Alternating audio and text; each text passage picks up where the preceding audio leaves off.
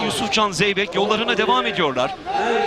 Lig üçüncüsü Orhan Okulu'nun ve dördüncüsü şu anda bu pozisyonda bulunan İsmail Balaban'ın matematiksel olarak şampiyonluk şansı kalmadı CV Enerji Türkiye Yağlı Güreş Ligi'nde.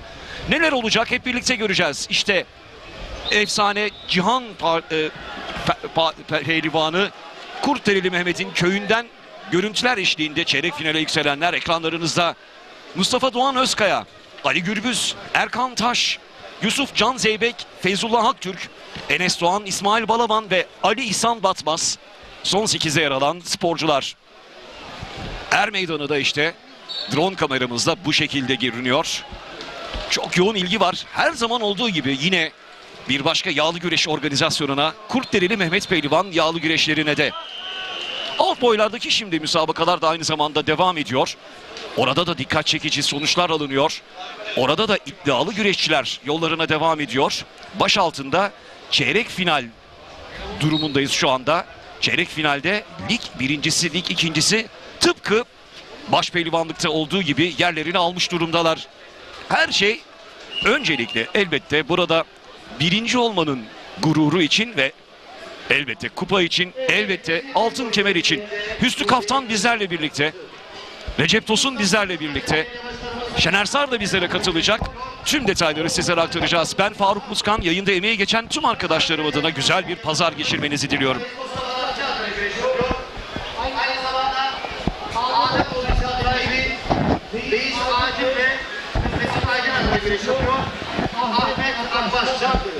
Ankara Büyükşehir Belediye Başkanımız Sayın Muhittin Böcek adına güreş yapıyor.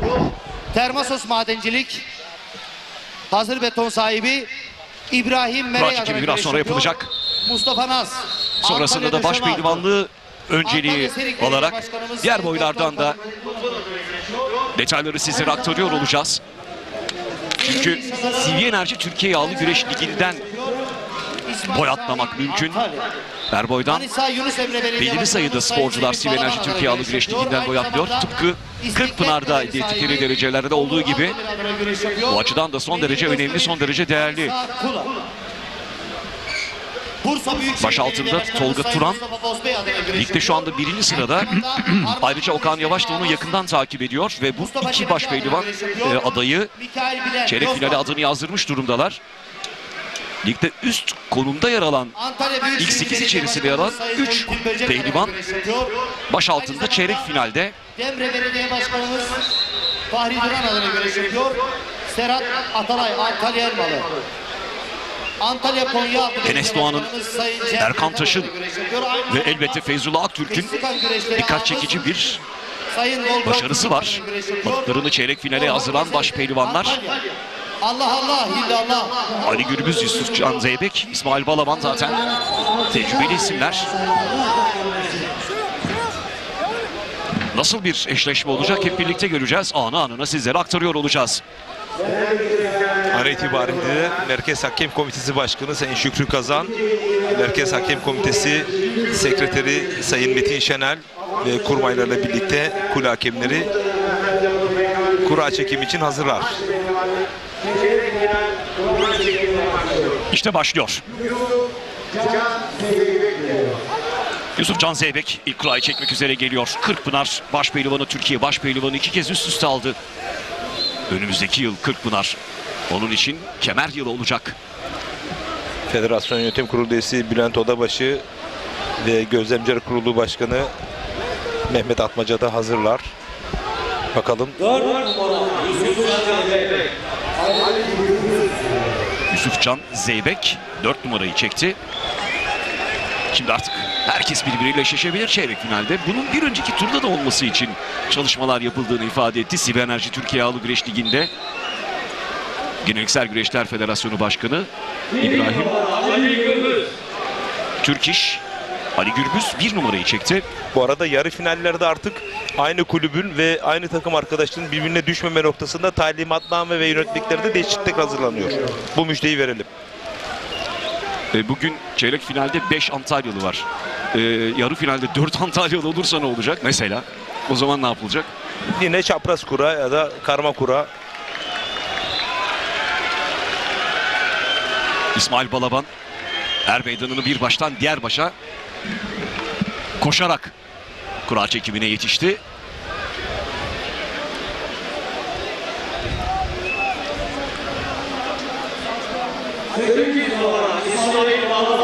İsmail Balaban. Şimdi bu üçü zaten ön plana çıkan güreşçilerdi, birbirleriyle eşleşmediler. Şimdi gençlerin mutlaka gençlerle eşleşecek yeni yıldızlarımız. Rüştlerini ispatlamak için bu üç büyük yıldızı alt etmeye çalışacaklar bakalım. Ki özellikle Enes Doğan. 7 numara Ali İhsan Batmaz. Ali İhsan Batmaz'la İsmail Balaban eşleştiler.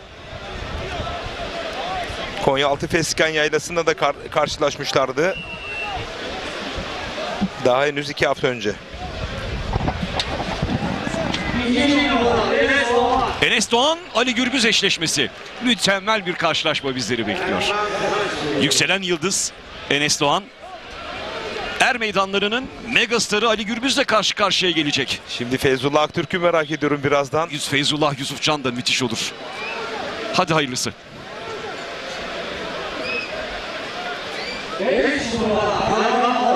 Erkal Taş 5'i çekti. İşte Dünya üçüncüsü. 3 kez üst üste Avrupa şampiyonluğu elde etti Feyzullah Aktürk. Tribünlerin yakın ilgisi, sevgisi var. Ona da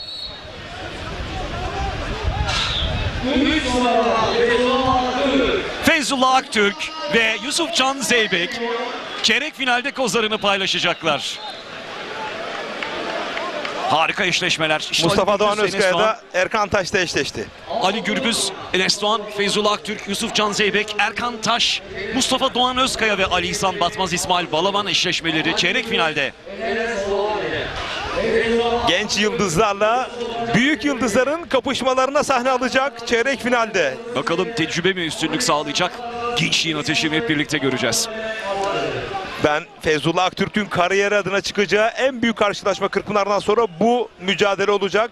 Son Kırkpınar baş pehlivanıyla kapışacak. Yağlı güreş adına söylüyorsun tabii bunu. Tabii ki, Yoksa tabii dünya ki. minderlerinde bilinen, Zaten tanınan ve kendisini ispat etmiş bir güreşçimiz Feyzullah Aktürk. Enes Doğan da Gaziantep Şahinbey'de Ali Gürbüz'le kapışmıştı. Orada bir ders almıştır ya da artık bayağı tecrübelendi. Aradan hemen hemen 2 ay geçti. Ali Gürbüz'ü zorlu bir müsabaka bekliyor açık söyleyeyim. Enes Doğan da kendi kariyeri adına sıçrayışını burada tamamlayabilir. Ali Gürbüz'ü yenerse tabii ki megastar. Ona bu şansı verir mi vermez mi? Bundan önce birçok kez ben varım diyen gençleri alt etti ki dün akşam Hüseyin Gümüşalan'la yapmış olduğu mücadele hala konuşuluyor. Özellikle sosyal medya portallarında muazzam bir güreş resitali sundu. Hem Ali Gürbüz'de hem Hüseyin Gümüşalan'da. Orada bir yorgunluk söz konusu olabilir mi Faruk Ben Urkan? sanmıyorum. Dinlenmişlerdir artık çok. Hele Ali Gürbüz gibi üst düzeyde bir baş pehlivan. Onu etkisini azaltacak tedbirleri mutlaka almıştır. Ayrıca çeyrek finale zaten güçlü gelmek zorundasın.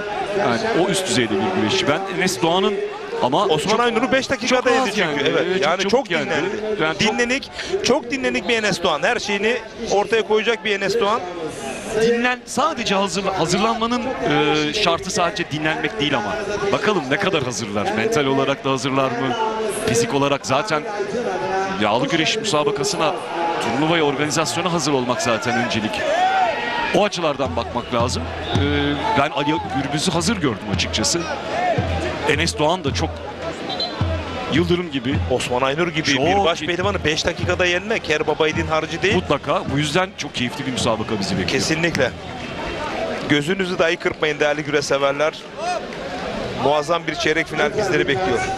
Üst üste 2 tanesini almak üzere kariyerinde 3 baş pehlivanlığı kısa sürede elde etti Enes Doğan. İlk yılında Kırkpınar'daki başaltı birinciliğinden sonra Nilüfer Belediyesi'ndeki İlk yılında Çalı'da hemen ilk baş pehlivanlığını Çalı yağlı güreşlerinde elde etmişti. Sonrasında da Gökbel Yaylası'nda Fesikan'da yine baş pehlivanlıklar aldı Enes Doğan. Çok da iyi geliyor şu anda. İlk Ligin yılında 5.'si. Kırkpınar'da çeyrek finalle kaldı. Ve Sivyen Hacı Türkiye Ağlı Güreş Ligi'nde de ilk 8'i kendisine atmış durumda. Devamlı atıyor. Müthiş gerçekten de, o çok iyi. Şimdi tabii Enes Doğan'a böyle bakıyoruz ama karşısında da dev bir rakip var. Ali Gürbüz gibi. 4 kez Kırkpınar'da baş pehlivan oldu. 2011, 2012, 2019. Ne güzel Ve söylediğiniz, hatırlattınız. Bakalım Kırkpınar baş pehlivanı Ali Gürbüz. Yine burada şampiyonluk iddiasındaki Ali Gürbüz bize neler söyleyecek?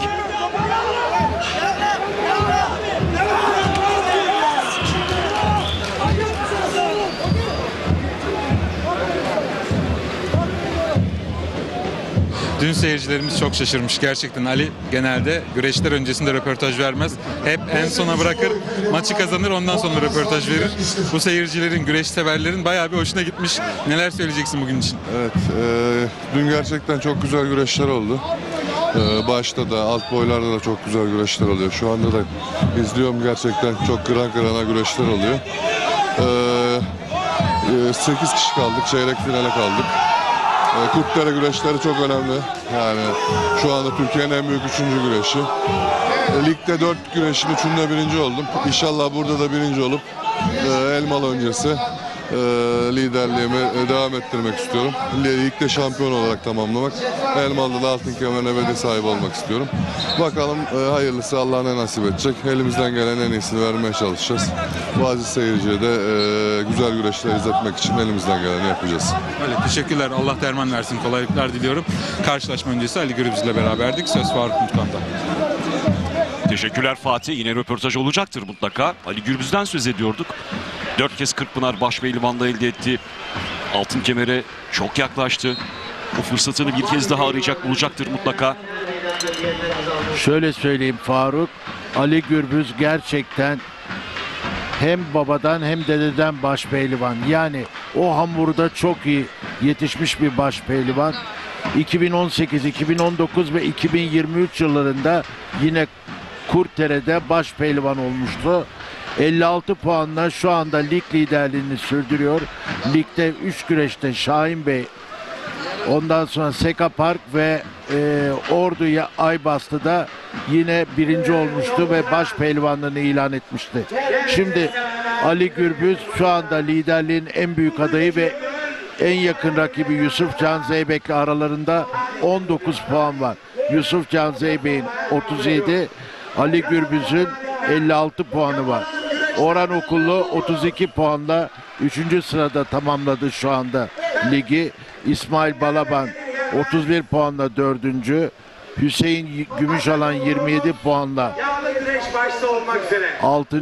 Enes Doğan bir basamak yukarıya çıktı. 28 puanı var. Devam ediyor.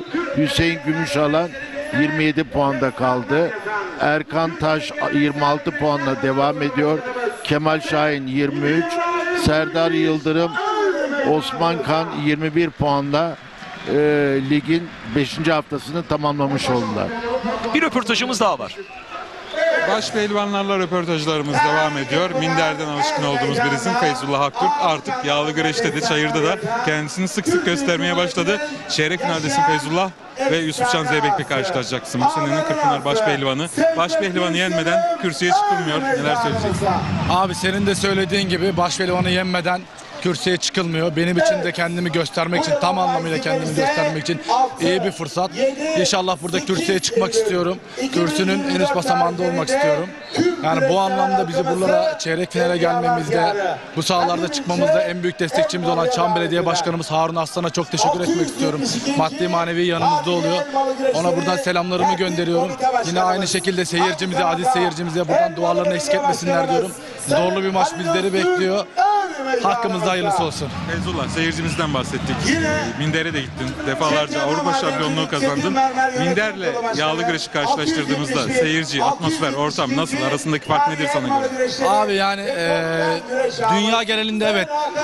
Rusya'ya gittiğimizde, ne bileyim buradan Amerika'ya, İran'a gittiğimizde tanınabiliyoruz. O apayrı bir duygu ama maalesef Minder Türkiye'de popülerlik anlamında yağlı güreşin biraz zayıfında kalıyor. Gördüğün gibi böyle bir seyirciye ben hiçbir zaman hiçbir Türkiye şampiyonasında güreş yapmadım. Çok kalabalık bir seyircimiz var. Çok farklı bir atmosferi var yağlı güreşin. Ülkemizde en popüler spor güreş anlamında. Kadın güreşi, Greco-Romen güreş, serbest güreş ve yağlı güreşi kattığımızda açık ara yağlı güreş seyirci anlamında çok popüler durumunda. Tabii ki manevi duygular tartışılmaz. Oraya gidiyoruz, bayrağımızı dalgalandırıyoruz. Onun yeri apayrı. Ben şu an buradayım ama Kasım ayında bir dünya şampiyonamız var. Tekrardan inşallah 92 kilogramda orada milli takımımızda yer alacağım. Yine bayrağımızı elimden geldiği kadar alttan bir genç çıkıp beni yenene kadar 92 kiloda ben görevimi tamamlayacağım. O anlamda da yani şöyle söyleyeyim, atmosfer olarak yağlı güreş çok farklı abi. Teşekkürler Feyzullah. Allah derman versin. Sağ olasın abi. Feyzullah Aktürk'le beraberdik. Röportajlarımız devam edecek. Feyzullah Aktürk çok net bir gerçeği ortaya koydu aslında. Düşündürücü de bir taraftan da. Yağlı güreşe işte dolu tribünler ve büyük ilgi ve her organizasyonda benzer görüntüler ayrıca dikkat çekiyor. Sadece büyük güreşlerde, CV Enerji Türkiye Yağlı Güreş Ligi'ndeki müsabakalarda, organizasyonlarda değil. Evet, minderdeki güreşçilerimiz seyirci açısından biraz gerisinde kalıyor yağlı güreşin. Bunu da düzeltmek bizim elimizde. Topyekün hepimizin elinde. Elbette ki bunun için de çareler aranması gerekiyor. Minder güreşi içinde. Bunun yanında 92 kiloda güreştiğini hatırlattı minderde ve dünya şampiyonası olduğundan söz etti. Olimpiyat yılında dünya şampiyonası olmaz diyenler için bu yanlış bilgiyi düzeltelim. Olimpik olmayan sikletlerde yapılacak bu dünya şampiyonası. Yani 92 gibi olimpik olmayan sikletlerde yapılacak bu dünya şampiyonası. Dünya üçüncülüğü var Feyzullah Aktürk'ün. Umuyoruz bu defa kürsünün en üst basamağında yer alacak güreşçimiz. Tıpkı Avrupa şampiyonalarında olduğu gibi son 3 yılda. Faruk, Feyzullah böyle söyledi ama ben biraz daha geriye gidiyorum. 90'lı yıllara gidiyorum. Mesela Mahmut Demir'in İstanbul'da dünya şampiyonu olduğu 94 Türkiye şampiyonasında takım halinde biz şampiyon olduk ama Abdi İpekçi spor salonu hınca hınç doluydu. Binlerce seyirci vardı. Bakın şöyle söyleyeyim. Ben de 2001 Avrupa Şampiyonası'nı hatırlıyorum. Greco-Romen stilde İstanbul'da düzenlenmişti. O zamanlar ayrıydı ve gerçekten de seyirciler yine Abdi İpekçi spor salonunda hınca hınç doldurmuşlardı. Bir röportajımız daha var. Ürkan teşekkür ediyoruz. Çayır'da başpehlivanlar çeyrek final mücadelesine başlamadan önce son bir röportajımız var. Gençler, alttan yetişen gençler var tabii ki. Bunlardan biri de Mustafa Doğan Özkaya. Mustafa, gerçekten dün çok güzel güreşler yaptın. Bu sene performans giderek artıyor. Tüm güreş seyircisi bunun farkında. Orhan Okulu'yu mağlup etmeyi başardın ve çeyrek finale yükseldin. Çeyrek finalde de Erkan Taş'la karşılaşacaksın. Neler söylemek istersin? Ya işte Erkan Taş'la karşılaştım. Allah nasip ederse güreşimizi yapacağız. Burada basamaklı olmak istiyorum. Hani kürsüde olmak istiyorum. Öncelikle benim her zaman arkamda olan Gazi babam Doğan Özköy'e selam yollamak istiyorum. Annem. Onların emeği çok üstümde. Beni buralara getirendir. Sonra eşime ve kayınbabam ve kaynanama çok teşekkür ediyorum. Kayınçom Osman'a selam yolluyorum. Size de ayrıyetten çok teşekkür ederim. Hakkımızda hayırlısı olsun. İnşallah bakalım. Nasip kısmet. O zaman çok teşekkür ediyorum. Başarılar diliyorum. Allah derman versin. İnşallah gün sonunda da röportaj yapmak nasip olur diye. İnşallah Allah nasip ederse. Teşekkür ederim. Mustafa, teşekkür ediyoruz. Evet, genç isimlerden birisi gerçekten bu sene iyi bir çıkış yakalayan Mustafa Doğan Özkaya ile beraberdik. Söz çeyrek final karşılaşmaları için Faruk Mutkan'da. Mustafa Doğan Özkaya 29. sırada başlamıştı buraya Kurtdereli Mehmet Pehlivan yağlı güreşlerine. Şimdi 19. sıraya kadar yükselmiş durumda. İlk ayakta Manavgat'ta sadece bir tur geçmişti. Şahin Bey de 2 tur geçmişti. İlk turdan 1 puan almıştı. Seka Park'ta 2. ve 3. turlarda yer alma başarısı gösterdi. Çeyrek finalde yer alma başarısı gösterdi. Daha doğru ifade çeyrek final öncesi turda 4. turda elenmişti. Aybastı'da hiç puan alamamıştı ama şu ana kadarki en yüksek puanını aldığı organizasyonu geçiriyor. Mustafa Doğan Özkaya burada 3 tur geçti ve şu anda 6 puan elde etti ve elde ettiği bu puanlarla 10 sıra birden yükseldi. 29'luktan 19'luğa çıktı. Bu arada CV Enerji Türkiye Yağlı Güreş Ligi'nin ilk 8'inde yer alan güreşçilerden 3'ü burada çeyrek finalde yollarına devam ediyor. Bunların ikisi Ali Gürbüz ve Yusuf Can Zeybek. Diğeri Enes Doğan. Ali İhsan Batmaz'ın da burada kazanarak ilk 8'deki puanları yakalama fırsatına sahip. Yarı finalde yer alabilecek olursa, yarı finali kazanıp finale kadar çıkabilecek olursa 10 puanı alıp ilk 8'e adını azdırma ihtimali, fırsatı var. Ali İhsan Batmaz'ın nasıl bir performans ortaya koyacak hep birlikte göreceğiz. Evet. Çok güçlü bir fiziğe sahip. Antalya Korkuteli, Kosovalı, çok da mütevazi, genç bir başpehlivan. Özür diliyorum. Özellikle geçen yıl dizinde yaşamış olduğu sakatlığı atlatmış durumda. Bu tür düşüşler söz konusu olabiliyor sakatlık sonrası. Geri dönüşler zor oluyor. Mustafa Doğan Özkaya'yı hatırlayalım. Bir tur önce çeyrek finale kalma mücadelesinde Orhan Okulu gibi çok önemli bir rakibi geçti. Mustafa Doğan Özkaya puanlama güreşinde. İşte yenişler ekranlarınıza geliyor. Çeyrek finale nasıl yükseldiler? İşte çok keyifli, heyecanlı bir müsabakaydı. Bohçalamaya benziyor. Ben de itiraf etmeliyim. Sanki yağlı güreşte olmazmış gibi. Benziyor ama. Çangal olarak tanımlayabiliriz Ali Gürbüz'ün yenişini.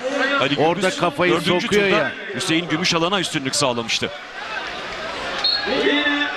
Ali Gürbüz biliyorsunuz birinci turu maç yapmadan geçti. İkinci turda Hüseyin İlcan, üçüncü turda Mustafa Taş, dördüncü turda Hüseyin Gümüşalan'la gerçekten günlerce tartışılacak, izlenecek bir karşılaşmaydı o.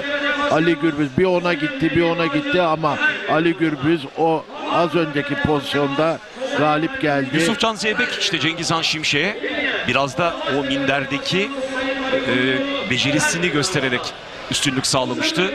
Dördüncü turda Mehmet Yeşil'i yenme başarısı, ayrıca İsmail Balaban'dan işte burada Orhan Okulu'yu yenerek adını bir üst tura yazdırmıştı. Mustafa Doğan Özkaya az önce röportajını ekranlarınıza getirmiştik. Orhan Okulu biraz da kendi hatasıyla orada müsabakayı kaybetmişti. Burada da bir güç gösterisi, adeta sıkı bir tutuş, sonrasında bastırma ve üstünlük sağlıyor Feyzullah Aktürk rakibine. Feyzullah Aktürk hem Yusufcan Zeybek minderde çok başarılı olmuş güreşler. Belki Feyzullah Aktürk'ün kariyeri biraz daha minderde uzun sürdüğü için Avrupa'da büyüklerde ve dünya şampiyonalarında büyüklerde dereceleri var. Yusufcan Zeybek de biraz daha belki devam etseydi benzer başarılara imza atabilecek potansiyele sahip bir başpehlivan ve o müsabakayı ben merakla bekliyorum. İsmail Balaban'ın Mehmet Yeşil'le mücadelesi vardı. Erkan Taş'ta Ertuğrul Dağdeviren'e üstünlük sağlamıştı. İlçe belediye başkanlarımızla birlikte halkımızı selamlıyor.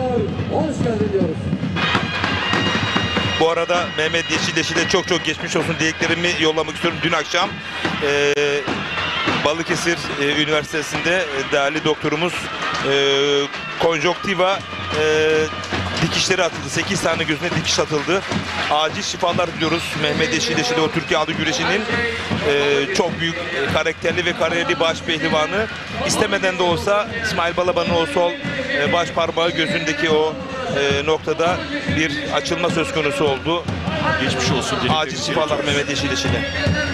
Hiç arzu etmediğimiz ama güreşin içerisinde var olan bir sakatlık söz konusu. İşte Ali Gürbüz ekranlarınızda Enes Doğan'la karşı karşıya gelecek. Bir yanda çok büyük bir tecrübe, diğer yanda gençlik, yükselen de bir yıldız Enes Doğan. Güzel bir müsabaka bizleri bekliyor. Feyzullah Aktürk, Yusufcan Zeybek. Yine onlar da belki de tekniklerini konuşturacaklar. Herkes kendi alanında. Yusufcan Zeybek tempolu güreşini kabul ettirecek ona. İndirip yenmeye çalışacak. Feyzullah Aktürk ihtar almadan güreşi yarım saat nasıl idare edecek? Puanlamada en iyi olduğu dala nasıl taşıyacak? Ne kadar çok güzel büyük hikayeler var. Ne güzel söyledin. Stratejik hamleler, kondisyon, güç, dayanıklılık, mukavemet, sabır, hepsini teknik kendi alanlarında işlemeye çalışacaklar nakış nakış.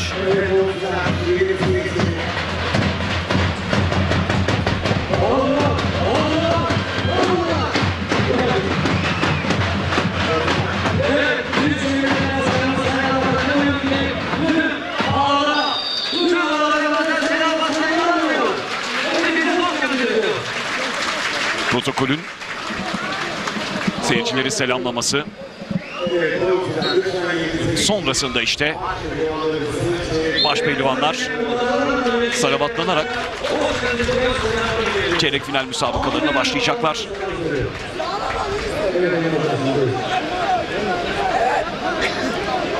Ali Gürbüz birinci turu maç yapmadan geçti. İkinci turda Hüseyin İyican, üçüncü turda Mustafa Taş ve dördüncü turda Hüseyin Gümüşalan'ı mağlup etti. Ali Gürbüz'ün yaptığı bu iki müsabaka, özellikle Mustafa Taş'la ve Hüseyin Gümüşalan'la yaptıkları adeta final niteliğindeydi.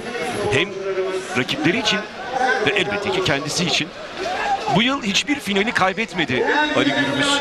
Çıktığı her finalde mutlaka üstünlük sağladı rakibine. Yine benzer nitelikteki müsabakalara 3. ve 4. turlarda rakiplerine üstünlük sağladı Ali Gürbüz. 5. etabı. 64. gelenekten Uhud Mehmet Yalda ve Kur'an güreşleri 3. gün baş pehlivanlar çeyrekler sıralamaları yapacak. Değerli aziz izleyicilerim, baş pehlivanlarımız gördüğünüz bugün güreş anlamında testlerden yaptılar. Onlara şöyle kocaman bir moral alkış istiyorum.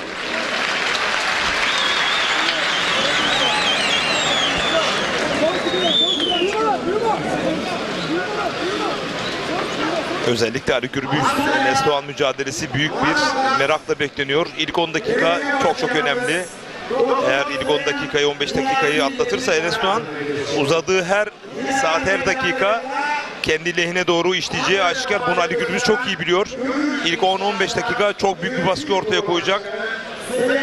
Ve orada koparmaya çalışacak gibi görülüyor Ali Gürbüz. Er meydanına adım attığı anda tüm tribünleri hareketlendiren, çok sevilen, yakından takip edilen bir başpehlivan. Her yerde taraftar bulabiliyor rahatlıkla ve çok sevilen bir güreşçi. Özellikle onun için tribünleri dolduran taraftar topluluğu var. Ali Gürbüz işte bu yıl 5 belini kazandı dedik. Diğer tüm güreşleri hep birlikte düşündüğümüzde bunların 3'ü CV Enerji Türkiye Yağlı Güreş Ligi'ndeki müsabakalar.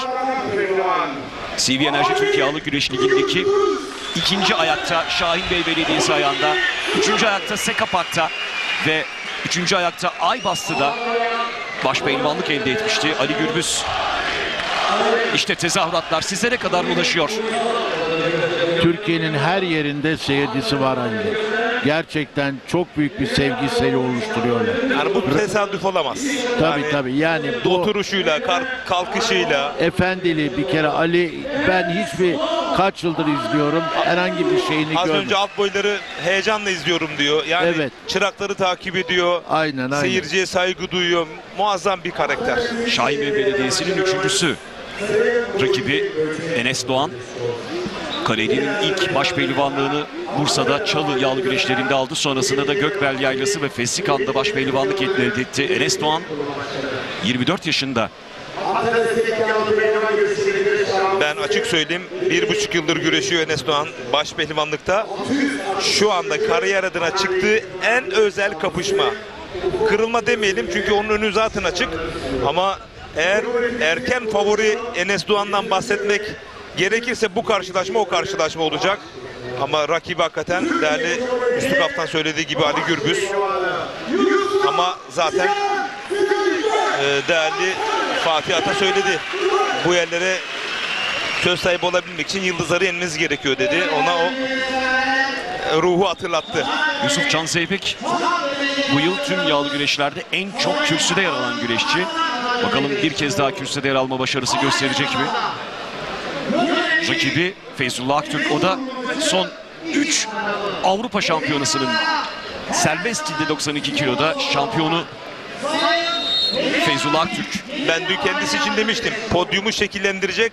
Hatta ileri gidiyorum. CV Enerji Yağlı Güreş Ligi'nin puan skalasını değiştirebilecek en özel başpehlivanlardan biri. Bu karşılaşmada ben kırılma olarak hem podyumun hem de CV Enerji Yağlı Güreş Ligi'nin puan skalasının kırılma noktası diyebilirim. Feyzullah Aktürk burayı alt üst edebilir. Feyzullah Aktürk ikinci ayakta en başarılı en başarılı performansını sergilemişti. Çeyrek final görmüştü Şahin Bey'de. İlk ayakta puan alamadı. İkinci ayakta sadece bir tur geçti. İkinci turu yine bir tur geçti. Dördüncü ayakta. O da Son 64 öncesi turda 1 puan almıştı. Buraya 24. sırada girdi. Feyzullah da tıpkı Ali Gürbüz gibi tezahüratlar alıyor.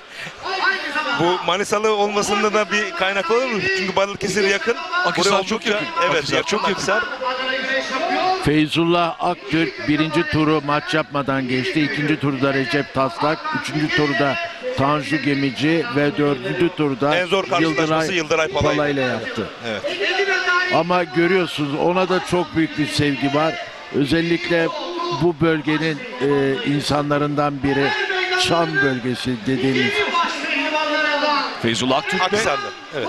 24. sıradan 14. sıraya şu anda yükselmiş durumda. 15. sırada düzeltiyorum. Çeyrek final şansını koruyor. Yani ilk 8 finalini koruyor. Yani o da yine bu iddiaya sahip. Tabii önümüzde bir de Elmalı var. Elmalı var, evet.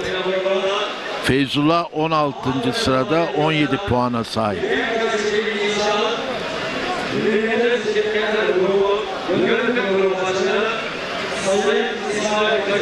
Erkan Taş'ı atlamayalım, az önce salavatlandı. Hakikaten kariyer adına dün O da ilk 8'deki Ertuğrul'u mağlup ederek evet yani artık ben de varım dedi. Ama onun için tabii Elmalı'da bir gösterge olacak. Bunun tesadüf olmadığını ispatlama noktasında. Kırkpınar Başpehlivanı oldu. 20 puan taşıdı Başpehlivanlık müsabakalarına. Avantaj da çok önemli bir avantaj getirdi Erkan Taş'a. Baş altında düzeltiyorum, harika düzelt. Sonrasında işte ama bunun da boşa olmadığını da gösteriyor Erkan Taş'ta. İsmail Balaban. İsmail Balaban şu an 6 puanda. Ama Ali Gürbüz de yoluna devam ediyor. İsmail Balaban da yoluna devam ediyor ama aralarında 25 puanlık fark var. Bu şu anlama geliyor. Artık onun şampiyonluk şansı kalmadı. Çünkü yani burada Ali Gürbüz ancak yoluna devam etmezse bir ihtimal beliriyor sadece. Ama şu andaki durumda, şu aşamada, şu puan farkıyla şampiyonluğa ulaşamaz. Çünkü burayı sonuna kadar taşırsa ancak bir ve Ali Gürbüz'ün kaybetmesi halinde var. O da evet. Dolayısıyla bakalım onun bu iddiasını ortaya koyup koyamayacağını göreceğiz. Ama matematiksel olarak şampiyonluk şansı kalmayan kişi Orhan Okulu, İsmail Balaban değil. İsmail Balaban'ın şansının çok azaldığını söyleyebiliriz Ali Gürbüz ilerledikçe. Çok sevilen ifadeyle Ali Gürbüz şampi denebilir. Ali İhsan Batmaz puan skalasında ilk 8 şansını şöyle var. Şu anda 9. sırada ve yoluna devam. Kemal Şahin yoluna devam ediyor. Hüseyin Gümüşalan geride kalmış durumda. Aralarında belki puan farkı var ama Ali İhsan Batmaz'ın da yine Ali Gürbüz'ün ve rakiplerinin durumuna bağlı olarak, Ali Gürbüz'ün değilse de diğer rakiplerinin durumuna bağlı olarak ve kendisinin finale yükselmesi durumuna bağlı olarak yine ilk 8'e kendisini atma fırsatı var. Şu andaki bu müsabakalarla önümüzde bir de Elmalı var. Anlada zihnim var deme, bizim oraya girmeyince. Ne hayırlı işim var deme, senden avuçta kalmayınca. Çok iyi hanımım var deme, zor günleri görmeyince.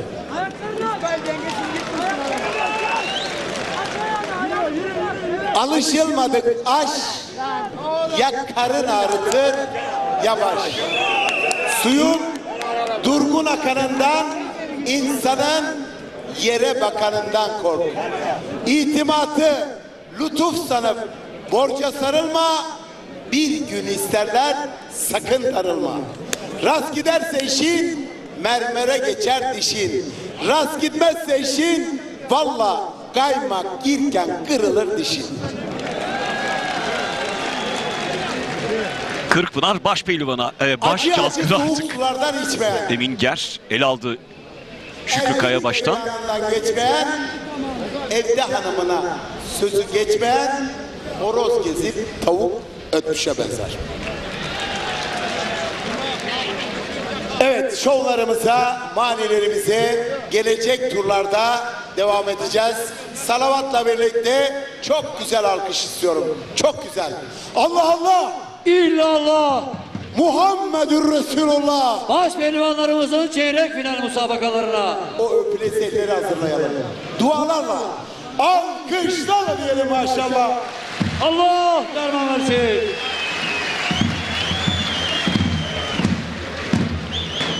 Başpehlivanlar işte Er meydanındalar.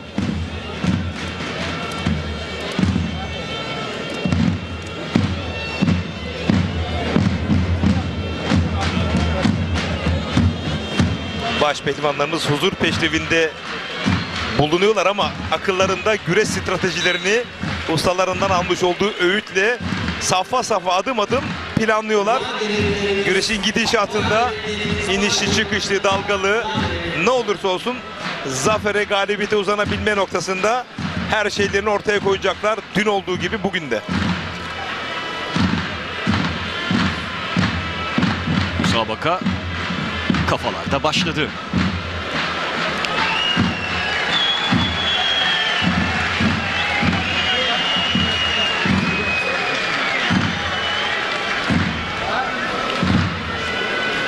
Pehlivanlar bu tür peşrevlerle hem ısınıyorlar hem de seyirciyi selamlıyorlar. Bu yağlı güreşin değişmez temel ögelerinden biri. Peşrevsiz yağlı güreş, davulsuz yağlı güreş olmayacağı gibi.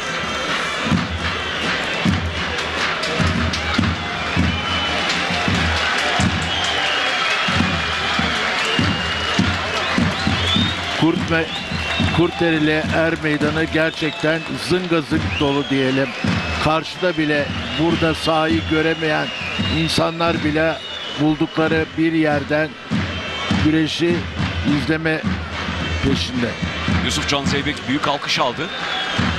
İsmail Balaban da yine er meydanlarının yıldız isimlerinden. Sarı Fırtına sadece yağlı güreş sevenler değil, onu popüler yarışma programlarındaki başarısıyla da çok geniş kitleler tanıyor. Survivor birincisi İsmail Balaban.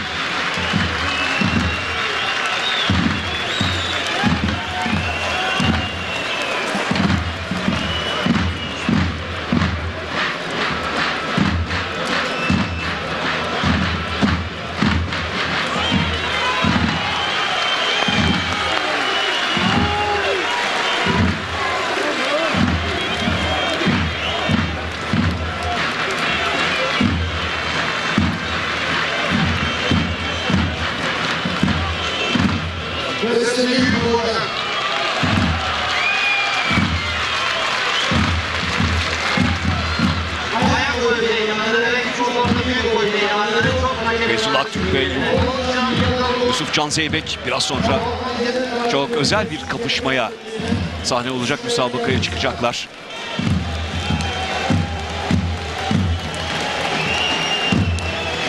Yusuf Can Zeybek, Feyzullah Aktürk tarihine Kırkpınar'da 4 yıl önce başaltında yarı finalde karşılaşmışlardı. Bu yıl baş pehlivanlıkta Kurtdere Er Meydanı'nda çok zorlu bir kapışmaya tutacaklar. Güreş otoritesi şöyle söylüyor Faruk Mutkan. Önümüzdeki yıl Yusuf Can Zeybek'in altın kemerini yakabilecek potansiyel 3 isim ortaya koydular. Biri Enes Doğan, biri Hüseyin Gümüşalan, diğeri de Feyzullah Aktürk. Yani Ali Gürbüz, İsmail Baran Orhan'ı onları tenzih ederek, evet. Onları ayrı tutarak, yani bu 3 ismin Yusuf Can Zeybek'in hayallerine son verebilecek en güçlü isim olarak görüyorlar. Çünkü ters geldiği noktasında işte bunun da aslında bir testi olacak Yusuf Can Zeybek özelinde. Kırkpınar'da önümüzdeki yıl altın kemerine tutunabilme noktasında Feyzullah Aktürk faktörünü dışarı itmek durumunda bu karşılaşma özelinde. Bakalım bunun bir provası da olabilir gerçekte ve elbette ki Yusuf Can Zeybek için şu andaki ekranlarınızdaki baş pehlivan için yine önemli testlerden biri ama çok testten geçecek Yusuf Can Zeybek. Diğer testleri zaten uyguladı. Ali Gürbüz'de, Orhan Okul'da, İsmail Balaban'la, yani bir nevi yine daha önümüzde daha bir yıl var ve yine birçok test imkanı yine bulunacaktır ama ben 25 yıl geçti mi artık son yarım altın çeyrek asır altın kemerin sürekli sahibi olmak. En yakın baş pehlivan olarak görüyorum. Kesinlikle %75 orandayım. Yani ben çok yüksek ihtimalle sonunda o hasret bitecek diye düşünüyorum. Yani bir baş pehlivanın altın kemerin sürekli sahibi olması unvanını alacağını düşünüyorum Yusufcan Zeybek. Ben de katılıyorum ama %75 oranındayım. %25 Tabii oran ki bu işte müsabaka henüz yani oynanmamışken, güreşilmemişken henüz hiçbir şey belli olmaz ama ihtimal üzerinden söylüyorum. Müsabakalar başladı.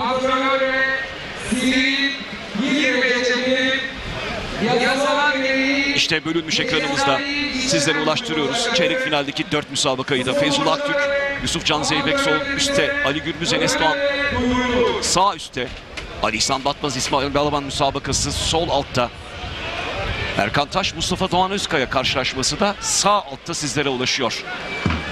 Feyzullah Aktürk, Yusufcan Zeybek müsabakası belki de en hareketli başlayan karşılaşma oldu. Ali Gürbüz, Enes Doğan karşılaşması ve Enes Doğan'ın biraz Ali Gürbüz'den kendisini uzak tuttuğunu görüyoruz. Mustafa Doğan Özkaya'nın da Erkan Taş'la karşılaşmasında daha hareketli olduğunu görüyoruz. Sanki rakibin ataklarını karşılamaktan çok kendisi bir atak stratejisi geliştirmek amacında gibi görülüyor. Feyzullah Aktürk ve Yusufcan Zeybek de çok hareketliler.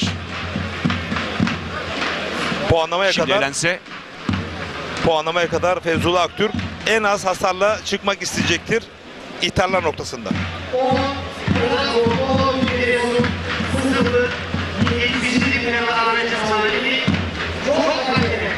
İsmail Balaban, Ali İhsan Batmaz, sanki terazinin iki ayrı kefesindeler.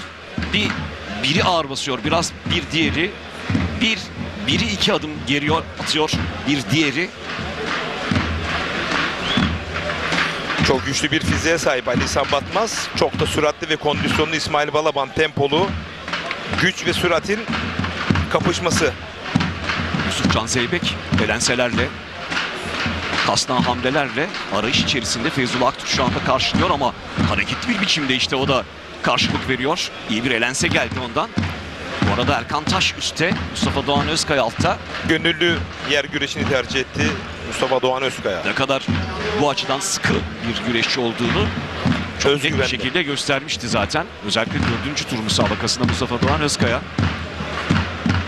Bir an dengesini bozdu Yusufcan Zeybek'in Feyzullah Aktürk.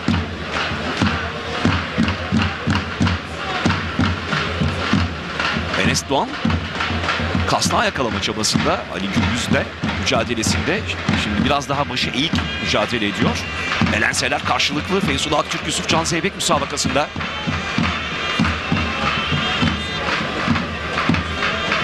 Şimdi yakaladı bir an. Sonrasında da elenseyle uzaklaştırdı Yusufcan Zeybek.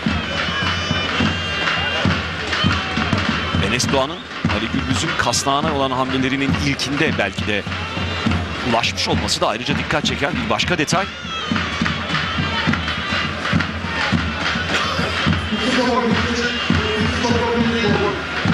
Bacağa doğru hamle ayrıca dikkat çekiyor. Şimdi İsmail Balaban'dan Ali İhsan Batmaz karşısında o biraz daha iyi güreşiyor. Sanki dalma çabası içerisinde hemen paçalara yönelik hamleler üst üste İsmail Balaban'dan. Şimdi yakaladı bir an, söküldü, ardından da üstte kaldı İsmail Balaban. Erkan Taş halen çözemedi Mustafa Doğan Özkaya'yı.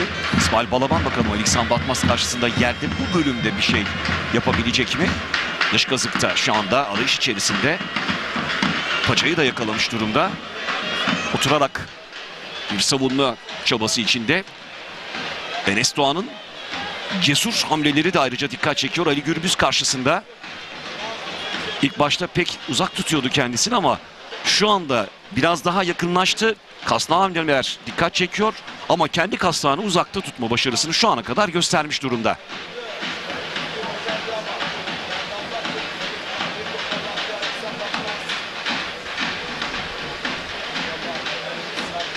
İsmail Balaban sonuca gitme amacında ensesinden iyice bastırdı rakibinin.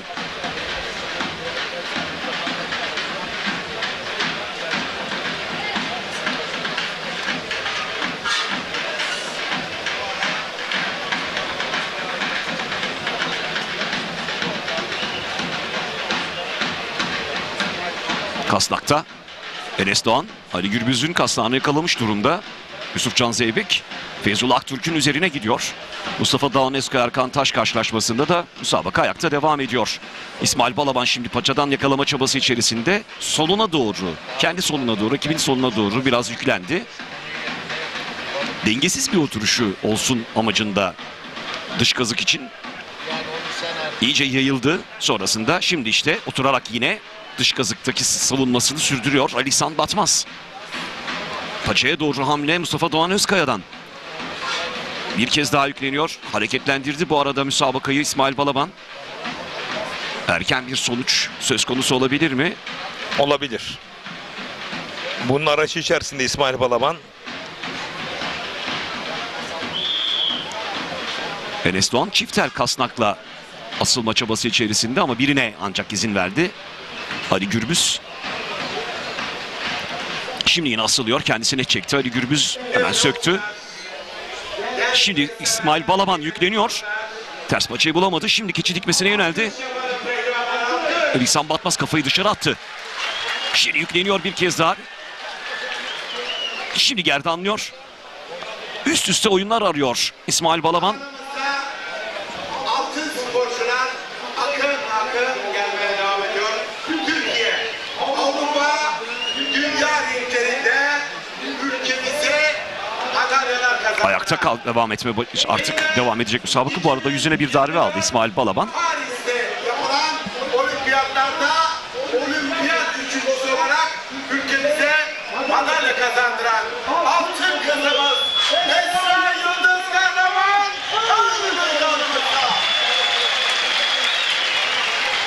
İşte anonstan da duyuldu.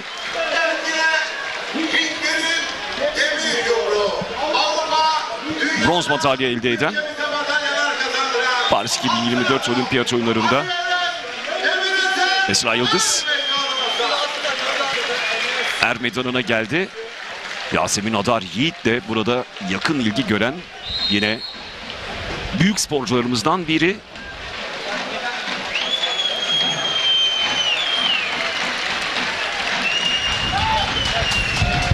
Yine Erkan Taş üstte, Mustafa Doğan Özkaya altta. Bu arada Ali Gürbüz Enes Doğan müsabakasında Ali Gürbüz'ün paçalarında bir sorun var. Yardım istedi 2000'den. Bu arada Erkan Taş sonuca gitme çabasında paça kazıkla bacağı taktı, savunmayı yaptı ama çevirme çabası içerisinde şimdi Erkan Taş okkaladı. Yine bacağı sararak yükleniyor. Tam bir çeviremedi. Şimdi atma çabasında ama yine üstünlüğü kuramadı. Şakı bulamadı. Şakı bulsaydı kündeyi, şak kündesini yapabilirdi. Şak kündelerinin profesörüydü adeta. Muğla'nın eski başpehlivanı değerli büyüm Mehmet Güçlü. Şak kündelerinin profesörü.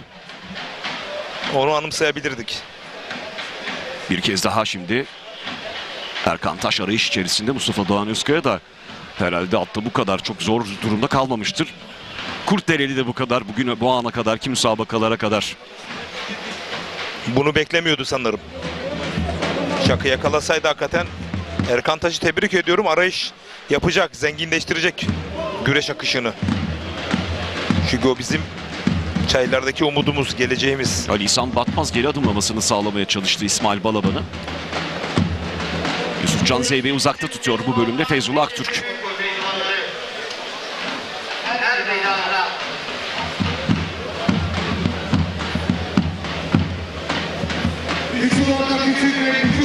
Ali Gürbüz'ün paçalarını Enes Doğan acaba hamleleriyle açtı mı yoksa iyi bağlayamamış mıydı? Ben orayı atladım. O da beni şaşırttı ama sanki başka bir şey, sanki bir sakatlık söz konusu olduğu için çözülmüş de olabilir.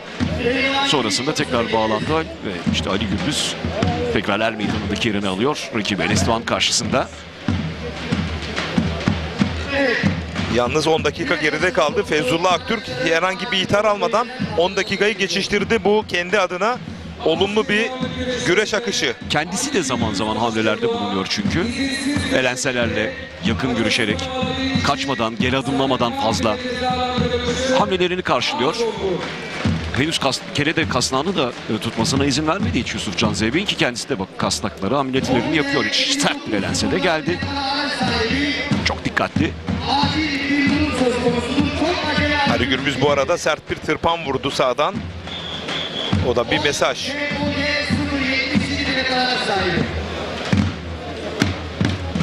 Şimdi bir kez daha paçadan yakalamış durumda Erkan Taş. Mustafa Doğan Özkaya şöyle yine okkaladı ama yine tutamadı.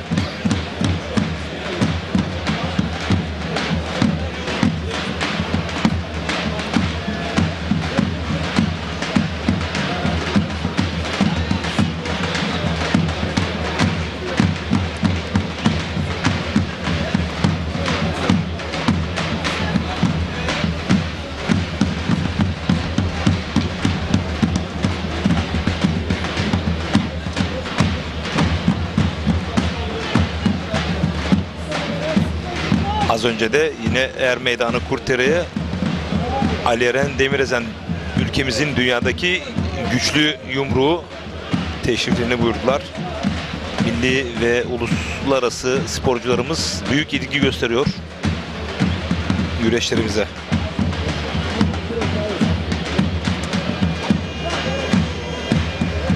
Yaydırmaya çalışıyor Erkan Taş Mustafa Doğan Özkaya'yı.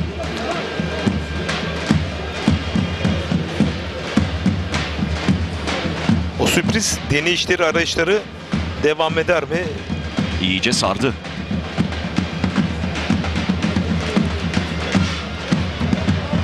Bu arada Yusuf Can Zeybek ilk kez dizlediğini gördüm. Bu güreşe biraz daha asılacağı kanaatindeyim. 11. dakika geride kaldı. Buyduruk'la karşıladı. Sonrasında dizi üzerindeydi. Feyzullah Aktürk çok sağlam bir elense geldi. Yusuf Can Zeybek'ten. Arka arkaya hem de.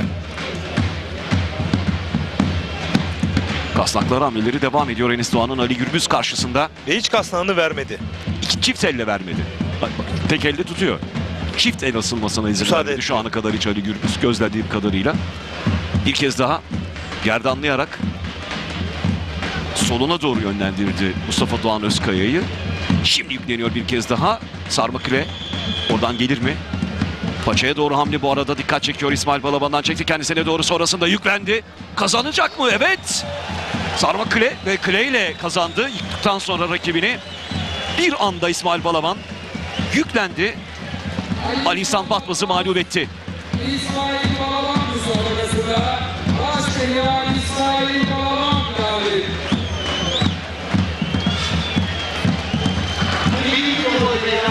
Evet, bir anda sol eliyle paçaya güçlü bir şekilde yakaladı ve sağ eliyle de budamış. Düştüğü anda da kuleye doğru yönelmiş. Aynı anda 3 oyunu gördük. Hatta sol eli paçada. Bunu çangal da var bakın. Bu sol ayağına da çangal atmış. Arka arkaya oyunlar. Kombin oyunları yapmış İsmail Balaban'dan. Çok güzel bir hamleydi gerçekten. Ali İhsan Batmaz'ın toparlanması hakikaten kolay değildi o arka arkaya yapılan oyunlar sonrasında. İlk yarı finalist oldu İsmail Balaban. 3 müsabaka kaldı.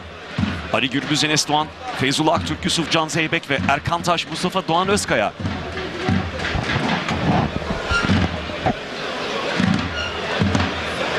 Çok sert elenseler. Aman Allah'ım. Yusuf Can Zeybek. Feyzullah Aktürk heyecanlandırıyor. Tribünler ayakta. Alkışlıyor her iki baş pehlivanı da. İşte kalan 3 müsabaka bölünmüş ekranımızda aynı anda sizlere ulaşıyor.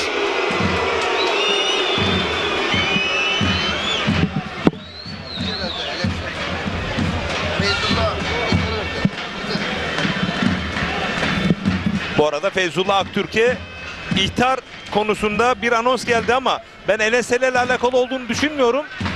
Yusuf Can Zeybek'in hamleleri sonrasında pasif kaldığı gerekçesiyle bir ihtar verildiği konusunda ama benim fikrim bu. Pek tribün beğenmedi kararı.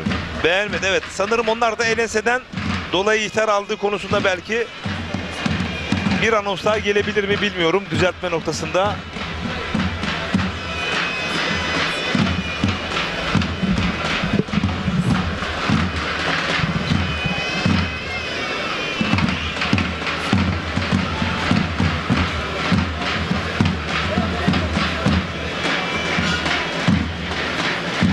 Feyzullah Aktürk yine kasnağa yönelik hamlelere izin vermedi. Erkan Taş, Mustafa Doğan Özkaya karşılaşması yine ayakta sürüyor. Enes Doğan'ın paçalara yönelik hamleleri başladı kasnak sonrasında. Bu da dikkat çekiyor. Ali Gürbüz karşısındaki hamleleri yine yüklendi. Çiftel kasnaktan asılmasına izin vermiyor Ali Gürbüz. Mustafa Doğan Özkaya da paçaya doğru hamle yaptı ama iyi karşılıyor Erkan Taş. Şimdi paçayı yakaladı.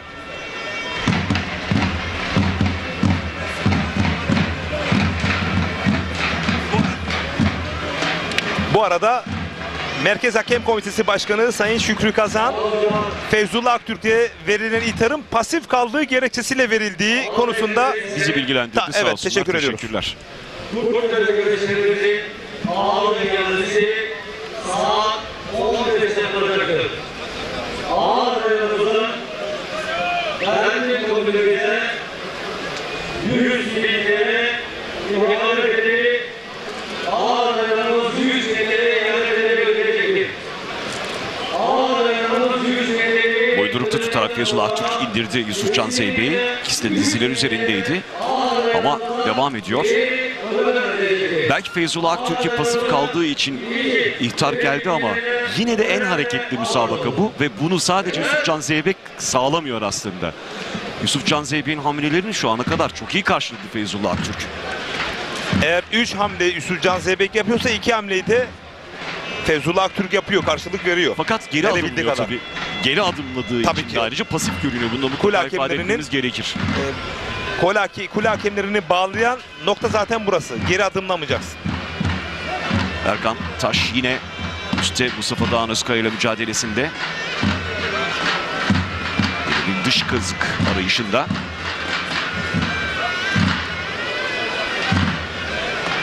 Yine direkt kasnağa yöneldi Enes Doğan.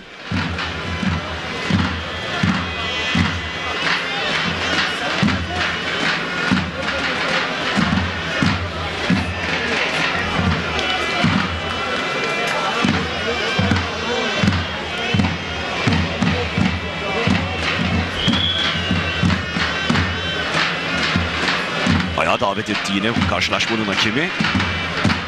Erkan Taş, Mustafa Doğan Özkaya müsabakasında pehlivanları.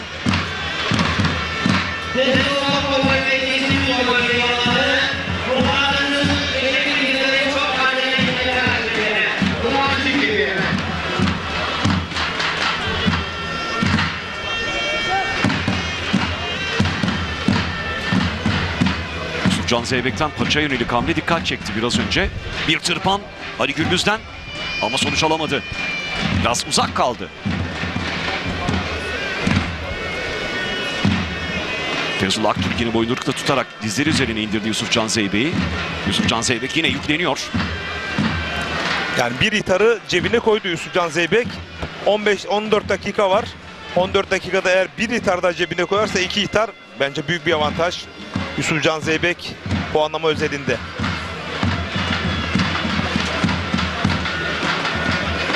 Ama 3 ihtarla bitecek bir müsabaka gibi durmuyor. Ama bariz geri gittiğinde artık kaçınılmaz son oluyor Faruk Utkan.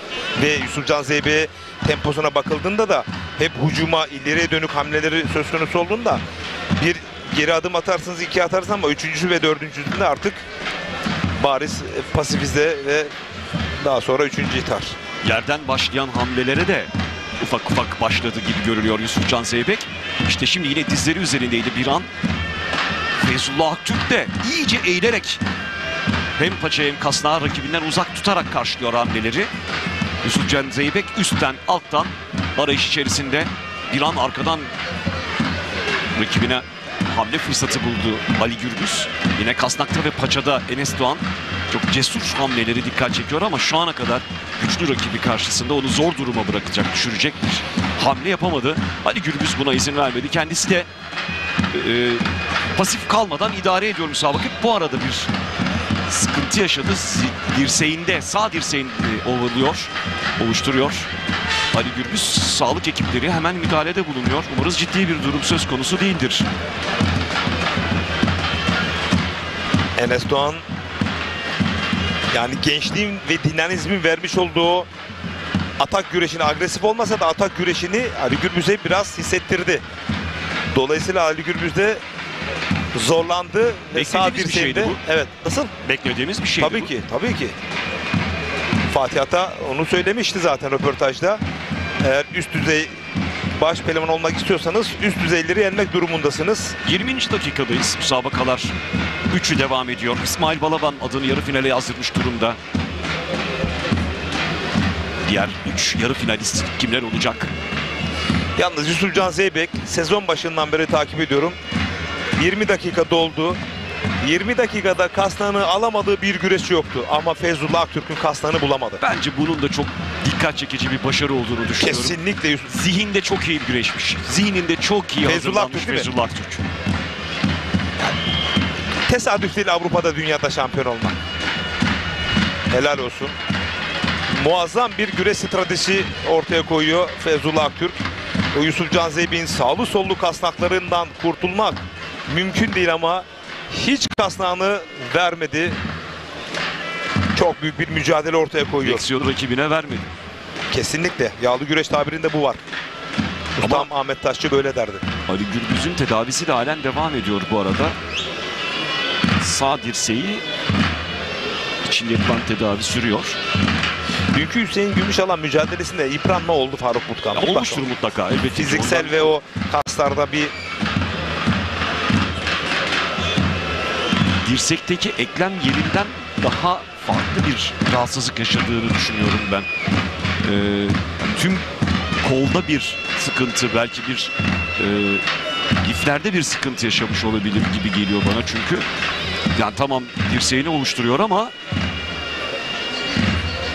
az önce paçasında, şimdi dirseğinde Ali Gürbüz gibi megastar bir baş pehlivanın bu tür 20 dakika içerisinde yaşamış olduğu bu iki olay güreş olan konsantrasyonunu da ister istemez düşürebilir. Çünkü üst düzey bir şampiyon. Mental olarak bunu toparlayacak güçte ama bakalım toparlayabilecek mi? Ben açık söyleyeyim. Bu biraz aşağı çeker Ali Gürbüz'ü mental olarak. Feyzullah Aktürk'ten bir elense geldi. Yusufcan Zeybek karşılık verdi. Paçalara yöneliyor. Yusufcan Zeybek uzak tutuyor. Feyzullah Aktürk rakibini kendisinden. Şimdi Enes Doğan bir kez daha yüklendi. Yan yana iki güreşçi de. Enes Doğan biraz daha cesur hamlelere agresifleşmeye başladı. Sağ paçasında mı yine sıkıntı yaşıyor Ali Gürbüz? Tırpan içten.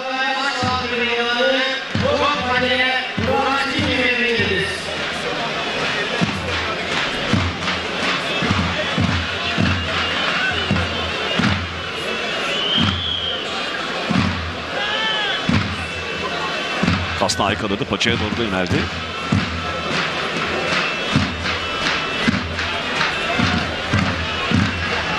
İçten bir tırpan denemesi daha geldi Ali Gürbüz'den. Enes Doğan arayışına devam ediyor. Bir altta bir üstte hamleleri. Şimdi dizleri üzerine indirdi yine Yusufcan Zeybek'i. Paçaya hamlesine izin vermedi Feyzullah Aktürk. O da gerçekten çok dikkat çekici bir performans ortaya koyuyor Yusufcan Zeybek karşısında. CV Enerji Türkiye Yağlı Güreş Ligi'nin zirvesindeki iki isim çok zorlu mücadeleler içerisinde.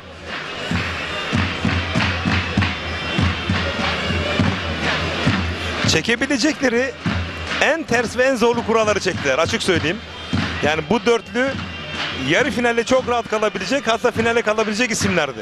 Ali Gürbüz de Yusufcan Zeybek de bu turda birbirlerini tercih edebilirlerdi. Bitsin bu diye, hani böyle bir rahatlayalım, hani yolumuza bir bakalım de diye düşünüyor olabilirlerdi. Yarı final öncesi çeyrek finalde eşleşmeyi tercih edebilirlerdi. Bu da güzel bir açı. Bence Yani, de çünkü mental olarak rahatlayabilme noktasında artık yeter. Çok baskı var çünkü. Mutlaka. O bitecek orada ve ondan sonrası çok daha rahatlayabilirlerdi. Ali Gürbüz'e bir pasifite geldi. Ali Gürbüz'e pasifite geldi. Bu her zaman duyabileceğimiz bir şey değil.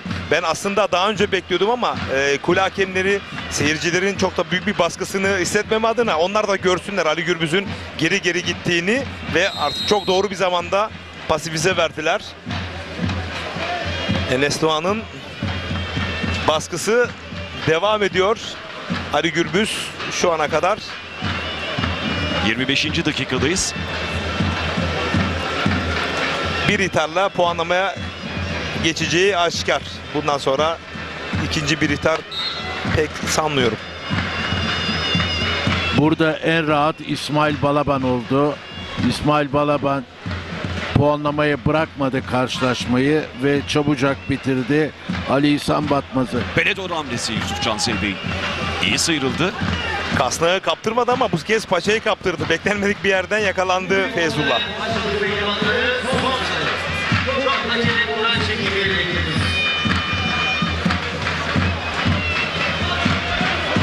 Yaklaşma çabası içerisinde Enes Doğan altta aldı şimdi Ali Gürbüz'ü. Ali Gürbüz'ü altta çok Görmeyiz, nadir.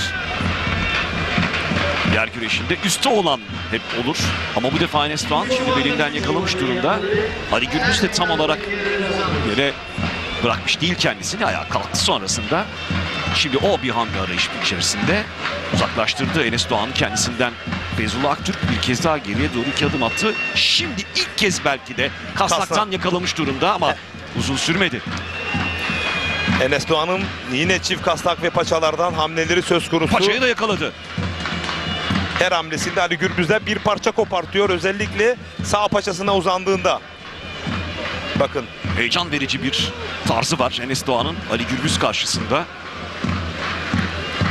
Ali Gürbüz'ün 15 yıl önceki halini izler gibiyim. Enes Doğan çok net. izlerken. Evet. İki güreşçi de yine dizleri üzerinde Feyzullah Aktürk. Yusuf Can Zeybek, Feyzullah Aktürk dizleri üzerinde boyundukta aldı bir an. Sonrasında bariyerlere kadar geldiler. İkinci ithar her an gelebilir Feyzullah Aktürk aleyhine. Kuleyle temas halinde müsabaka hakemleri.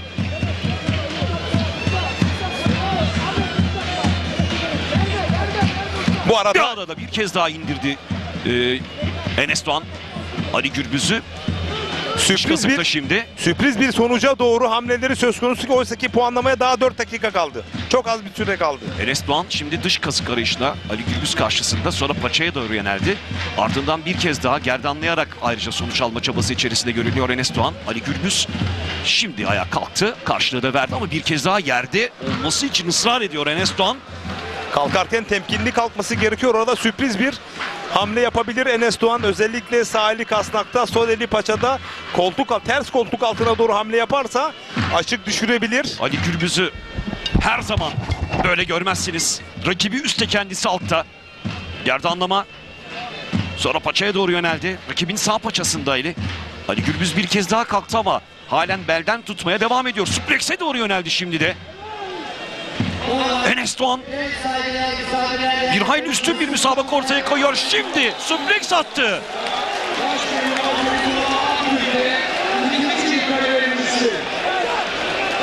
Bakıyoruz. İtirazlar var. Vara gidecek. Vara gidecek. Henüz müsabakada galip ilan edilmedi Enes Doğan. İtirazlar var. Çok ilginç anlar yaşandı. Kazandığına dair Enes Doğan da hani böyle sağlam bir gösteride bulunmadı. Şimdi bir kez daha geliyor ekranlarınıza. Evet bak. Şimdi burada işte rakibini havalandırdı, attı. Enes Doğan için galibiyet söz konusu olabilir mi? Şu anda bütün kule izliyor bunu, kule hakemlerimiz. Çok ilginç anlar yaşandı. Enes Doğan galibiyet bekliyor. Ali Gürbüz hayır diyor. İşte bir kez daha geliyor ekranlarınıza bu ilginç an. Ayağını takmış, sağ ayağını takmış. Ben kazandım iddiasında Ali Gürbüz. Suplex'i Enes Doğan tamamladı mı? Şangallı Ali Gürbüz bir rakibini yıktı. Şimdi inceleme devam ediyor.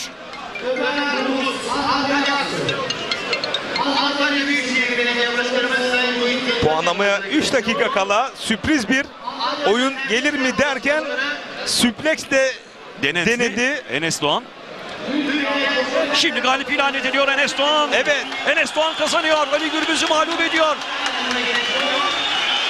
Oyunu yapan Enes Doğan suplex oyunuyla Enes Doğan kazanıyor. Ali Gürbüz'ü mağlup ediyor Enes Doğan. Türkiye adı güreşinin artık yeni değil, kalibreli bir yıldızı daha var çayırlarda. Gidiyor, ustası Ali Gürbüz'ü öpüyor. Enes Doğan kazanıyor. Enes Doğan yarı finale adını yazdırıyor. Yağlı güreşin yükselen yıldızı Enes Doğan, megastar. Ali Gürbüz'e üstünlük sağlıyor. Kurtdereli Mehmet Pehlivan yağlı güreşlerinde çeyrek finalde. Bana sorsaydın güreş öncesi Ali Gürbüz yenilir mi?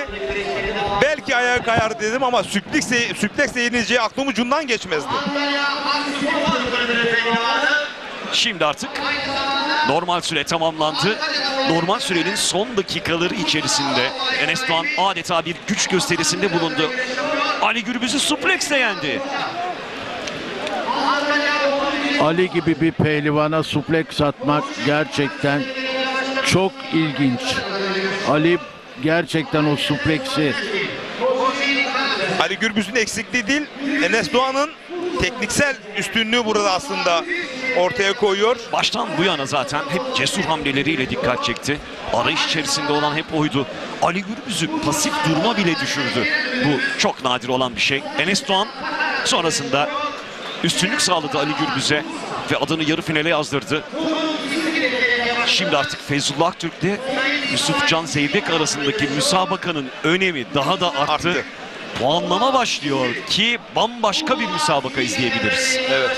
Ama ben daha güreş başında dünkü Hüseyin Gümüşalan'da yapmış olduğu mücadelede Ali Gürbüz'ün bir erozyona uğradığı ortada aşikardı. Bunu tam net bir dille ifade etmesek de bu bir gerçek. Ama asla Enes Doğan'ın bu başarısını gölgeleyemeyiz. O noktada cümle kurmuyoruz. Enes Doğan yapmış olduğu özellikle o süpleks oyunu cesaret etmesi ve son 2 dakika puanlamaya 2 dakika kala helal olsun Enes Doğan. Ali Gürbüz'ü de tebrik ediyoruz. Ali Gürbüz CV Enerji Türkiye Yağlı Güreş Ligi'nde bir kez daha kürsünün dışında kaldı. İlk ayakta Manavgat'ta yine kürsüde yoktu. Çeyrek finalde yenilmişti. Ve yine çeyrek finalde kalmıştı. Bu defa da çeyrek finalde kalıyor. Şahin Bey'de, Seka Park'ta ve Aybastı'da baş pehlivanlıklar elde eden şampiyonluğun en güçlü adayı ki burada finalde kazanarak şampiyonluğunu ilan etme fırsatına sahipti. Elmalı'daki son ayak öncesinde ama bu fırsatı Kurtdereli'de kullanamadı ama halen daha şampiyonluğun en güçlü adayı. Zirvede Ali Gürbüz. Şimdi tabii 56 puanı var Ali'nin. 56 puanda kaldı şu anda Ali Gürbüz. Yusufcan Zeybek 39 puanda. Burada toplamda 33 puanla başlamıştı zaten. Burada toplamda 17 puan elde edebilir. Puanını 50'ye kadar çıkarabilir. Zirvede kalır Ali Gürbüz ama aradaki fark eriyebilir. Kapanabilir. Neler olabilir hep birlikte göreceğiz.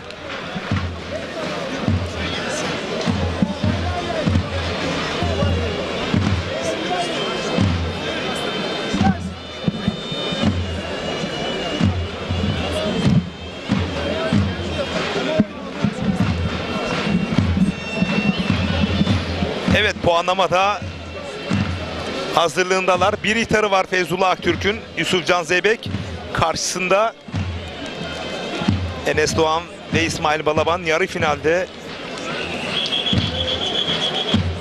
Antalya Büyükşehir Belediye Başkanımız Sayın Muhittin Böcek'in gözbebeği Yusufcan Zeybek son Kırkpınar ve Türkiye Cumhuriyeti baş pehlivanlık altın kemeri emaneten omuzlarında.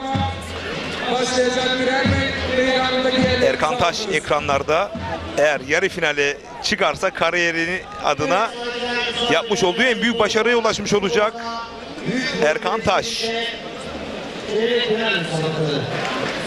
Mustafa Taş'ı da görüyoruz hemen yanında.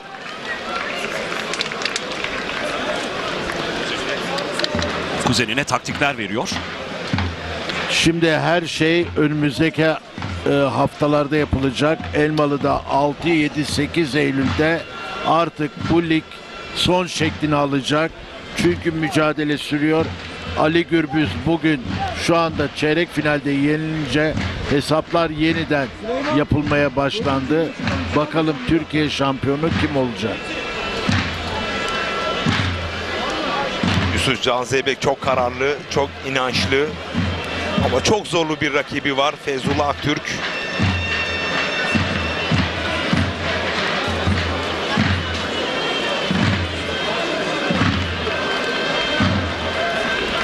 İşte ekranlarda Feyzullah Aktürk. İyi bir müsabaka örneği ortaya koydu. Yusufcan Zeybek karşısında hamlelerini savuşturdu güçlü rakibinin. Ama şimdi artık kendisinin de hamle yapması gerektiği anlar başlayacak. puanlama bölümü. Üstelik bir de bunu çok daha dikkatli yapmak zorunda. Yusuf Can Zeybek gibi bir baş pehlivan karşısında Feyzullah Aktürk. Yine de sürpriz olarak nitelendirilebilir. Enes Doğan'ın yükselişinin farkındayız, biliyoruz. Tabii ki hakkını veriyoruz ama Ali Gürbüz'ün çeyrek finalde kalması, bu yıl ilk kez baş pehlivanlıkta mücadele eden bir rakip karşısında iddialı olduğu, hatta şampiyonluk ilan edebileceği bir organizasyonda çeyrek finalde kalması, kürsünün dışında kalması sürpriz olarak nitelendirilebilir. Bir başka sürprize daha imza atabilir mi? Bir başka baş pehlivan Feyzullah Aktürk. Şu anda birbirlerini çok iyi kontrol ediyorlar. İyice eğilmiş durumda. Her iki baş pehlivan da ensesinden tutarak kendisine çekme çabasındaydı. Yusufcan Zeybek, Feyzullah Aktürk de adeta rakibinin hamlesini bekliyor. En küçük bir boşluğu kabul etmeyecek anlarda. İkisi de rakiplerinin boşluklarından yararlanabilen çok süratli ikisi de. Dolayısıyla gözünü dahi kırpmayacaklar onlar müsabaka ortasında. Diğer müsabakada Erkan Taş'la Mustafa Doğan Özkaya arasında. Erkan Taş. Şu anda sulanan Erkan Taş ekranın sağında. Erkan Taş Mustafa Doğan Özkaya müsabakası da az sonra devam edecek. Feyzullah Aktürk ve Yusufcan Zeybek sanki güreşme ateşiyle mücadele ediyorlar gibi hemen tutuştular.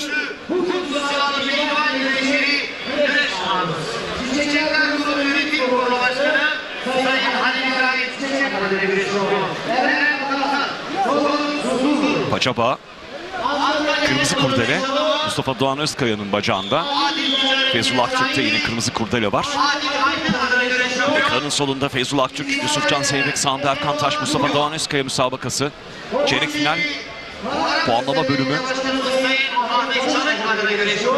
Ucu açık biliyorsunuz.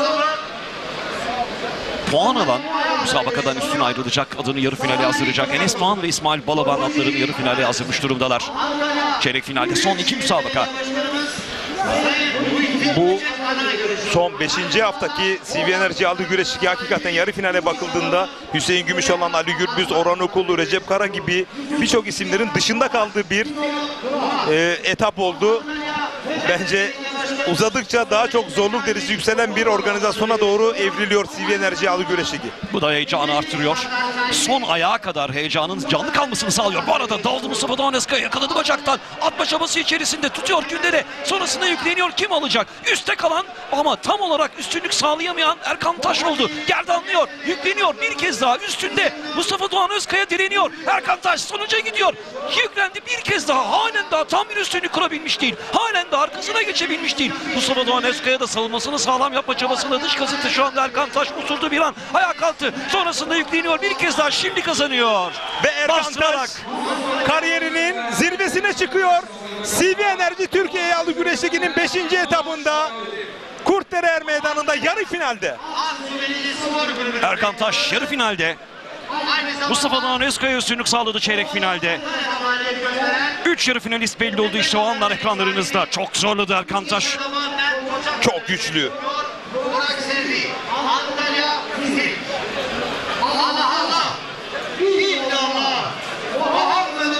Şimdi bu pozisyonu izlediğimiz zaman Erkan Taş çok rahat bir pozisyon vardı orada, bastırma yolunu.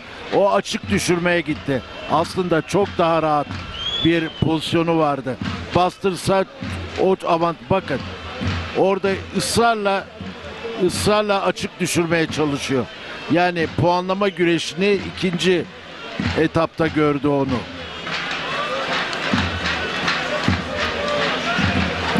Faruk Mutkan, dün söyledik gençler gümbür gümbür geliyor diye. Gerçekten gençler yağlı güreşe son yıllarda bayağı damga vurdular. Enes Doğan ve Erkan Taş. Erkan Taş biliyorsunuz baş pehlivanlığa bu yıl çıktı ve o lig güreşlerinde aldığı puanlarla başlamıştı. 20 puanla geldi lig güreşlerine. Şu anda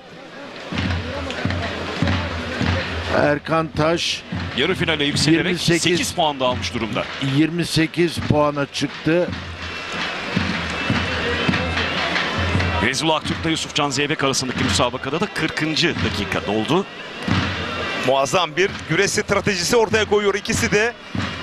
Gün başında söylemiştik, Feyzullah Aktürk hem yarı final podyumu şekillendirecek hem de CV Enerji Yalı Güreş Ligi'nin puan skalamasını değiştirebilecek en özellikli başpehlivan dedik. Bir anda arkasına doğru geçti Yusufcan Zeybek ama devamı gelmedi. Bakalım buna müsaade edecek mi Yusufcan Zeybek, yoksa ben son Kırkpınar ve Türkiye Cumhuriyeti Başpehlivanlık apoletiyle kimsenin önünü açmam, şans vermem mi diyecek.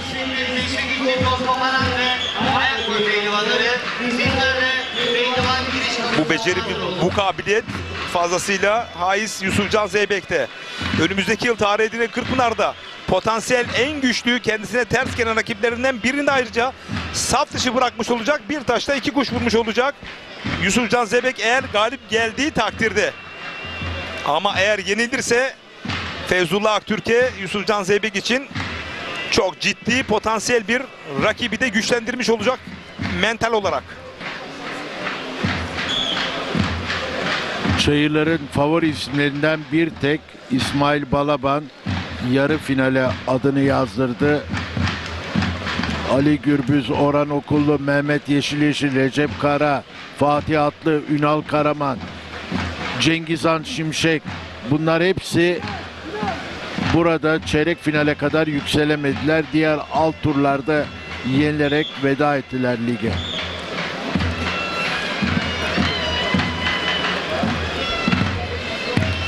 İsmail Balaban puanını 33'e yükseltti ve bir basamak yükseldi. Orhan Okullu ile yer değiştirdi. Lig üçüncülüğüne oturdu. Orhan Okullu 32 puanla şu anda lig dördüncüsü. Ama bu sıralama her an değişebilir. Çünkü Enes Doğan şu anda 30 puana sahip. Diğer turlarda adını çeyrek finalden yarı finale yazdırırsa bu sıralama büyük ölçüde değişecek. Ligin ilk 5 sırası önemli ölçüde değişecek gibi duruyor.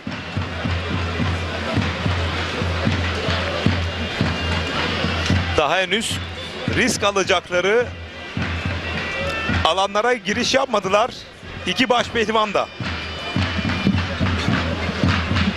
Ama bir tarafta da yarı finalde dinlenik bekleyen İsmail Balaban, genç yıldız Enes Doğan ve taş gibi bir Erkan Taş var.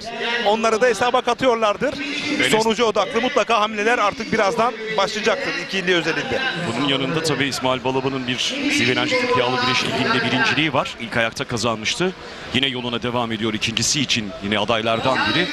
Ayrıca Enes Doğan da ikinci kez kürsüde yer alma başarısı gösterdi. Bu da yine dikkat çeken bir başka detay. Tabii kürsünün hangi basamağında olacağı biraz sonra çıkacağı yarı final müsabakasıyla belli olacak. İsmail'i şu ana kadar seyrettiğimiz İsmail bugün gerçekten kendinden bayağı büyük bir performans gösterdi. O performansıyla da İsmail yarı finale adını yazdırdı. İsmail bu çayırın çok önemli isimlerinden bir tanesi. Yani adını bu çayıra yazdıran bir başpehlivan. O da Türk Yağlı Güreşi'nin değişmez isimlerinden bir tanesi. Çayıra o da renk katan bir başpehlivan ve seyirci İsmail'i yaptığı güreşlerle çok yakından izliyor ve onu takdirle karşılıyor. Tabii ki tecrübeli başpehlivan arasında temsilen tek bulunan İsmail Balaban artık yarı finalde. Ben Feyzullah Aktürk özelliğinde esas kırılmanın ikinci itarı eğer alırsa o zaman her an risk alma noktasına doğru evrileceği kanaatindeyim. Her an gösterilebilirdi ayrıca. Sıklıkla uyanmaya başladı Feyzullah Aktürk'ü. Çünkü itarlar gelene kadar bu şekilde sürüp gidecek gibi gözüküyor. Ama ne zaman ki iki taraftan birine itar gelirse, ki özellikle Feyzullah Aktürk'e bir itar daha gelirse, ikinci itar sonrasında artık risk almak durumunda kalacak Feyzullah Aktürk. Yani çizgisinin dışında daha agresif hücumlar yaparken açık verir mi ya da hücumun karşılığını alabilir mi, bunu gözlemleyeceğiz. Yusufcan Zeybek gerek Kırkpınar'da olsun, diğer lig güreşlerinde olsun özellikle puanlamada son derece başarılı bir pehlivan. O da puanlamada adını bir üst tura yazdırabilecek kapasitede güreş yapan bir güreşçi.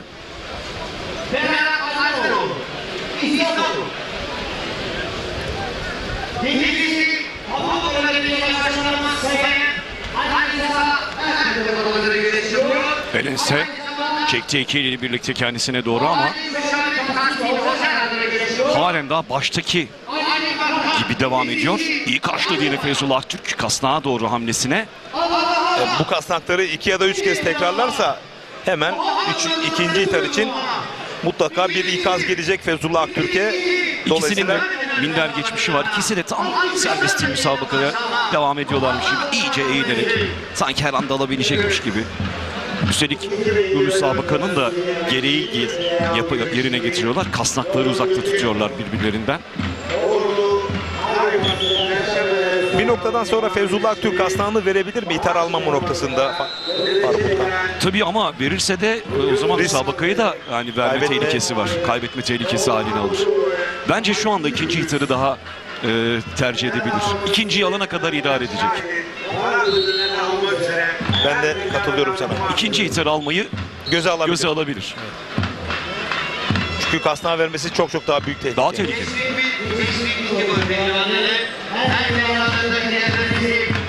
Kasnağı verip oralardan kol bastığıyla dalışlar yapmakta mahir Feyzullah Aktürk ama rakibi Yusuf Can Zeybek.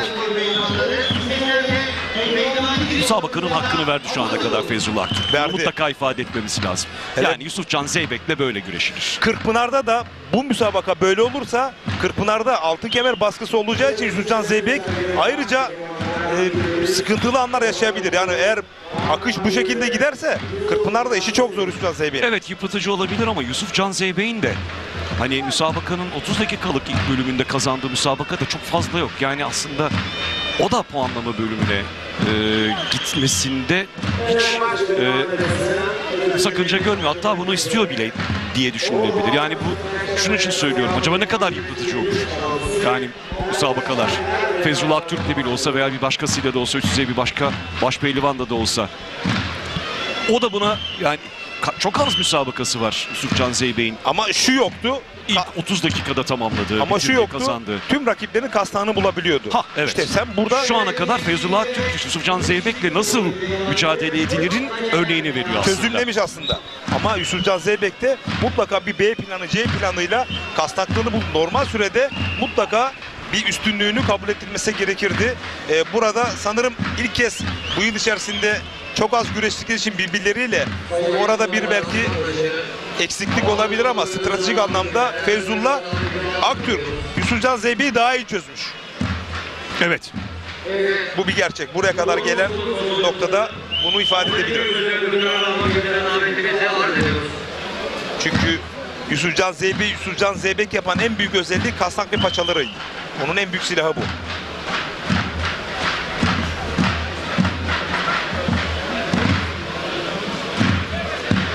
Yusuf Can Zeybek özellikle yakın güreşi seven bir pehlivan. Dikkat ederseniz Feyzullah da böyle rakibini yanına yaklaştırmıyor ve zaman zaman el enselerle onu açmaya çalışıyor. Tabii ki Feyzullah Aktürk'ün dalışlarından da çekinmiyor değil. Yani doğal çekilmesi, özellikle sol ve sağ baldırlara çok iyi dalış yapıyor. Ama bir noktaya kadar güreş alabilmek için artık kasnakları ve paçaları şu ana kadar bulamadı ama ondan sonra bulmak için bir çözüm üretmeli Yusuf Can Zeybek. Bir de hiç dizlemedi şu an puanlama bölümünde. Sanırım normal sürede bir iki kez dizledi. İki kez dizledi. Onda bir sakınca görmedi. Yani arkasına geçip üste kalsa bir sıkıntı olmazdı ama Feyzullah Aktürk'ün de koldan omuzdan çekip dizleyip sonra arkasına hızlı bir biçimde geçmesi ihtimalini göz önünde tutmak lazım. Temkinli.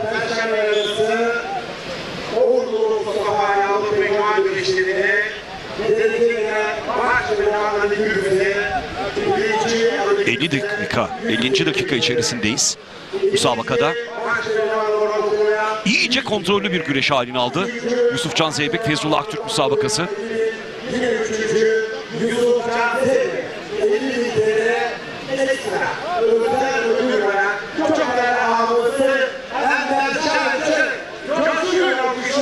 Teşekkür ve şükranlarını sunuyoruz.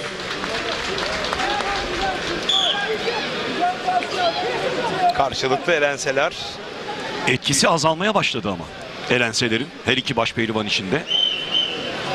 Tabii ki zaten o elenselerin vuruluş nedeni Faruk Utkan birbirlerinin güreş taktiklerinin dışına çıkartarak o elenseler çünkü biraz sert olduğu zaman sinirlerinize hakim olamayıp güreş taktiğinin dışına çıkarsanız kaybetme yoluna doğru girmiş oluyorsunuz. Bunu iyi biliyorlar acaba mı diyerek birbirlerini yokluyorlar. Ama ikisi de bu alanda iyiler. Paçaya doğru hamlesini engelledi bir kez daha. Yusufcan Zeybek iyice aşağıdan çalışıyor.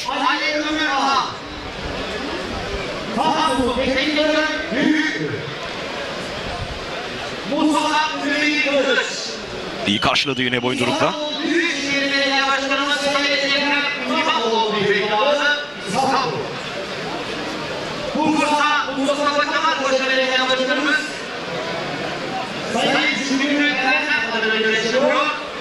Aynı zamanda hukuk hükmeti sahibi Uğur Gökçeada'da görüşüyor. Hangi pehlivan kazanırsa kazansın yarı finalde bir hayli yorgun çıkacak. Evet. Bu da onlar için büyük bir dezavantaj. Ama Ne güzel tespit. Teşekkürler Üstad. Sağ olun Hüsnü Kaftan. Yusufcan Zeybek özelinde Faruk özellikle Feyzullah Aktürk özelinde şunu söyleyebilirim. Artık onlar için yarı finalin Yusufcan Zeybek üzerine çok ehemmiyeti yok, açık söyleyeyim. Çünkü hedefi Kırkpınar.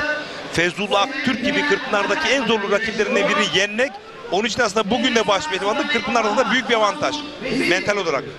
Tam anlamıyla Zihinsel ifade olarak edebildim anladım. bilmiyorum. Çok anladım. Yani Çok yarı iyi. final ve final. Yani bu müsabakayı değil aslında önümüzdeki müsabakalar ve o onun hazırlığı gibi, testi gibi algılanması Çünkü bu gerektiğini mücadele o düşünüyorsun. mücadele. Feyzullah Aktürk üzerinde Burada böyle. eğer yenilirse Yusufcan Zeybek çok şey kaybedecek.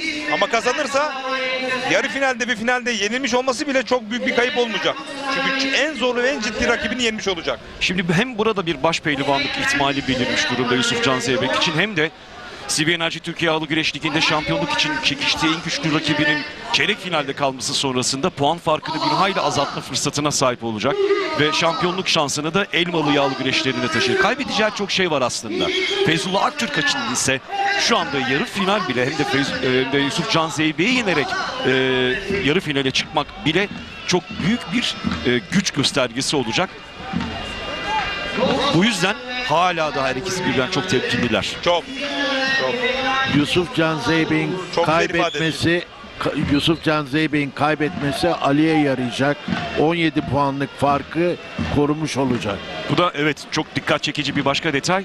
Aradaki farkı kapatma fırsatına sahip şu anda Yusufcan Zeybek. Tabii bütün bunların hepsini bir arada hem hesaplarken hem de müsabakasını sürdürüyor. Biraz daha yavaşladılar. Feyzullah Aktürk için kaybedecek çok büyük bir şey yok aslında. Puan Şu ana kadar göstermiş durumda da zaten şu müsabakada bile göstermiş durumda aslında Feyzullah Aktürk. Bir anda daldı arkasına geçme çabasında. Yusufcan Zeybek zor durumda. Feyzullah Aktürk ama gidecek mi? Kaçırdı. Şimdi hemen karşılık geldi. Bir kez daha dalıyor. Kafayı dışta tuttu. Kurtardı bacağını. Neyi güzel yakaladı. Tam ilk defa kasnakta. Yusufcan Zeybek yükleniyor. Arkasına geçebilir. Gerdanladı. Kurtarıyor kendisini. Çok iyi döndü. Bir balış daha. Yükleniyor. Yusufcan Zeybek karşıladı Feyzullah Aktürk. Vay. Ne güzeldi. Bir Feyzullah Aktürk, bir Yusufcan Zeybek. Karşılıklı ataklar söz konusuydu. Her an puan alabilirdi Feyzullah Aktürk. Son Kırkpınar baş pehlivanı çeyrek finalde saf dışı bırakabilirdi ama kontra hücumlarla şu anda Yusufcan Zeybek kasnaklara doğru hamle yapıyor. Şimdi dayanıklılık zaten çok gerekli yağlı güreşte ama patlayıcı güç hususunda hangisi daha önde? Feyzullah Aktürk mü? Biraz önce gösterdi. Evet ama kondisyon olarak biraz daha Yusufcan Zeybek önde diyebilirim devamlılıkta. Yusufcan Zeybek devamlılıkta, dayanıklılıkta ama Feyzullah Aktürk de anlık patlayıcı güçte bir adım önde olabilir. Şunu söyleyebiliriz, artık güreş sonuna doğru makas aralığı kısaldı. Heyecanla büyük artış gösterdi. Evet, bu sıcak havada çok zorlu bir müsabaka. Zaman zaman esen rüzgar yüzümüze çarpıyor ama yeterli olmuyor.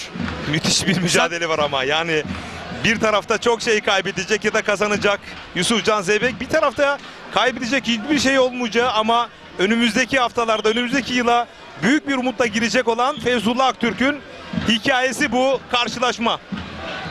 Serinlemek için sıcak içmeyi mi tercih ediyorsun, soğuk içecek mi? Ilık. Ilık. Çay harareti alır derler, doğru değil mi? Ne diyorsun? Bu arada bir Feyzullah'ın az önce kurtardığı pozisyonlar minder güreşinde çok etkili. Oradan kez daha yine bir bacağı doğru hamle yaptı. Boyundurukla sağlam karşıladı Yusufcan Çok Zeybek. iyi kapattığı açığı. Ama o pozisyonu nasıl verdi sanırım ona takılmıyor. Çok profesyonel Yusufcan Zeybek. O dalışı, o boşluğu nasıl verdi? Feyzullah Aktürk o boşluğu nasıl gördü? Çok üst düzey bir mücadele değerli güreş severler. Bakın Bir kez daha yakaladı. Şimdi ikinci pozisyon aldı, bir an ayağa kalktı. Hemen paçayı da kurtardı. Hareketli anlar yaşanıyor puanlama bölümünde. Çeyrek final müsabakası. Yusufcan Zeybek, Feyzullah Aktürk karşılaşması. Feyzullah ben boşuna şampiyon olmadım. O imajı da verdi.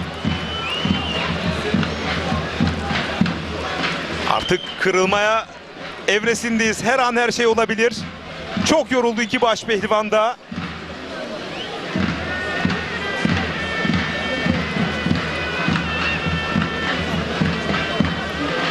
Yusufcan Zeybek çok zorlu bir kura çekti çeyrek finalde. Eğer bu mücadeleyi lehine çevirirse Yusufcan Zeybek'in önünde artık hiçbir engel kalmayacak.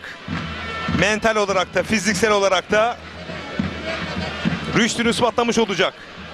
Elense Yusufcan Zeybek'e bir kez daha Feyzullah Aktürk'ten. Önümüzdeki yıl Kırkpınar'daki en güçlü potansiyel rakibini saf dışı bırakmış olacak Yusufcan Bir kez daha Zeybek. daldı. Bacaktan yakaladı. Yine Yusufcan Zeybek yüklendi. Kazandı mı? Geniş bekliyor. Tam bir üstünlük kuramadı. Hayır. Şimdi müsabaka devam ediyor. Boyundurukta tuttu Yusufcan Zeybek. Kurtuldu. Oradan da galibiyet bekliyor. Galibiyet bekliyor. Hemen şimdi Feyzullah Aktürk. İtirazlar var. Hayır, açık söyleyeyim, bloke yok. Yani tam hakimiyet.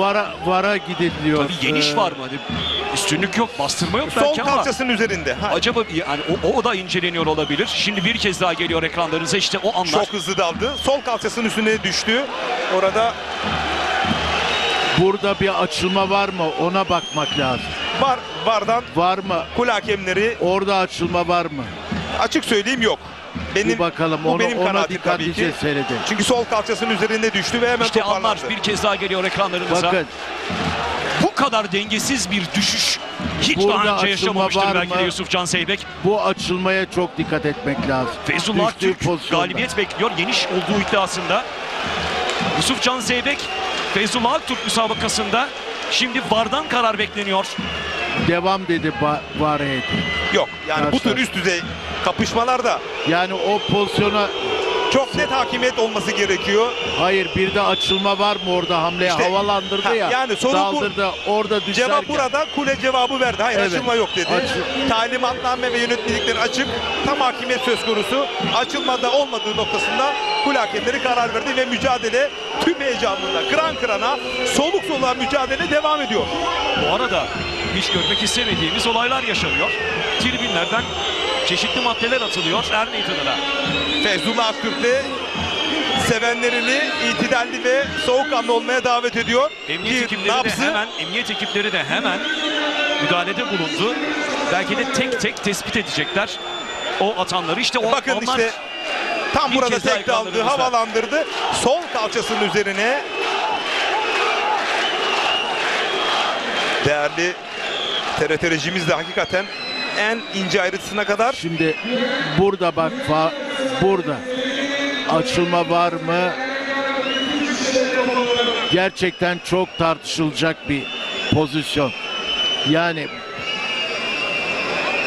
buna gerçekten çok zor karar verilir. Yani biz bile burada izlediğimiz anda bu kadar imkanlarla, TRT'nin imkanıyla izliyoruz. Kul hakemleri de yine benzer teknolojiye sahipler. Onlar da görüntüleri kare kare takip edip inceleyip bundan sonrasında kararlarını veriyorlar. Bir saat yine tek daldı. Bir saat geride kaldı. 60. dakika içerisindeyiz. Müsabaka devam ediyor. Heyecanlı anlar yaşanıyor puanlamada. Feyzullah Aktürk, Yusufcan Zeybek çeyrek final müsabakasında Kurtdereli'de. Dalışların ne kadar tehlikeli olduğunu artık herkes gördü.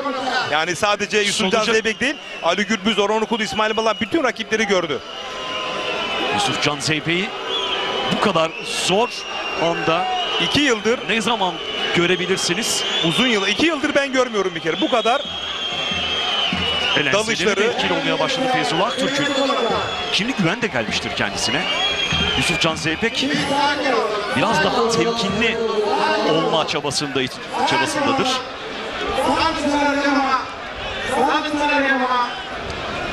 tansiyon oldukça yüksek. Hem mücadelede hem tribünlerde. Tribünlerde herhalde sanıyorum bayılan var. Sağlık ekipleri gitti oraya. Şimdi işte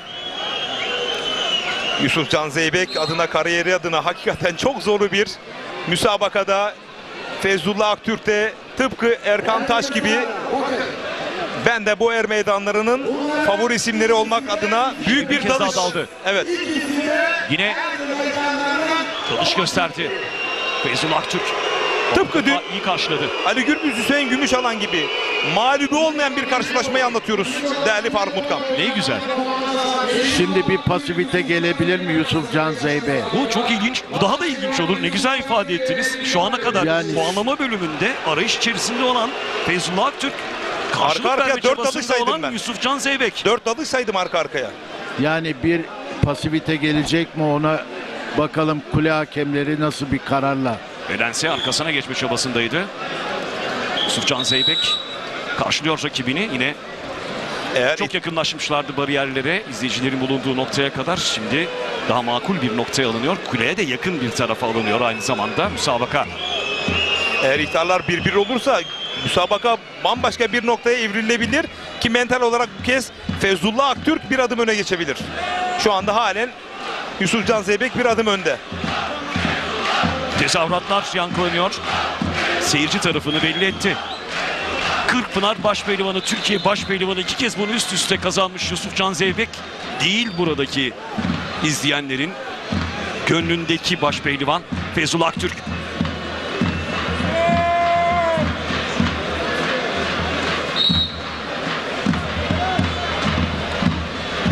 Yine sonucu odaklı hamlelerin Feyzullah Aktürk'ün dalışları sonrası odaklanabileceğimiz nokta diyebilirim.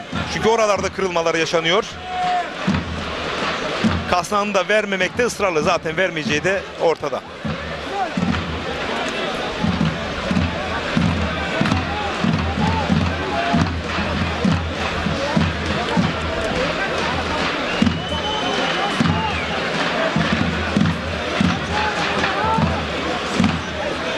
Sağ kolunu çekme yönünde çeşitli birkaç defa hamle yaptı Feyzullah Aktürk. Tabii dalışı Yusufcan oraya Zeybek. yapacak çünkü. Evet. Bu da bir kez daha. Şimdi daldı. Bak koldan yakaladı. Paçaya doğru hamle. Kasnağın Uzardı. uzanmış mıydı tam göremedim. O kasnaklarda çok mahir, çok yetenekli. Çok becerili. Sağ koldan, sağ omuzdan yüklenmeye başladı bu aralar Feyzullah Aktürk. Bu da dikkat çekiyor. Oradan dengeyi bozma çabası içinde olabilir, bastırma çabası içerisinde olabilir.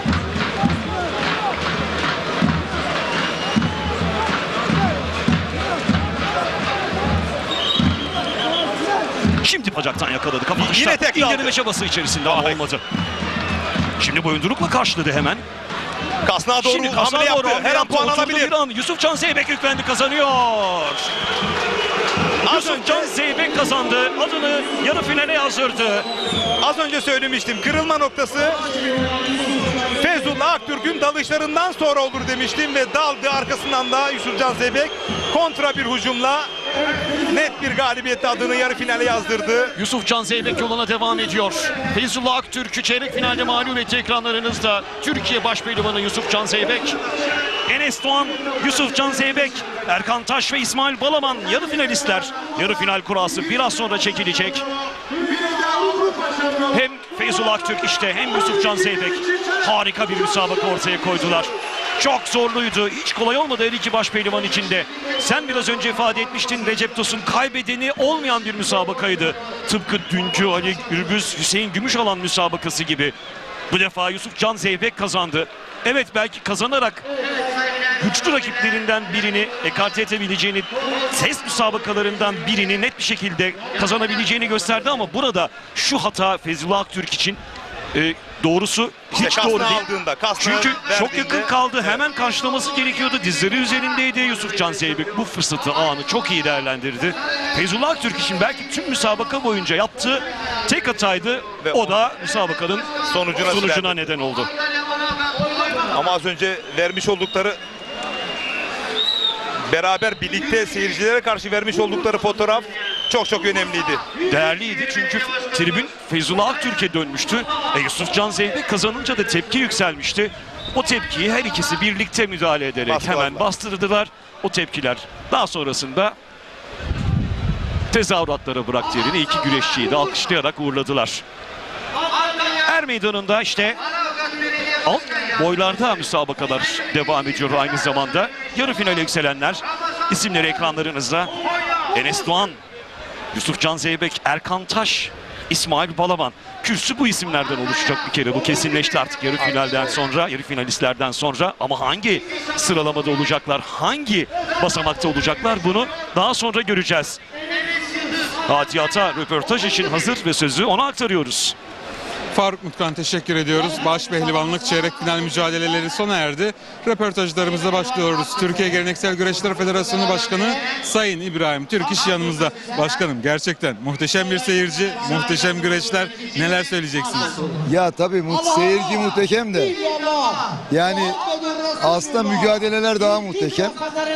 Şimdi sabahın köründen beri burayı bu kadar güzel bir şekilde dolduran, hiç heyecanlı bir şekilde bu mücadeleyi devam ettiren seyircilerimize teşekkür ediyorum. Ancak burası er meydanı. Burayı başka yerlerle karıştırmamak lazım. Şimdi sevgili seyircilerime ben her zaman onları diyorum ki bütün seyircilerin üstünde. Niye üstünde? Sabahın 9'una geliyorlar, akşamın 7'sine kadar. Zor koşullar altında, oldukça kötü koşullar altında yerlerini bırakmıyorlar. Güreşi sevgiyle izliyorlar, değerlendiriyorlar, yapıyorlar. Şimdi tabii bu kadar üst düzey mücadeleye maalesef son yıllarda, son 10 yıldır, 15 yıldır alışık olmadığımız ki bizim seyircimiz. Hakikaten anormal gri pozisyonlar çıkıyor. Çok gri pozisyonlar çıkıyor. Aslında pozisyon ne olduğu ortada. Bakın şimdi yani çok kritik bir pozisyon ama pozisyon ne olduğu belli. Yani şimdi şeref tribünde de belli. Bakın biraz sonra kuleye de çıkacağım. Muhtemelen oy birliğiyle alındığını düşünüyorum kararın. Dün de bir iki tane tartışmalı pozisyon vardı. Hatta bir iki tanesi bana geldi.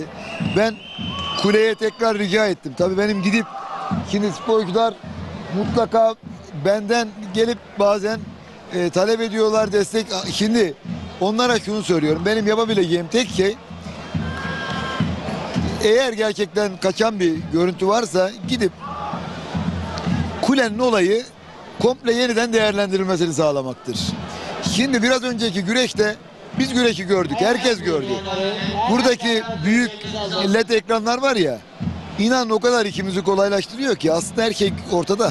Ama farklı bile olsa yani burada 30-40 tane pehlivanımızın güreştiği bir anda ortalığı yağmuruna tutmak hiç yakışmıyor.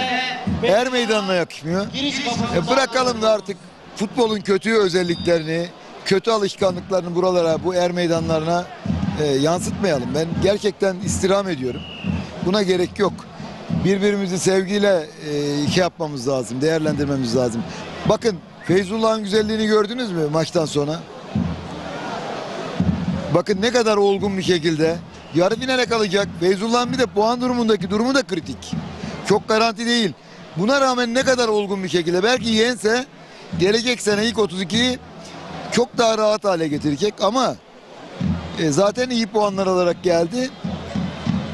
Şimdi tabii Yusuf Can da şampiyonluk açısından önemli. Onun da gelecek sene 40.000'lara doğrudan katılma açısından önemli. Her ikisi için de çok önemli. Bakın ikisi de ne kadar olgundu ya maç bittiğinde. Sporcularımızın olgunluğunu gördünüz. Sporcularımızın saygınlığını gördünüz. Ben açıkçası bu davranışından dolayı ben Feyzullah'a ödül vermeyi düşünüyorum. Gerçekten bir ödül vereceğim o yaptığı centilmenlik için. Ben tabii sadece sporcularımızı değil, açıkçası seyircilerimizi de aynı olgunluğa erişmeye davet ediyorum. Başka türlü bu olmaz bakın. O şimdi agresif davrandıkları, üzüldükleri diğer sporcu da şu anda bizim Kırkpınar Başpehlivanımız yani. O da bizim bir değerimiz, çok büyük bir değerimiz. Bu değerler kolay yetişmiyor. Bu değerleri bizim şey yapmamamız lazım, incitmememiz lazım. Şimdi onlar evet profesyonel sporcular bizler kadar etkilenmiyorlar belki ama ya bizler daha duygusalız. Sporcular belki biraz daha şey bu anlamda. Sabah ben anons edilirken dikkatinizi çekmiştir. Koca stat hepsi alkışlıyor. Bir tane kendini bilmez terbiyesiz oradan yuh diyor. Bütün statta duyuldu mu duyulmadı mı bilmiyorum ama ben duydum. Ne geçiyor eline ne diye yani oradan yuh çekmekte yani bu saygısızlığı yapmakla. O saygısız insana ben söyleyeyim. Bir tane belki tribünleri hareketlendiririm düşüncesiyle bir tane orada kendini bilmez meczup oradan yuh diye bağırıyor. Yani şimdi ne geçiyor eline yani şimdi.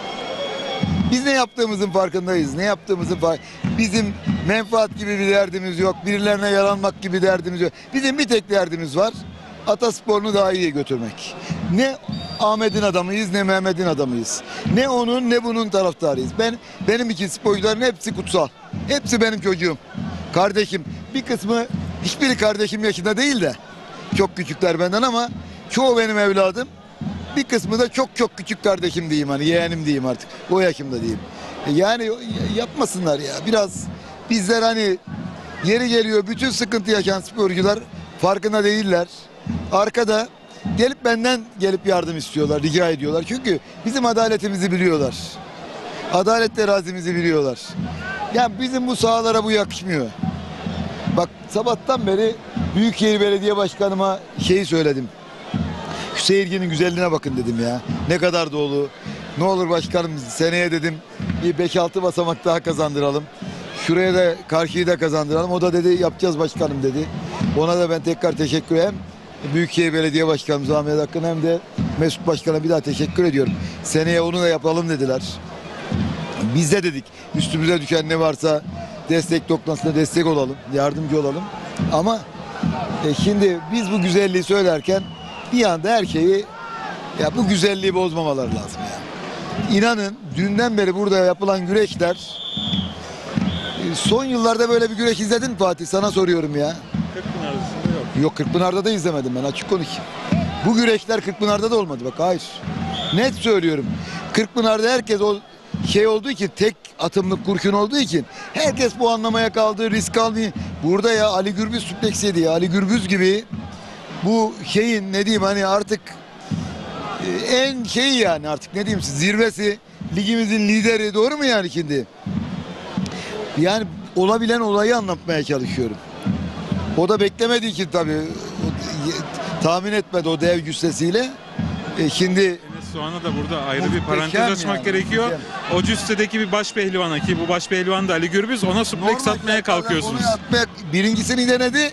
Ben dedim Enes kendisi yenilecek şimdi diye düşündüm açık konuşmak gerek.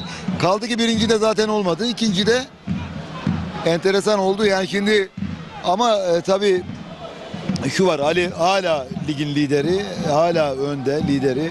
Bu dünden muhteşem güreşler yaptı. Gerçekten muhteşem güreşler yaptı. Enes de dünden beri çok acayip güreşler yapıyordu. Birini de bugün ekledi. Yani önümüzdeki Elmalı'da artık inanılmaz bir final bekliyor bizi. İnşallah hak eden kazanır. Sakatlık olmaz. Herkesin gönlüne göre olur diyeyim. Yani bizim burada temenni açıklama gibi bir durumumuz olamaz. O yüzden inşallah güzel olur. Ama şeyin de çok büyük etkisi oldu tabii. Dünden 8'e kaldık ya. 16'ya indirmedik biliyorsunuz. Dünden 8'e kalınca bakın bugün 8 mücadelesi. Şimdi 4 mücadelesi de çok güzel olacak. 2 mücadelesi de final de güzel olacak. O yüzden bir daha sporcularıma da rica ediyorum. Yok hava yağdı, yok soğuk oldu, yok başka bir şey oldu. Benden rica etmesinler. Bundan sonra Bu kuralı hiç bozmayacağız. Aynen devam edeceğiz. Çok kabul edilemez olağanüstü bir şey olmadığı müddetçe şeyimize devam edeceğiz. Yani çünkü başka türlü, hatta gelecek sene şöyle bir düşüncemiz var. Tabii Çalıştay'da da bunu değerlendireceğiz de ilk tur güreşini, 64'e düşme güreşini cuma yapalım diyorum ben. Bütün sporcularımıza şey olmasınlar. Cuma yapalım. Ondan sonra diğer güreşlerimizde yorulmadan herkes güçlü bir şekilde güreşini devam ettirsin. Çok teşekkürler başkanım. Ben teşekkür ediyorum. Size de kolaylıklar diliyorum. İşimiz zor. İnşallah hayırlısı olur bakalım. Hadi görüşmek üzere. Teşekkürler. Türkiye Geleneksel Güreşler Federasyonu Başkanı Sayın İbrahim Türk ile beraberdik. Röportajlarımız devam edecek. Teşekkürler Fatih Ata. İbrahim Türkiş yine ses getirecek açıklamalarda bulundu. Hem CV Enerji Türkiye Yağlı Güreş Ligi'nin önümüzdeki dönemdeki planlarından bahsetti. Tabii bunu Çalıştay'da da konuşulacağını ayrıca vurguladı. Seyirciler de gerçekten de beklenmedik bir tepki gösterdi. Beklenmedik olması şu: alışık değiliz biz yağlı güreşte böylesine. Ben de müsabaka sırasında bunu vurgulamıştım. O da bunun doğru olmadığını, kabul edilemez olduğunu belirtti. İbrahim Türkiş de. Daha fazla yaşanmayacaktır. Mutlaka bir seyirci tepkisi olabilir. Seyirci bazen bir pehlivanın diğerinin üstünlük sağladığını düşünebilir. Ama sahaya yönelik bir müdahale olması doğrusu evet kabul edilemez. İşte Feyzullah Türk ve Yusufcan Zeybek arasındaki o çok konuşulan pozisyon bu.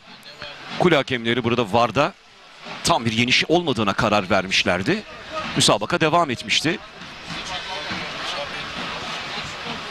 Genel kanı açık düşmediği yönündeydi Yusufcan Zeybek'in ve sonrasında da Yusufcan Zeybek müsabakadan üstün ayrılarak adını yarı finale yazdırdı. Yarı finalistleri hatırlatalım: Enes Doğan, Yusufcan Zeybek, Erkan Taş ve İsmail Balaban. Yarı final kurası çekilecek biraz sonra. Tabii Enes Doğan Erkan Taş eşleşmesi olursa nasıl olur? Enes Doğan ve Erkan Taş'ın Yusufcan Zeybek ve İsmail Balaban'la ayrı ayrı eşleşmeleri nasıl olur? Bunlar apayrı ihtimaller. Şu bir gerçek ki Enes Doğan Ali Gürbüz'ü yenerek damga vurmuş durumda. Yusufcan Zeybek Feyzullah Aktürk müsabakası, tıpkı dünkü Ali Gürbüz Hüseyin Gümüşalan müsabakası da genel olarak belki de lige damga vurmuş durumda. İsmail Balaban'ın bir kez daha kürsüleri alma başarısı göstermesi, belki de kürsünün yine en üst basamağında yer alması ihtimali belirmesi. Bu da ayrıca dikkate değer bir durum. İşte İsmail Balaban'ın Ali İhsan Batmaz'a üstünlük sağladığı an bir kez daha geldi ekranlarınıza. Bugün çeyrek finaldeki yenişler ekranlarınıza yansıyor. Ardı ardına oyunlar budaması, gerdanlaması, klesi hepsini aynı anda uyguladı. Çok üstün bir teknik sergiledi İsmail Balaban. Yeniş sırasında Ali İhsan Batmaz gibi fizik gücü yüksek başpehlivan karşısında İsmail Balaban hani klasını konuşturdu diyebiliriz. İsmail Balaban Faruk 33 puanla ligin 3. sırasına oturdu. O çok konuşulacak anlar. Enes Doğan'ın zaten bu hissi uyandırmıştı. İşte supleksi ekranlarınızda. Kazandı müsabakayı. Kendisi de ben çangal attım, kan benim iddiasındaydı Ali Gürbüz için. Bir kez daha izliyoruz bakın.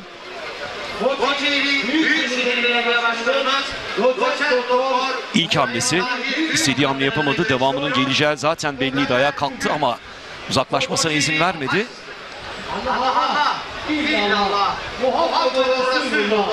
Sonrasında kazanan Enes Doğan olarak açıklandı. Gitti usta Ali Gürbüz'ü teselli etti ve sonrasında da müsabakadan üstün ayrılan taraf oldu Enes Doğan. Şimdi Faruk ve belki de lige damgasını vuracak bir yeniş oldu Enes Doğan adına Ali Gürbüz karşısında ki müsabakanın son dakikalarında, normal süresinin son dakikalarında geldi bu galibiyet. Sözü bir kez daha Fatih Atay'a bırakıyoruz. Faruk Ülkan, teşekkür ediyoruz. Başpehlivanlık çeyrek finalinin hemen arkasından röportajlarımıza devam ediyoruz. Balıkesir Büyükşehir Belediye Başkanı Sayın Ahmet Akın yanımızda. Başkanım hoş geldiniz. Hoş bulduk. Gerçekten siz de şahit oluyorsunuz. Kurtdere Er Meydanı bugün kıran kırana güreşlere sahne oluyor. Neler söylemek istersiniz? Allah mutluyuz. İlgiden alakadan mutluyuz. Memleketimizin kahramanı, cihan kahramanı, cihan şampiyonu başpehlivanımız Kurtdere'nin memleketindeyiz. Bu memlekette nice pehlivanlar yetişti. Balıkesir pehlivanlar şehridir. Ve inanın ben ilk geldiğim günden beri göreve en önem verdiğim konulardan bir tanesi spor oldu. Bu sporla ilgili altyapımızı güreşte, yağlı güreşte dahil olmak üzere genişletmek bizim borcumuz. Büyük coğrafyasıyla, geniş imkanlarıyla Balıkesir bir spor kenti yapmak için var gücümüzle çalışıyoruz. Görüyorsunuz vatandaşımızın, hemşerilerimizin ve konuklarımızın ilgisini, alakasını ve çok güzel güreş oluyor. Dikkatinizi çekiyorsa. Gelen mesajlar, insanların tepkileri bunu da ortaya koyuyor. Coşku güzel, çayırımız güzel, insanlar güzel, memleketimiz güzel. İnşallah çok daha iyi başarılarla Balıkesirli sporcularımızı çok daha yukarıya taşıyacağız. Aynı zamanda Türkiye'de Yağlı Güreş Birliği'nin başkanı olarak şöyle bir talebim var. Her yerde dile getiriyorum. Türk milletinin bize emaneti olan yağlı güreşlere sahip çıkmak borcumuzun borcudur. Bu işin partisi de yoktur. Hiç anlayışı da yok. Burada önemli olan buna sahip çıkmak, bir olmak, beraber olmak. Burası da Kuvayi Milliye'nin baş şehri. Yani milli birliğin, milli beraberliğin baş şehri. Onun için biz burada hiçbir ayrım yapmadan gördüğünüz gibi biriz, beraberiz. Buradan da şunu söylemek istiyorum. Tüm Türkiye'deki tüm belediyelerimizin bu spora destek vermesini istirham ediyorum. Atasporumuza sahip çıkmamızı gerektiğini tekrar söylüyorum. Bu birliğimizi de büyüterek kendi birliğimizin çatısı altında tüm belediyelerle daha güçlü, altyapısı daha güçlü, daha çok küçükten itibaren yetişen, ihtiyaçlarının karşılandığı bu arenaların, bu er meydanlarının tam bir planlı, programlı altyapısıyla tam olduğu yeni bir er meydanları planımız var. Bunları da hayata geçireceğiz ve geçirdikten sonra da bunu büyüterek devam edeceğiz. Dün de konuşmuştuk aslında ama bugün güreş seyircisi sanki bir cevap verdi. Bu alanın da genişlemesi, büyümesi gerekiyor. Tribünler tıklım tıklım ve seyirciler dışarıda. Evet, şöyle söyleyeyim. Buranın tribünlerini aynı eşit hale getirmek için bir çalışma başlattık. Yani aynı bunun gibi bu taraftaki türbinlerimizi de onları da aslına ve olması gerekene uygun şekilde etrafta sosyal tesislerinde hazırlayıp inşallah bir sonraki senede o tabloyla karşı karşıya kalacaksınız. Bu memleketin pehlivanlar şehri olması, Kurtdereli Mehmet Pehlivan'ın da emanetinin bizim Balıkesir'imizde olması ki ismiyle örtüşen kendi memleketinde bu güreşlerin yapılması hem bizim için hem de Türkiye için büyük bir önem arz ediyor. Güreşlerimiz büyük heyecanla devam ediyor. Bu heyecanın da arttırılması için ne gerekiyorsa yapacağız. O zaman inşallah gelecek sene yeni tribünlerde buluşmak dileğiyle diyelim. Hep birlikte, hep beraber. Çok teşekkürler. Balıkesir Büyükşehir Belediye Başkanı Sayın Ahmet Akın'la beraberdik. Röportajlarımız devam edecek. Söz Faruk Ülkan'da. Teşekkürler Fatih Ata. İşte Er Meydanı'ndan genel görüntü, alt boylarda müsabakalar devam ediyor. Bu arada yarı final kurasını bekliyoruz başpehlivanlık için. Bunun için biraz daha süremiz var gibi görülüyor. Kısa süre içinde Fatih Ata da röportajlarına devam edecek bu arada. Ama şunu da mutlaka belirtmemiz gerekiyor, hava sıcak. Zaman zaman rüzgar esiyor ve serinletiyor ama genel olarak çok sıcak. Seyirciler yerlerinden kıpırdamadılar bile. Yarı final müsabakasını bekliyorlar.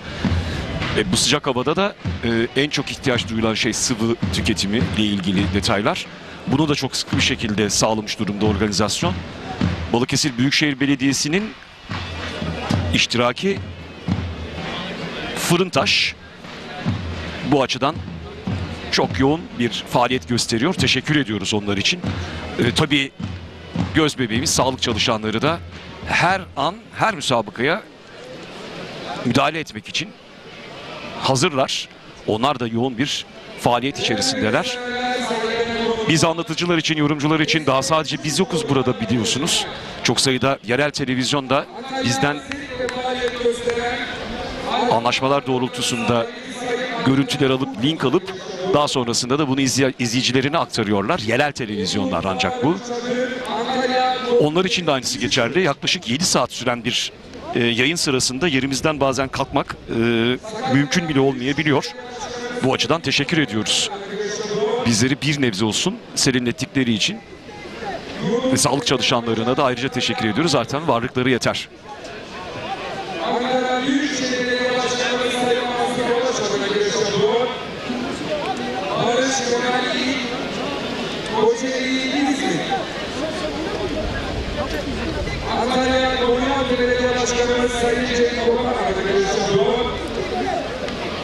Yine burada Tetikler Yolu Yönetim Kurulu Başkanı Sayın Volkan Tetik adına giriş yapıyor. Serhat Abay Antalya. Ezeli Küçük Boyu Yönetmen Müsaadesi. Heyecan dolu anlara sahne oldu. Kurtdereli Mehmet Pehlivan yağlı güreşleri.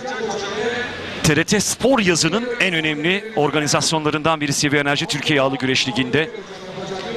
TRT Spor yazında bizi çok heyecanlandıran sporcularımızdan biri var şu anda. Fatih Ata onun yanında. Faruk teşekkür ediyoruz.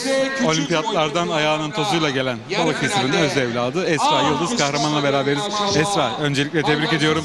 Kendi memleketinde yağlı güreşlerdesin. Neler söylemek istersin olimpiyat başarısının arkasından? Teşekkür ederim. 64.sü düzenlenen Kurtdereli Mehmet Pehlivanlar bizim için gerçekten önemli bir değer. Ülkem için, yaşadığım yer için, şehrim için burada olmaktan mutluluk duyuyorum. Hem olimpiyat madalyasıyla buraya gelip şenlendirmek hem de bu ortamı görmek benim için gerçekten önemli ve mutluyum. Peki, o zaman başarılar diliyorum. İnşallah seneye de seni tekrar aramızda görürüz burada. Çok teşekkür ederim. Ben şimdi buraya geldim. Bu ortamı gördüm. Gerçekten önemli bir değer. Geleneksel sporumuz, atasporumuz. Bu sporlara değer vermemiz gerektiğini biliyorum. Bir sporcu olarak da burada olmaktan da gurur duyuyorum. Çok teşekkürler Esra. Başarılar. Evet, boksörümüz, milli boksörümüz Esra Yıldız Kahraman'la beraberdik. Sözü Faruk Mutkan'a bırakıyoruz.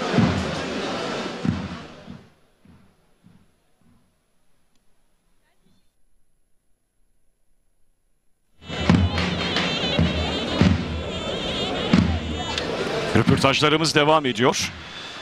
Fatih Ata hemen bir sonraki için hazır. Sözü bir kez daha ona aktarıyoruz. Faruk Mutkan teşekkür ediyoruz. Başpehlivanlık çeyrek final karşılaşmalarının arkasından son bir röportajımız var. Yağlı güreşin olmazsa olmaz unsurlarından birisi olan ağalık geleneğini burada temsil eden Kemal Aydın'la beraberiz. Hoş geldiniz. Geçtiğimiz sene ağa seçilmiştiniz ve bu sene ağalığı yapıyorsunuz. Kurtdereli Mehmet Pehlivan güreşlerinde. Neler söylemek istersiniz güreşler için? Evet, bu sene bana ilk defa nasip oldu. 64. Kurtdereli güreş ağası ben oldum. Şu andaki bendeki heyecan, bendeki böyle hissiyat o kadar çok fazla ki, ama tabii bu paydaş meselesi. Yani sağ olsun Büyükşehir Belediye Başkanımız Ahmet Akın, Karasi Belediye Başkanımız Karasi Bey'imiz Mesut Akbıyık. Yani bunlar sayesinde bu organizasyonlar böyle birleşerek oluyor.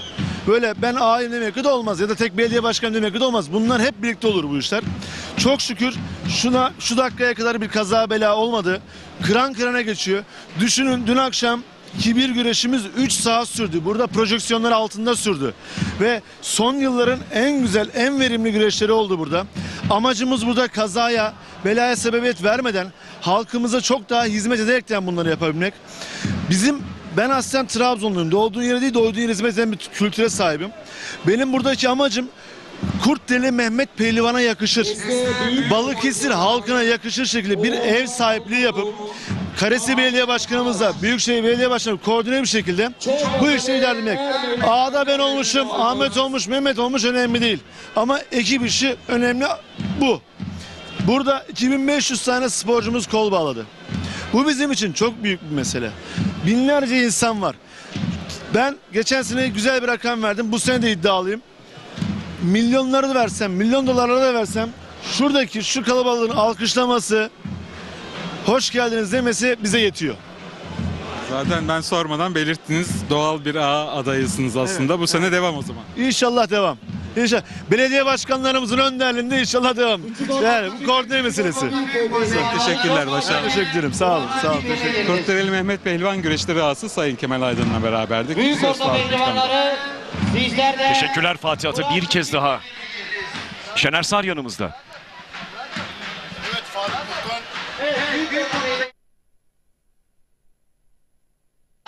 Şener Sar'la alt boylarda neler yaşandığına dair detayları konuşacağız ama bir süre daha Şener Sar seni tutacağım. Bir röportaj daha var çünkü bir kez daha söz Fatih Ata'da.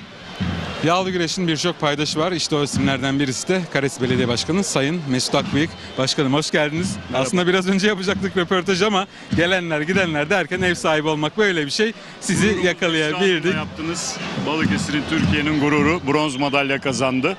Onu da keyifle bekledim kenarda. Başkanım nasıl geçiyor güreşler? Beklediğiniz gibi oldu mu? Çok güzel geçiyor. Dünkü güreşler federasyon başkanımızla birlikte büyük bir heyecanla izledik. Bütün seyirci çok memnun oldu. Yağlı güreşte böyle bir güreş uzun zamandır görmedim. Çok net söylüyorum. Bu da bizim nasibimizmiş. Harika geçiyor. Bugün de iyi güreşler var. Seyirci çok memnun. Görüşüyoruz. Bizi telefonla arıyorlar vesaire. O yüzden çok mutluyum. Peki inşallah bundan sonraki turlarda da tekrar beraber oluruz diyelim. İnşallah. Çünkü siz bayağı bir koşturmaca içindesiniz. İnşallah. Misafirlerimiz var. Misafirlerimizle ilgileniyoruz ama şunu söylemek istiyorum. Biz davul zurna sesini duyduğumuzda, yağın kokusunu hissettiğimizde bambaşka bir moda geçiyoruz. Enerjimiz çok artıyor. O yüzden şu an yaşadığım mutluluğu, şerefi size anlatamam. O zaman ben de şunu belirteyim yeni izleyen seyircilerimiz için. Mesut Başkan bu köylü. Kurtdereli Mehmet Köyü'nden. Kurtdereliyim. Aslım, neslim Kurtdereli, annem babam buralı. Daha önce de söyledim, şurada tel boyunda görev yaptım. Çocukları dizerlerdi, güreşçiler bilir, sahaya kaçak girişleri engellemek için. Defalarca komisyon başkanlığını da yaptım. Bugün belediye başkanı olarak burada bulunmanın da büyük şerefini yaşıyorum. Şunu da belirtmek istiyorum. Kurtdereli Mehmet Pehlivan'ın şu sözü, ben her güreşte arkamda Türk milletinin şerefinin bulunduğunu, Türk milletini ve Türk milletin şerefini düşünürüm. Sözü çok önemli. Biz de özellikle belediye başkanı olarak tüm kamu görevlerinin attığı her adımda, attığı her imzada millet şerefini düşünmesi lazım. Sadece sporculara yönelik bir düstur değil bu bence. Hepimizin yaşamına yansıtması gereken bir düstur. Bunu da belirtmek istiyorum. Çok teşekkürler Sayın Başkan. Teşekkürler. İyi çalışmalar. Sağ olun. Teşekkürler. Kares Belediye Başkanı Mesut Akbıyık'la beraberdik. Söz Faruk Mutlu'dan. Desteğe orta boyu yarı final müsabakası.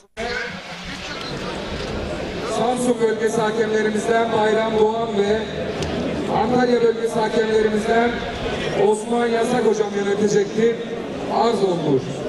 Şener Sar son durum nedir diye bize aktaracak şimdi. Alt boylarda özellikle baş altındaki mücadeleler nasıl gidiyor bize son durumu aktaracak.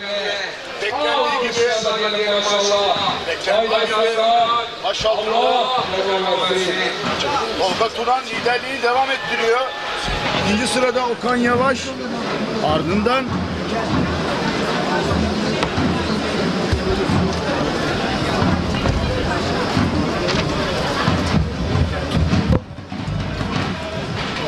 Büyük ortaokul civarlarımız her ekranlardaki yerlerinizi alıyoruz. sesli problem yok. Tekrar ediyorum. Büyük ortaokul civarlarımız çok acele. Şimdi dinliyoruz Şener Sar. Evet, Faruk Mutkan. Baş altında önemli isimler var. Ve önemli isimler, lider durumda olanlar baş altında. Tolga Turan, Antalya Büyükşehir Belediyesi'nin pehlivanı ve yarı finalde Tolga Turan yarı finalde. Okan Yavaş yarı finalde, arkasından puan skalasına göre gelen yine Serhat Elvan ve Gürkan Balcı yarı finalde. Tabii ki birbirlerine puanları çok yakın ama en önde Tolga Turan. Sanki böyle şekillenecek gibi görünüyor. Ne diyorsunuz baş altındaki müsabakalar, mücadeleler? Evet, burada artı 5 puan var. Kurtdere Er Meydanı'nda birinci olana toplamış olduğu puanın üstüne artı 5 puan var ama benim düşüncem burada bu işin biteceği değil. Faruk Mutkan. Çünkü bu işin birbirlerine yakın puanda olanlar zaten yarı finali atlarını yazdırmış durumdalar. Atlarını yazdırdılar çünkü Elmalı Sivi Enerji Yağlı Güreş ayağında artı 10 puan var. Artı 10 puan çok büyük fark ediyor.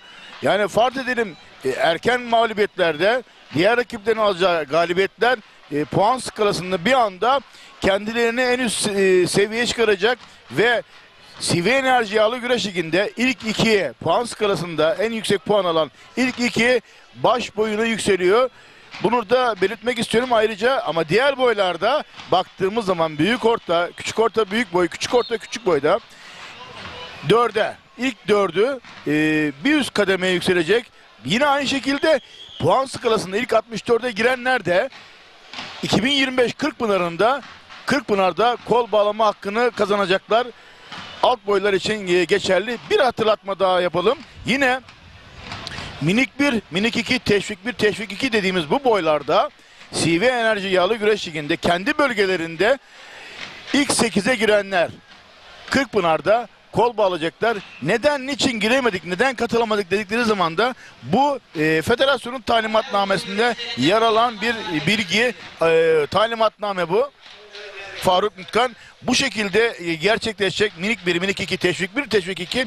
Kendi bölgelerinde olan CV Enerji ile Yağlı Güreş'in ilk 8'e girenler Kırkpınar'da güreşecek, ama üst kategorilerde sporcuların almış olduğu puanlar hem bir üst boyatlaması hem ilk 64'e girmesi, aynı zamanda CV Enerji Yağlı Güreş Ligi'nin sezon bitiminde CV Enerji Yağlı Güreş Ligi'nin şampiyonları belirleniyor burada. Birinci, ikinci, üçüncü ve bunlara da CV Enerji Federasyonumuz tarafından, Türkiye Geleneksel Güreş Federasyonumuz tarafından özel ödüller veriliyor ve kupalarıyla baş pehlivanın altın kemer vererek parasal ödüllerini CV Enerji Yağlı Güreş sonunda törenle takdim ediliyor. Çünkü çok önem arz ediyor CV Enerji Yağlı Güreş'teki. Beraberdik, dün de beraberiz, bugün de beraberiz. Ne kadar güzel, kaliteli musabakalar olduğunu hep beraber gördük. Çeyrek final mücadelelerinde. Dün akşam, cumartesi akşamındaki musabakalarda birbirinden uzatmalı, birbirinden seyir zevki üst seviyede olan musabakalar vardı ve kendini de gösterdi. Tabii ki CV Enerji Yağlı Güreş Ligi yağlı güreşe değer kattı, marka kattı. Baş altındaki durumu anladık. Yarı final durumundayız şu anda. Diğer boylarda durum ne? Mesela büyük ortada durum ne? Evet, büyük ortada yarı finalde yine beklediğimiz isimler, favori isimler Muhammed Can Kuzay, Antalya'dan, Aksu'dan Murat Bozkurt, Balıkesir Büyükşehir, Efe Atabey, Ankara Askeri Spor Kulübü'nden, yine Kutluhan Avşar, Balıkesir Belediyesi'nden yarı finale kaldılar. Bunlar da tabii ki bu kategoride CV Enerji Yağlı Güreş Ligi'nde en yüksek 4 puanı 4 kişi alacak burada. Bu alan sporcularımız da kendilerini bir üst boya önümüzdeki yıl ya da Elmalı güreşinden sonraki güreşlerde üst boyda güreşme hakkı kazanacaklar. Faruk Mutkan. Teşekkürler Şener Sar. Daha bilgilendirmelerimiz elbette olacak. Şimdi yarı final aşamasındayız. Alt boylarda da tıpkı baş boyunda olduğu gibi baş pehlivanlıkta Enes Doğan, Yusufcan Zeybek, Erkan Taş ve İsmail Balaban finale çıkma mücadelesi verecekler. Birazdan yarı final kurası çekilecek. Sonrasında Er Meydanı'nda müthiş bir kapışma olacak. Daha önceki turlarda, müsabakalarda olduğu gibi. O ana kadar sizlerden biraz izin rica ediyoruz. Yarı final kura çekimiyle birlikte olmak dileğiyle.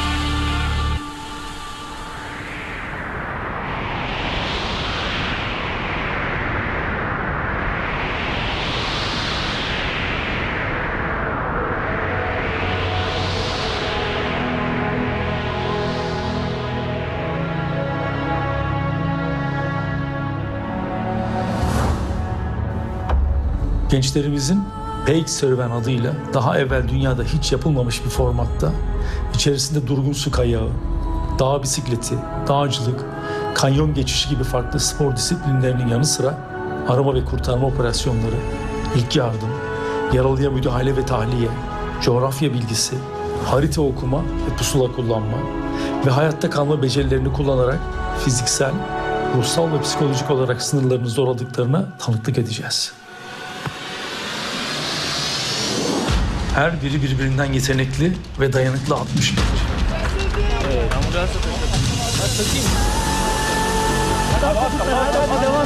Her biri serüven öncesinde yaşayacakları zorlu anlara hazırlıklı olabilmeleri için kapsamlı bir eğitimden geçti. Koordine berabersiniz. Serüven boyunca ıslanıp üşüyecekler. Uykusuzluktan ve yorgunluktan bitkin kalacaklar.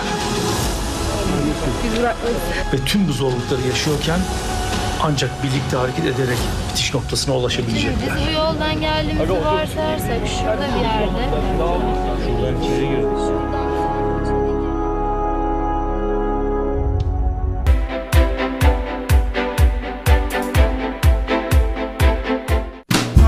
Bereketli tarlalardan lezzetli sofralara, bir yağ ayçiçek yağı ve Birma margarin. Türkiye'nin en büyük ayçiçek yağı üreticisi Trakya Birlik'ten.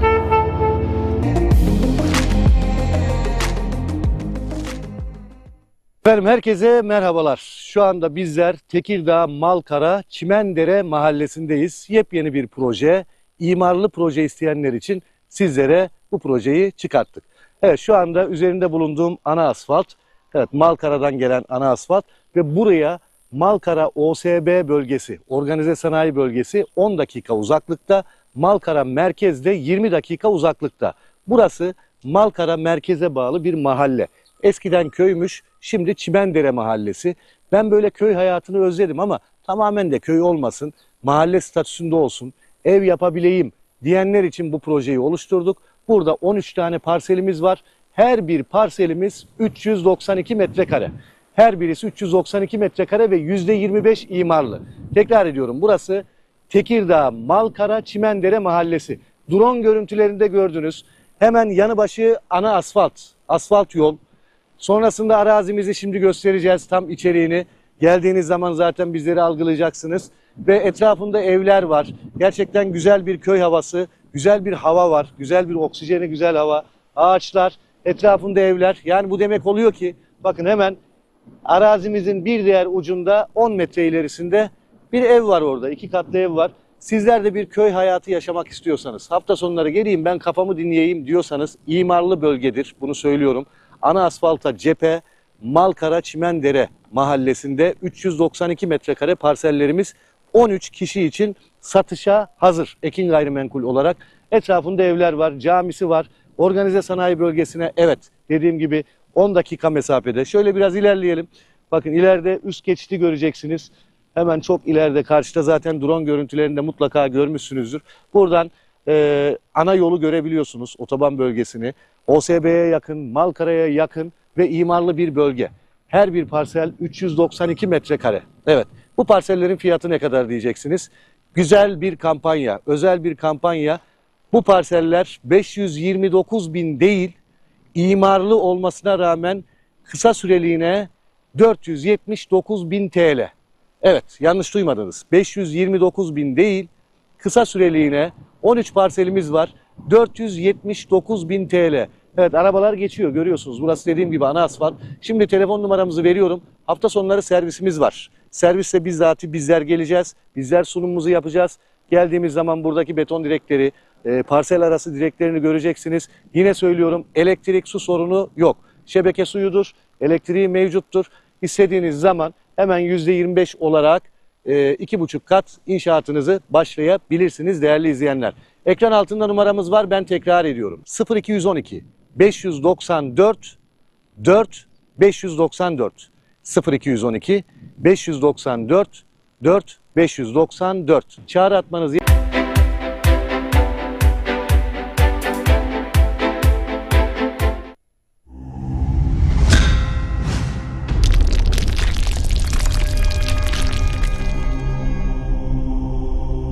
Bizi izlemeye devam edin. Bugün ben bu güreşe buraya geldimse, bu güreş sevdiğim için geldim. Bu havada, bu sıcakta. Bu seyirci de öyle geliyor. Hakkını da alıyor, ben de aldım. Teşekkür ediyorum hocam. Sayın Seyfettin Selim ağamıza yürekten tebrik ediyoruz, teşekkür ediyoruz. Şimdi Elmalı'ya gideceğiz ama Sayın Seyfettin Selim'i uğurluyoruz. Eyvallah. Katkılarının devamını zaten her zaman yapıyor. Elmalı'da 5, 6, 7 Eylül'de, 6, 7, 8 Eylül'de işte Hakan Çetin sözü ehline, yani söz sahibine bırakacağız, söz hak sahiplerine bırakacağız. Bakalım Elmalı hazırlıklarında neler var. Ancak kıran kırana geçen mücadelelerde Hakan Çetin anında söyleyecek bir çift sözü olmalı Kurtdere Er Meydanı'nda. Evet ağam.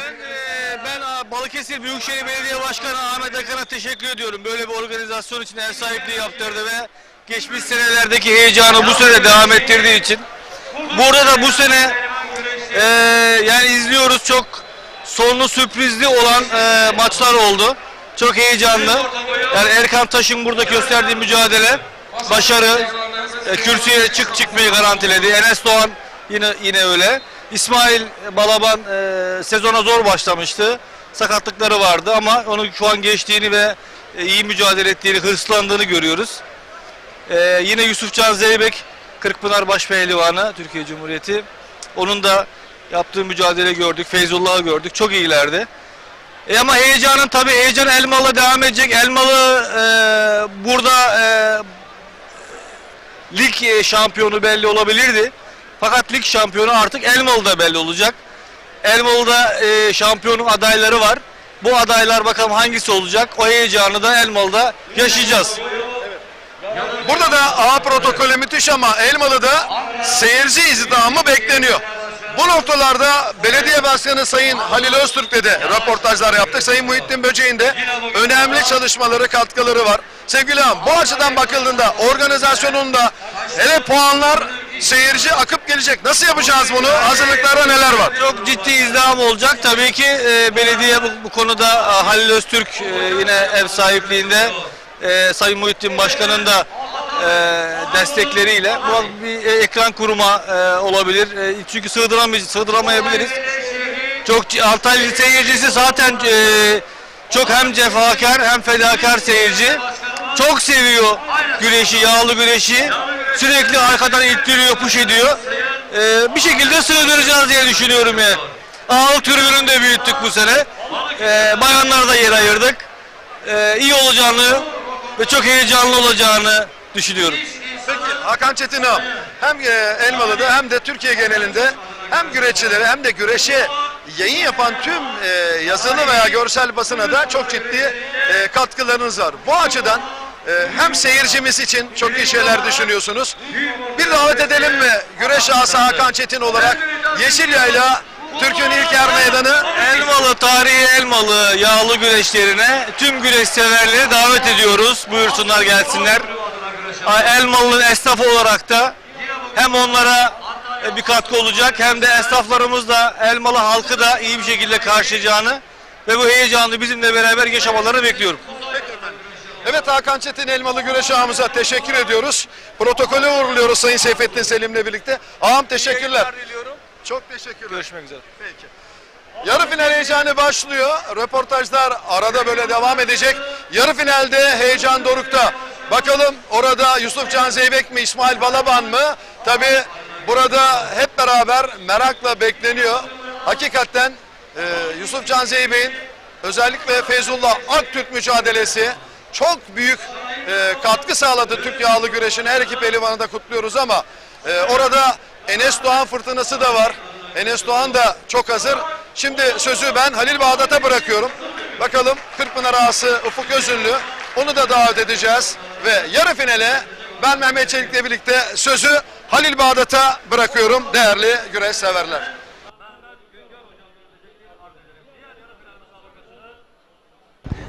Evet değerli hocam, bu değerli röportajlar için teşekkür ediyoruz.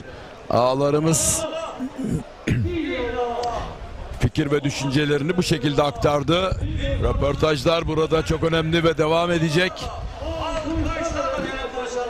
Bu arada büyük ortada değerli güreş severler, yarı final salavatlandı.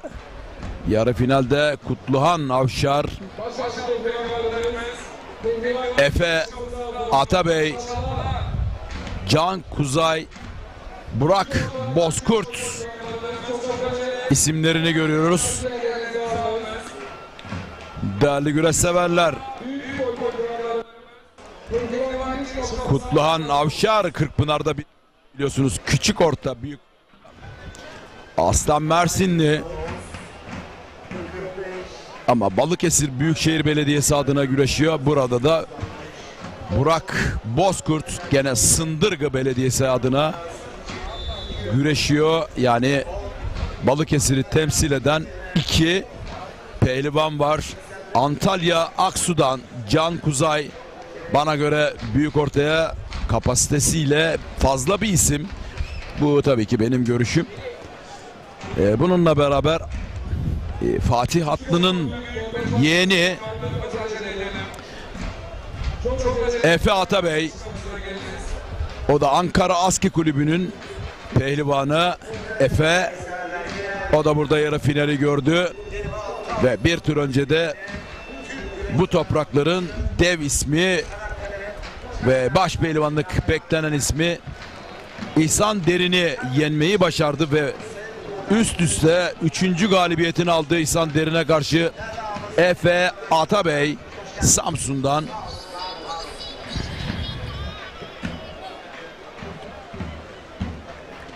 Evet değerli güreş severler, biraz sonra Sayın Mehmet Çelik'e pası atacağız. Bu arada işte yarı finaldeki isimler baş pehlivanlarımız İsmail Balaban, Enes Doğan, Erkan Taş, Yusufcan Zeybek. Gerçekten önemli isimler.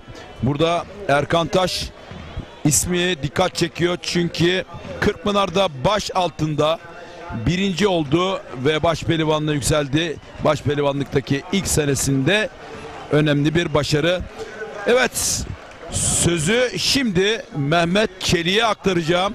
Yanında Kırkpınar ağamız var ve bakalım neler konuşacaklar.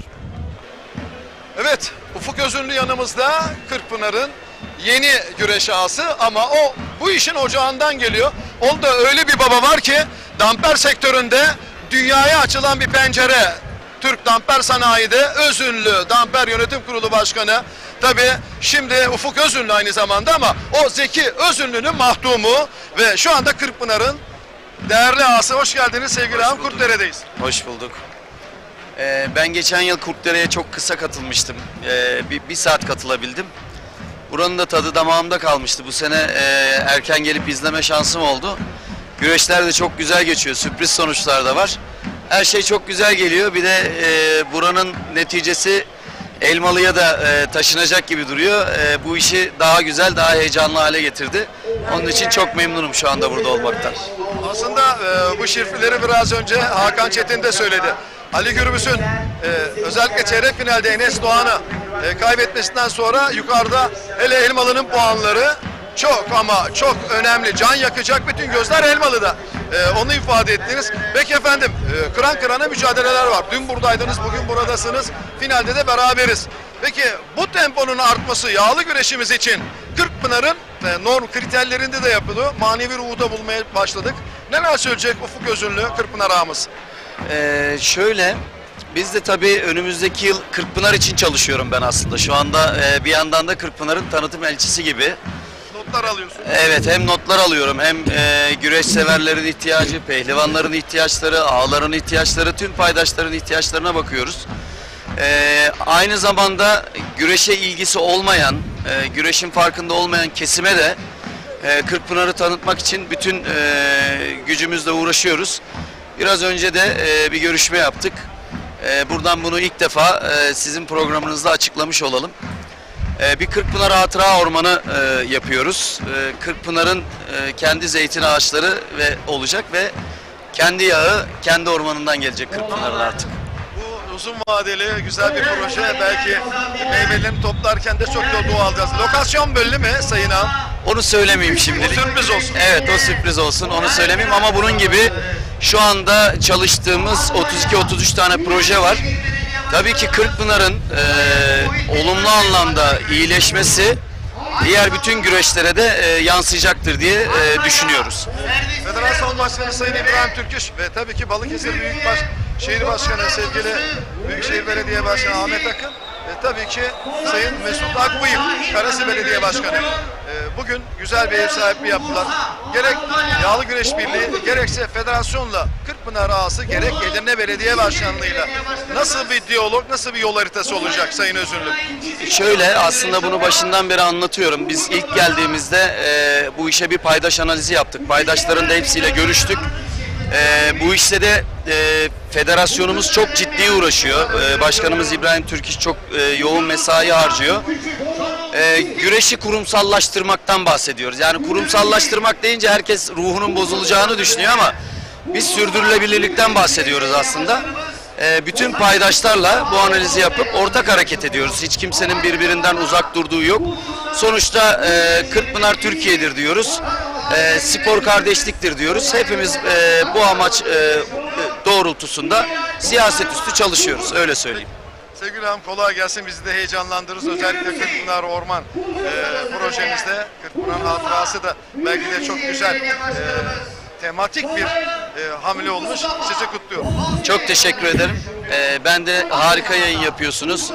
Güreşe siz de sahip çıkıyorsunuz. Ben yıllardır sizi de izliyorum, takip ediyorum. Her gün siz de üstüne koyuyorsunuz. Ben de bütün güreş severler adına, Türk güreşi adına size çok teşekkür ediyorum Mehmet Bey. Evet, Ufuk Özürlü tüm yayında emeği geçen ekipler adına, ekip arkadaşlarıma, tüm televizyonlar adına bunu kabul ediyoruz. Ve şimdi sözü Halil Bağdat'a bırakıyoruz. Yarı final kuralları biraz sonra çekilecek. Heyecan, CV Enerji Türkiye Yağlı Güreş Ligi 5. etabı Kurtdere Er Meydanı'nda devam ediyor efendim. Evet, gerçekten çok etkileyici bir röportaj oldu. Kırkpınar Ağası Sayın Ufuk Özünlü çok önemli açıklamalar yaptı. Siz de sanırım dikkatle dinlediniz. Kırkpınar kendi yağsını kendi üretecek. Çok ilginç bir fikir. Kırkpınar Hatıra Ormanı. Bunlar çok güzel. Kırkpınar'ı ölümsüzleştirmek, Kırkpınar'ı güçlendirmek ve az önce Sayın Ufuk Özün'ün de işaret ettiği gibi kurumsallaştırmak, Türkiye'nin herkes tarafından bilinen markası haline getirmek çok çok önemli. Bu arada Büyükorta'da da güreşler devam ediyor. Can Kuzay Paçakazık'tan az önce, bu arada bir köstek yapacak mı orada Burak Bozkurt? Can Kuzay çok zeki bir isim. Güreşi çok iyi biliyor. Az önce de ifade ettim. Gerçekten büyük orta boyuna benim bakış açımda fazla bir isim, baş altı. En azından baş altında olması gerekiyor. Yani baş altında bir yerde olsa şu anda Can'ı orada görmek isterdim. Teknik kapasitesi inanılmaz bir isim.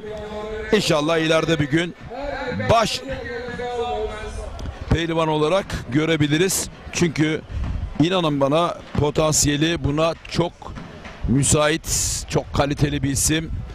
Güreşe zevk veren bir isim. Burak Bozkurt aşağıdan geri çıktı ama hamleleri yeterli değil. Şu anda Can Kuzay güreşin inisiyatifini ele aldı. Dış kazıkla yaydı. Hemen arkada Erol Bursa'yı görüyoruz Antalya'dan. O da küçük orta küçük boydan artık çıkış istiyor. Küçük orta büyük boya geçiş yapmak istiyor. Antalya'nın ciddi anlamda gelecek beklediği isimlerin başında geliyor Erol Bursa. Evet, Can baskısı devam ediyor. Sol koluyla yaptı. Dış kazıkla kasnayı bastı. Orada Burak Bozkurt bir anda döndü, butu buldu. Ama Can'ın sağ eli paçaya hızlı geçti. Yeniş arıyor. Tersi bulabilir mi? Ağır isim Burak Bozkurt şu anda iyi mücadele gösteriyor. Orada gerçekten iri, ağır, kalıplı bir isim Burak, ama kondisyon olarak şu anda Can'ın çok daha iyi olduğu çıplak gözle de anlaşılıyor. Ama yağlı güreşin gerçekten en büyük özelliklerinden biri, hani ava giderken avlanabilirsiniz. Yağ faktörü. Bu arada iç kazı zorladı. Can Kuzay sağ koluyla bir kez daha oradan tehdit etti. Sağlı sollu kafa karıştırıcı hamleleri var. Şimdi sağ kolla O kadar hızlı kol değiştiriyor ki Gelcan, takip etmekte zorlanıyoruz. Bloke etmek için, Burak Bozkurt'un ayağa kalkmasını engellemek için şimdi sol koluyla kazığı vurdu. Kasnağa basıyor.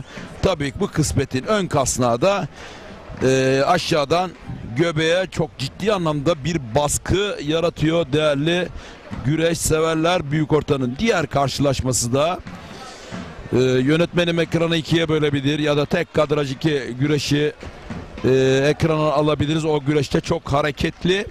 Evet, Can bir kez daha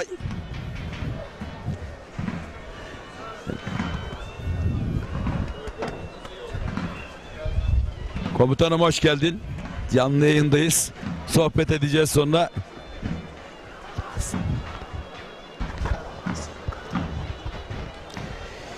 Evet, teşekkürler sevgili Fatih Bedir. Sen Türk yağlı güreşinin önemli bir şanslısın. İyi ki bizimlesin sevgili yönetmenim. Evet, bakıyoruz orada Efe Atabey ve Kutluhan Avşar arasında bir sıkıntı var ama sıkıntının açılımını bilmiyoruz.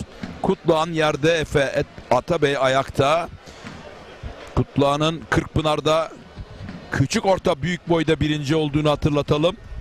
Ve büyük orta performansının da gerçekten etkileyici olduğunu söyleyelim.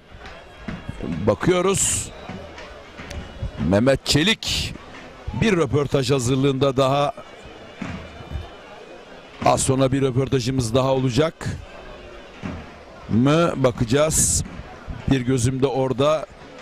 Ekranlarımızda büyük orta yarı finali var değerli güreş severler.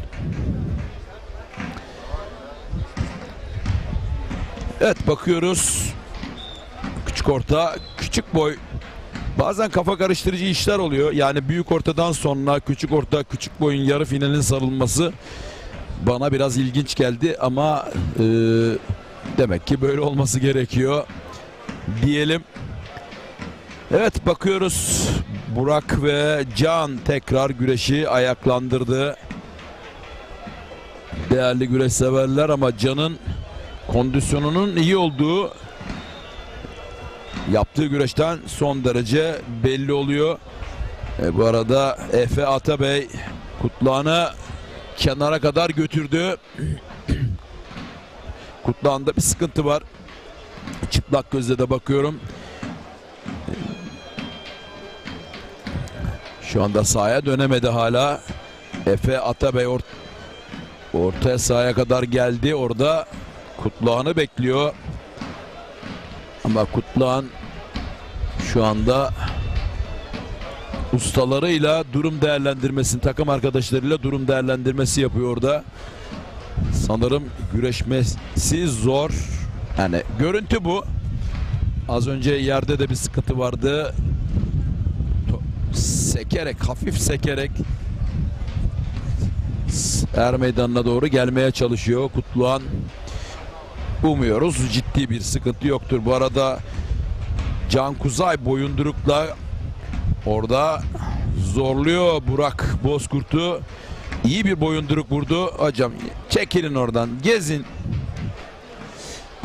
Evet, Burak orada kurtuldu ama iki diz yerde.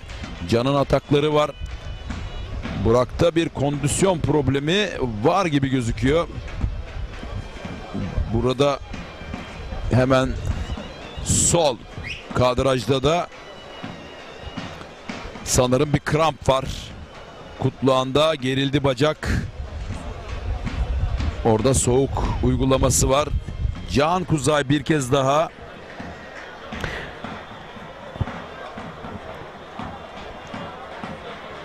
atağını tazeledi. Yandan çengelle indirmeye çalıştı. Olmadı. Şimdi iç kazığı doldurdu. Tersi alabilir mi? Kepçeyi son anda bir kez daha tazeledi. Bir kez daha ağırlık merkezini yere topladı. Can bir kez daha tazeleyecek ama şu anda Burak teslim olmuyor. Tersteki paçayı butu vermedi. Burak mücadelesi devam ediyor ama şunu anlayabiliyorum. Biraz yorgunluk var Burak'ta. Can çok aktif. puanlamaya götürmek istemiyor karşılaşmayı. Bir an önce kazanıp finale adını yazdırmak istiyor. Can Kuzay Aksu Belediyesi pehlivanı. Hemen sol tarafta da bakıyoruz. Bu arada başaltı pehlivanları salavatlanıyor değerli güreş severler. Okan Yavaş bir numaralı kurada. Bu arada Efe Atabey hücumu vardı.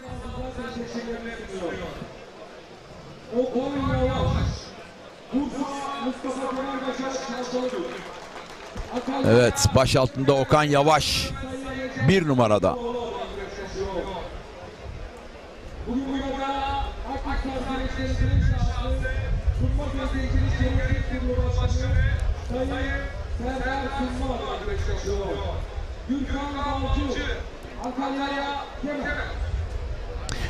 Gürkan Balcı 2 numara Okan Yavaş'la kapışacak.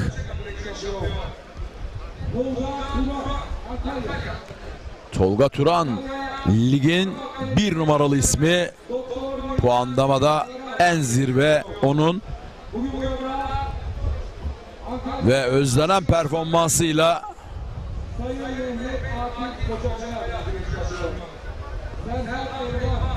Serhat Elvan. Çok müthiş bir kapışma izleyeceğiz. Her ikisi arasında Tolga'yla özellikle Serhat'ın güreşi ciddi anlamda. Evet, bu arada bakıyoruz.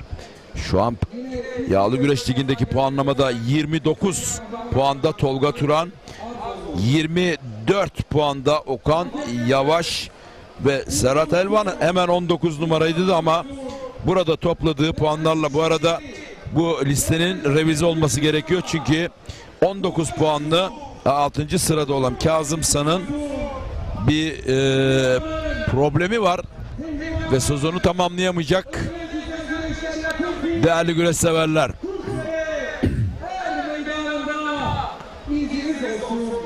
Evet, baş altında Okan ve Onur, her ikisi de teknik kapasitesi yüksek isimler ama Tolga ve Serhat her ikisi de kuvvetli, kasalı ve mücadele, yani güç merkezli mücadele yapabilen isimler.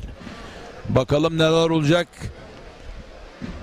Bu arada Kutluhan Avşar kramptan kurtuldu herhalde. Güreşe devam ediyor. Baskısı var. Yere indirdi güreşi Efe Atabey karşısında. Balıkesir Büyükşehir Belediyesi'nin pehlivanı, Kırkpınar şampiyonu Efe Atabey de gerçekten teknik kapasitesi çok yüksek bir isim. Ağır siklette Türkiye şampiyonu olmuş bir isim. Yani CV'si güçlü bir pehlivan.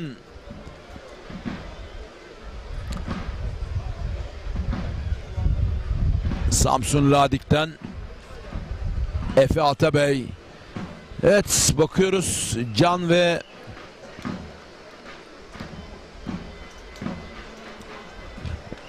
rakibi arasında, Burak arasında güreş ayakta devam ediyor. Burak Can'ı kenara kadar getirdi.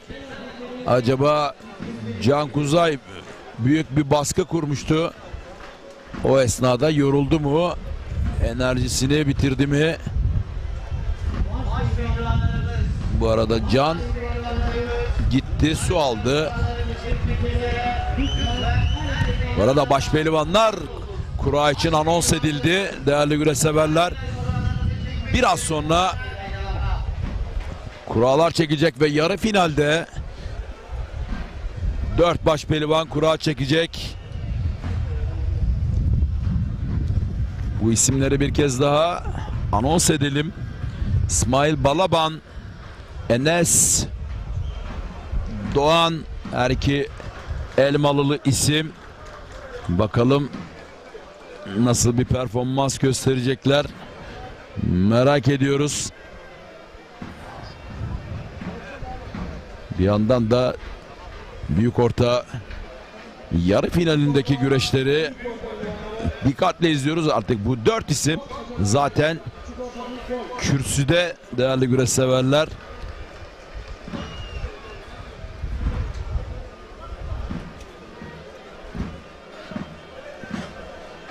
Evet, başpehlivanlıkta diğer iki isim Türkiye Cumhuriyeti başpehlivanı Yusufcan Zeybek ve bu sezon 2024 yılında Kırkpınar'da baş altında birinci olan isim.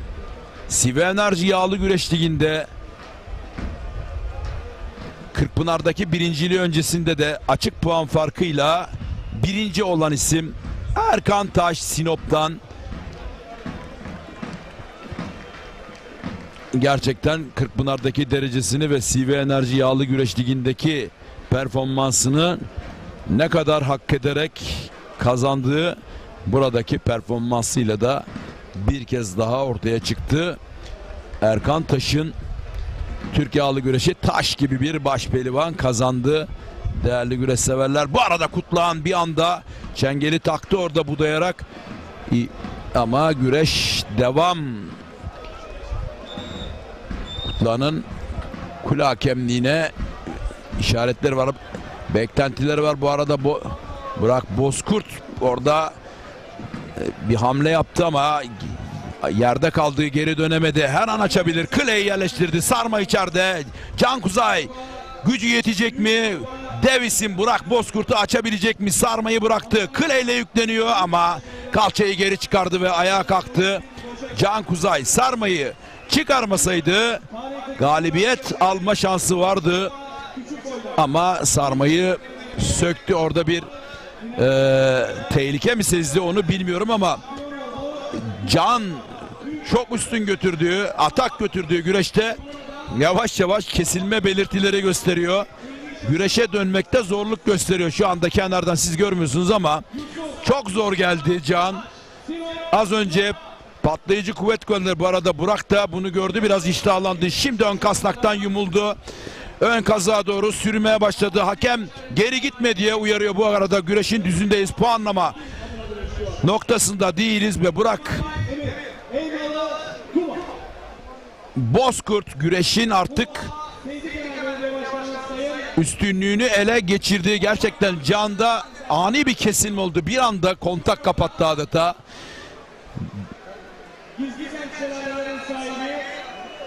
Dönmekte çok zorlanıyor Can Kuzay.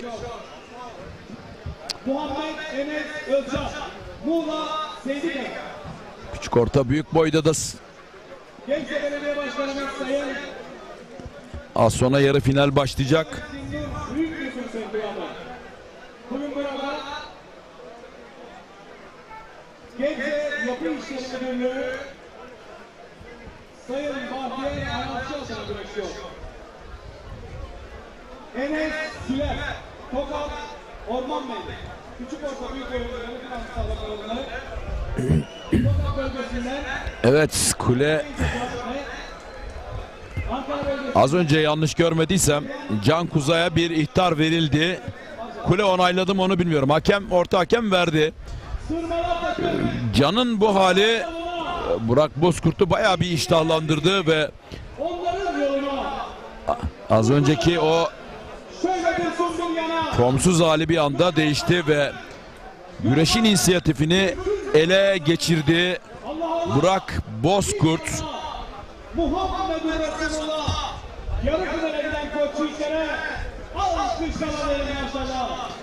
Balıkesir Sındırgı Belediyesi'nin pehlivanı Burak.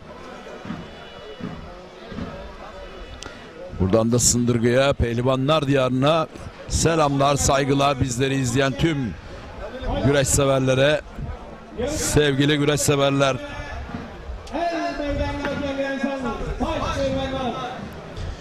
Evet, Can toparlanabilecek mi? Burak Bozkurt'un orta kasnak yumuluşuna, evet bayağı yumuşadı. Orada bir künde doldurdu. Atabilir mi? Can içeri köstek bacağını taktı. Şimdi kılçıya girdi oradan. Köstek bacağını çıkardı orada. Heyecanlı bir atak izledik her iki taraftan da. Güreşi bakın ne kadar zeki Can, yere indirdi. Kündeyi doldurur doldurmaz köstek bacağını çıkarmasıyla beraber yan kasnaktaki kazıktan arkaya döndü ve bastırdı. Burak bunu hiç ummuyordu ama işte zeki bir isim.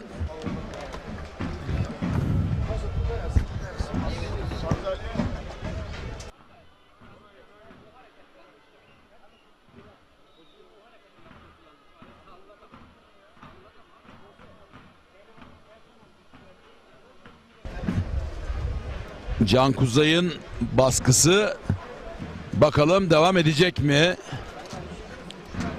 Neler olacak hep beraber göreceğiz. Burak Bozkurt son birkaç dakikadır güreşin inisiyatifini ele almıştı. Şu anda eğer bu karşılaşmadan galip gelmek istiyorsa Burak Bozkurt aksiyonuna devam etmeli. Çünkü şu anda Can bayağı yorgundu ama bu şartlar altında dinleniyor. Burak Bozkurt tabii bunun ne kadar farkında bilmiyorum. Değerli güreş severler, bu arada Mehmet Çelik hocamız yayınımıza geldi. Beraber devam edeceğiz. Aynı şekilde Şener Sar, o da yayınımıza dahil oldu ve az sonra başpehlivanlarımızın kura çekimiyle beraber oluşacak heyecan fırtınasında sizlere günü aktarmaya çalışacağız. Hocam hoş geldin. Saha içerisinde de görevlerimiz var. Farklı bir heyecan var. Geleneksel Güreşler Federasyonu YouTube kanalından da 2 gündür yayındayız. Tüm televizyonlarında aslında şöyle bir bakıldığında Teknomeli Televizyonu, Ömeli TV, Oza TV, Kanal ve Kanal 15, Lider Haber ve YouTube kanalımız federasyonumuzun 10 numara yayın hizmeti vermenin huzuru içerisinde. Tabii seyirciler bizim için çok önemli.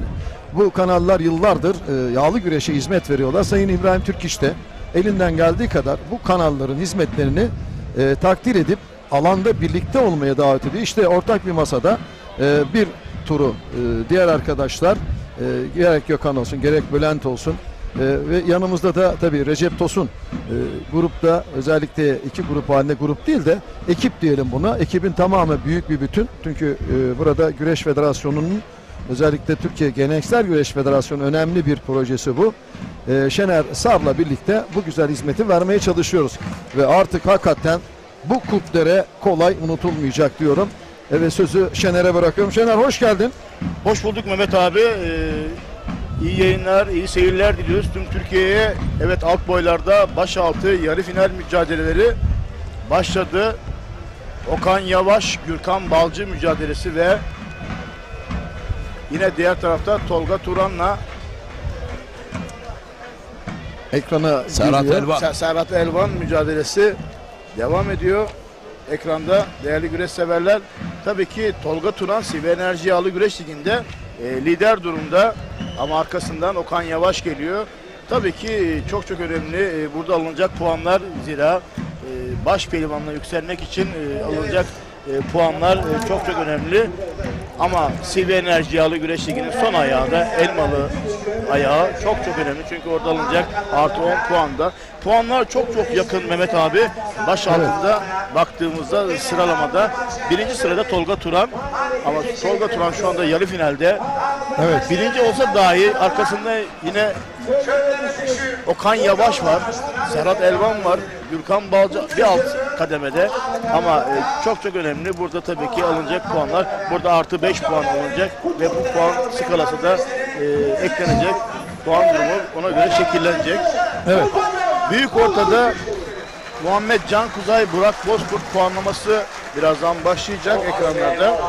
Yine Efe Atabey ve Kutluhan Avşar mücadelesi puanlaması devam ediyor. Küçük orta küçük boy, küçük orta büyük boyda, küçük orta küçük boyda final belirlendi. Hemen Onur Keskin'le Erol Bursa final Harika. yapacak. Küçük orta küçük boyda finalin adı belli oldu Mehmet abicim. Evet, hemen Halil Bağdat. Şimdi hemen realiteleri bir konuşalım. Biraz sonra yarı final, şu an orada Fikret Ersoy'u görüyorum. Metin Şenel ve yine Ziya yanlış görmüyorsam ünlü orada ve Fatih Küçük müthiş bir kurtlara geçiyor. Tabii bunu seyirci de hakikaten bu güreşi bugün tabii tasvip etmiyoruz. Hiçbir pehlivan yuhlanmayı, hele hele Kırkpınar'ın üst üste baş pehlivan unvanını alan Yusuf Can Zeybek son derece efendi. Tabii bir şey yaparken biraz dikkat etmek lazım. Seyirci de bizim çok önemli. Şöyle bakalım, bu seyirci şimdi yuhlar. Bir dakika sonra güzel bir hareket, tekrar alkışlar. Yuhlamaları çok duymuyoruz son zamanda ama ben kesinlikle katılmıyorum pehlivanların yuhalanmasına, ama seyirciyi biraz daha o ön yargısız, o güzel kalbinden, çünkü bunların her biri bizim pehlivan, her biri birbirinden değerli. Şimdi Feyzullah Aktürk o müthiş mücadeleyi Yusuf Can Zeybek ona göstermeseydi, Feyzullah Aktürk bu kadar alkışlanır mıydı? Alkışlanmazdı. O zaman Yusuf Can Zeybek de o anki günlük değer üzerinden o kadar değerli. Onun için alkışlanmayı hak ediyorlar diyorum. Sözü sana bırakıyorum. Değerli hocam, yani yorumu yaparken, daha doğrusu soruyu sorarken aslında yorum da içinde vardı. Hem de değerlendirmesi de vardı. Yani bu kendi değerlendirmemde ben tabii de katılıyorum zaten, yani tıpatıp aynı. Senin değerlendirmen de benim için çok önemli. Bu şimdi sana senin görüş perspektifini attım. Benim görüşüm şöyle. Pehlivanlar bir kere tertemiz güreş yaptılar. Harika, evet. Burada hakem heyetinin vermiş olduğu bir karar var ve ben de Halil Bağdat olarak o karara kesinlikle katılıyorum. Yani yanlış bir karar ortada yok. Seyircinin burada bir taraf olarak duygusal hareket ettiğini, Feyzullah'ın bu toprakların çocuğu olması hasebiyle onun galip gelmesini istemesinden kaynaklı bir duygu patlaması oldu ve çokça su şişesi sahaya atıldı ve yuhlamalar duyduk. Bu yağlı güreşin özüne yakışmayan, nasıl pehlivanlardan centilmenlik bekliyorsak biz seyircimizden de aynı şeyleri görmek istiyoruz. Bu noktada pehlivanlarımızın kalbini kırmaya gerek yok. Onlar çıkıyor burada mertçe ne yapayım, mücadele ediyorlar. Kararı hakemler veriyorlar. Protesto olacaksa bunun protesto merkezi kesinlikle pehlivanlarımız değil. Benim görüşüm bu şekilde. Kesinlikle katılıyorum. Yalnız seyircinin hakkını şöyle veriyorum. Ya muhteşem bir şekilde, yani Ali'ye de geleceğim. Ali dediler ama bir süre sonra Enes Doğan, Ali Gürbüz müsabakasında Ali'yi de kısa çapta protesto ettiler. Niye? Enes Doğan'ın şimdi güreşe bakıyor adam isimlerden ziyade, ama kesinlikle bu mesajı alacak bizim aziz eli öpülesi seyircimiz. Tabii canlı yayınlar da var. Uluslararası alanlarda da bu yayınları yabancılar da izliyor. Evet. Biz kendimizi temsil ederken pehlivanlarımıza ve buradaki atmosfere, ambiyansa sahip çıkacağız. Kurtdereli Mehmet incinmez mi bunu? Böyle bir seyirci yaklaşımını, ama kısa sürdü. İnşallah bundan sonra bu görüntüleri de görmeyiz. Çünkü pehlivanlar hakikaten asla yuhlanmayı hak etmiyorlar. Şunu da söylemek istiyorum. Değerli hocam. CV Enerji Yağlı Güreş Ligi'nin 5. etabı icra oluyor burada. Herkesin fikrine saygılıyım ama bu etapların içinde en hararetli, en heyecanlı, en kaliteli, en çekişmeli güreşleri izliyoruz Balıkesir Kurtdere'de. Bu noktada hem pehlivanlarımızı bu heyecan fırtınasını yarattıkları için hem de seyircimize, Balıkesir seyircisine ve buraya gelen Balıkesir dışından gelen seyircimize teşekkür ediyoruz. Gerçekten burada bir CV Enerji Yağlı Güreş Ligi'nin olmasının ne kadar gerekli olduğu ve buraya ne kadar yakıştığını dün ve bugün gördük. Evet. Şener Sar'dan biraz bilgiler alacak. Hazırlıklar tam, ancak şöyle yapalım. Arkadaşlarımız tabii bu arada genelde güreşe hizmet veren kanalları ifade etmeye çalışıyoruz. Tabii ki zaman zaman eksikler olabilir. Son zamanlarda World Türk'ün de yayınlarda katkıları olduğunu biliyoruz. Bu yayınlar içerisinde World Türk ailesi de katkı sağlıyor. Mehmet Başkan'a da, burada yönetim kurulu başkan'a da, World Türk'ümüze yürekten selamlarımızı yollayalım. Dediğimiz gibi sevgili Fatih Bedir'de boynu bükük kaldı abi böyle falan gibi. Fatih Bedir'de hatırlatmış, World Türk'ü de bu yayınları katkı sağladığını, ortak yayında olduğunu ifade edelim. Şimdi Şener Sar, alt boyları şöyle bir heyecanlandıralım bakalım. Bilgileri senden bir alalım. Neler yaşandı şu ana kadar, alt boylarda neler var? Puanlamalara da bir bakalım. Puantajları neler paylaşacağız? Evet, başaltı boyunda şu anda mücadele devam ediyor. Okan Yavaş, Gürkan Balcı, Tolga Turan, Serhat Ervan mücadelesi devam ediyor. Burada puan skalası tabii ki çok çok önemli. Baktığımızda Tolga Turan buraya gelmeden önce 29 puanı vardı. Yine Serhat Ervan'ın, Okan Yavaş'ın 24 puanı vardı ve Tolga Turan 29 puanda lider, Serhat Erman 19 puanda ve Gürkan Balcı 17 puanda. Burada tabii ki 4'e İsmail Balaban burada baş pehlivan olursa en çok 42 puan toplayacak. Eğer Yusuf Can Zeybek bu turda yenilirse İsmail Balaban'ın ligi ikinci olarak bitirme ihtimali çok olabilir.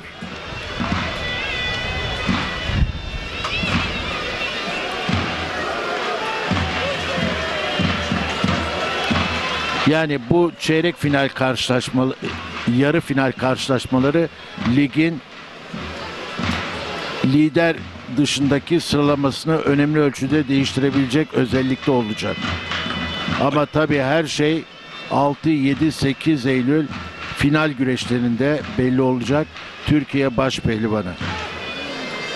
Lider Ali Gürbüz çeyrek finalde kaybederek burada kazanıp şampiyonluğunu ilan etme fırsatını kaçırdı. Ancak elbette yine de en şanslı baş pehlivan şu andaki durumda Ali Gürbüz. Şampiyonluk için Elmalı'ya taşımış durumda bunu. Fakat Yusuf Can Zeybek'in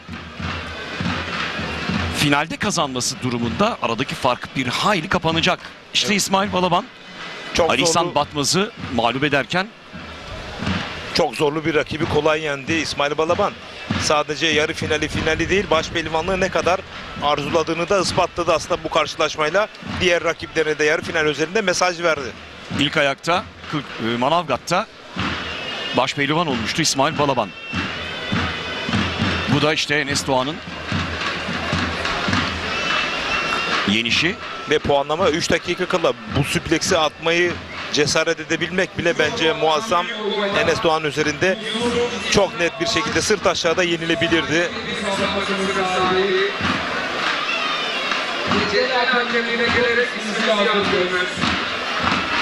İşte her zaman göremeyeceğimiz kareler bunlar. Sadece suplex olduğu için değil. İlkini denilmiş Ali Gürbüz'ün suplex'te yenilmiş olduğu müsabaka. Bu açıdan da nadiren görebileceğimiz bir karşılaşmaydı. Bitirişi, yenişi de o şekildeydi. Enes Doğan'ın yağlı güreşin yükselen yıldızı Enes Doğan. Burada Mustafa Doğan Özkay'ı hani hırpalamış bile diyebiliriz. Belki de Erkan Taş. Çok güçlü buralarda Erkan Taş. Fizik anatomisi hakikaten blok halinde yakaladığında buradan son bir kılçık denemiş ama çok güçlü oralarda Erkan Taş. Kariyerin zirvesinde. Genç yaşında çok güzel bir basamağa adımını attı. İki genç, iki tecrübeli birbirleriyle karşı karşıya gelecekler. Erkan Taş, Yusuf Can Zeybek ile İsmail Balaban, Enes Doğan'la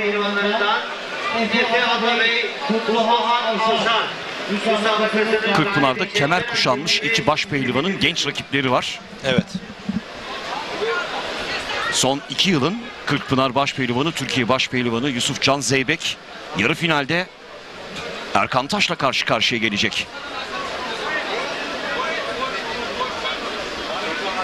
Bu da Feyzullah Aktürk, Yusufcan Zeybek mücadelesi. Feyzullah Aktürk kazanmaya yakınla taraftı bir ara. Hatta 3-4 kez yakaladı o şansı. Tartışmalara neden olan bir pozisyona da getirmişti Yusufcan Zeybek'i. Fakat sonrasında işte rakibini yenen, yine açık düşüren burada Yusufcan Zeybek olmuş ve adını yarı finale yazdırmıştı. Feyzullah Aktürk de iyi bir performans ortaya koymuştu müsabakada.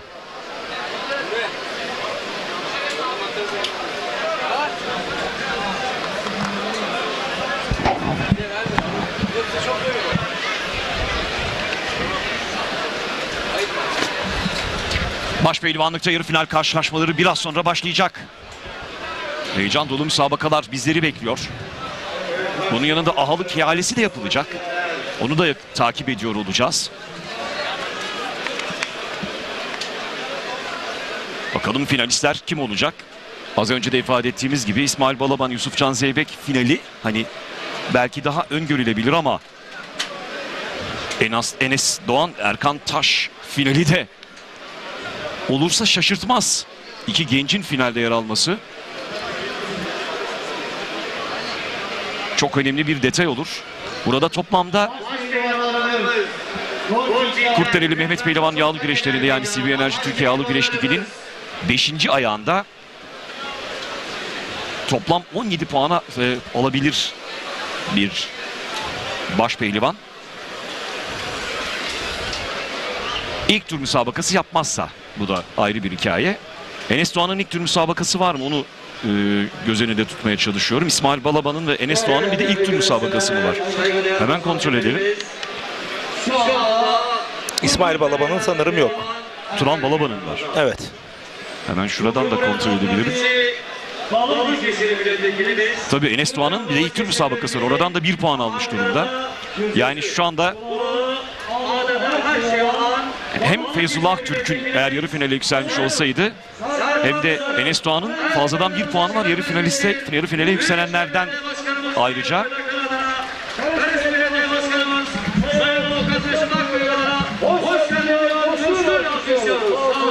9 puan toplamış durumda şu ana kadar. Enes Doğan 30 18 puanı var şu anda. 18 puana kadar ulaşabilir. 18 puan alabilir Enes Doğan eğer finalde kazanacak olursa. Bu da ona ilk 8 için çok önemli bir avantaj getirir. Faruk, ben şimdi şöyle bir inceleme yaptım. Yusufcan Zeybek burada başpehlivan olursa toplam puanını 50'ye yükseltecek. İsmail Balaban eğer başpehlivan olursa 42 puan maksimum elde edecek. Enes Doğan başpehlivan olursa 39 puan. Erkan Taş başpehlivan olursa 37 puan toplayacaklar. Orhan Urkulu 32 puanda kaldı. Hüseyin Gümüşalan 27, Kemal Şahin 23, Serdar Yıldırım 21, Osman Kan 21, Ali İhsan Batmaz 21 puanda kaldılar. Ali Gürbüz'ün halen 56 puanı üstünlüğü var ve burayı çeyrek finalde mağlup olmasına rağmen lider götürecek. Yani Elmalı yağlı güreşlerine lider çıkacak. CB Enerji Türkiye Yağlı Güreş Ligi'nde Yusufcan Zeybek'in aradaki farkı 6'ya kadar indirme fırsatı var ki burada çok önemli bir farkla çıkmıştı. Ali Gürbüz ve Fatih Atan'ın bir röportajı var. Söz onda. Erkan, teşekkürler. Başpehlivanlık yarı finali başlamadan önce Erkan Taş'la beraberiz. Başpehlivanlar paçalarını bağladı. Erkan, en genç isimlerden birisin. Neler söyleyeceksin? Öncelikle ekran başında bizi izleyip destek veren, gönül veren herkese çok teşekkür ediyorum. Bugün burada Kurtderer Meydanı'nda yarı finale kalmak nasip oldu. Ben başpehlivanlık boyuna yeni yükseldim. Yeni yükselmeme rağmen hedefimi yüksek tutuyorum. İnşallah burada bugün altın kemeri almak istiyorum birinci olarak. Üzerimde emeği olan Büyükşehir Belediye Başkanımız Muhittin Başkanımıza çok teşekkür ediyorum. Her zaman yanımda olan, sponsorluğumu yapan Süleyman Hakan abime de teşekkürlerimi iletiyorum. Teşekkürler. Allah derman versin diyelim o zaman Erkan. Kolay gelsin. Çok teşekkürler. Erkan Taş'la beraberdik. Söz tekrar Faruk Mutkan'da.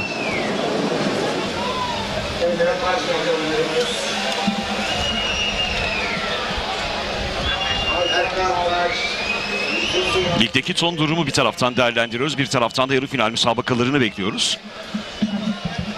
CB Enerji Türkiye Yağlı Güreş Ligi'nde ilk 8'de yer almak Kırkpınar için ilk torbada seri başı olmak anlamına geliyor. İlk 32'de bulunmak doğrudan Kırkpınar'da önümüzdeki yıl mücadele etme hakkı elde etmiş olmak anlamına geliyor. Tabii diğer başpehlivanların hiç şansı yok değil ama sadece 8 basamaklık bir yer var. Geçen yıl bu şekildeydi. 40 başpehlivan ilk tur müsabakasına çıkmış. İlk tur müsabakaları 8'erli 5 grup 5 torba oluşturulduktan sonra 5. ve 4. torbadaki yer alan sporcular başpehlivanlar arasında yapılmıştı. Sonrasında turlar devam etmişti. Kıyasıya bir mücadele var başpehlivanlık için. Başpehlivanlıkta Kırkpınar'da kendisine yer bulmak için sporcuların, güreşlerin. Kırkpınar'da biliyorsun Faruk, daha önce açıklanan kurallarda 32 başpehlivan katılacaktı ama federasyon Kırkpınar'ın ismine yakışır şekilde bu sayıyı 40'a yükseltince 8 pehlivan ön elemeden geldiler ve böylece 40 sayısını oluşturdular.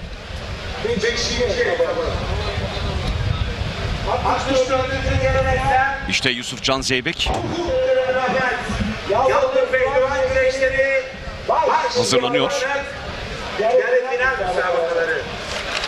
Ankara Büyükşehir Belediye Başkanımız Sayın Muhittin Böcek adına güreşiyor.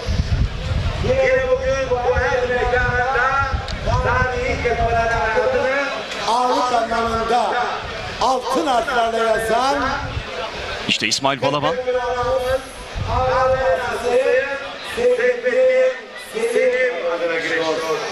Yine Balıkesirli iş insanı Veysel Akın'a, Akyol'a şükranlarımı sunuyorum diyor. Az önce Üstü Kaftan Üstad İsmail Balaban'ın puan durumuyla ilgili detayları paylaşmıştı. Biraz daha detaylandırmak adına şunu söyleyeyim. 42 puana ulaşabilir. Evet, 42 puanın anlamı şu: eğer finalde kazanacak olursa ikinci sıraya yerleşebilir İsmail Balaban.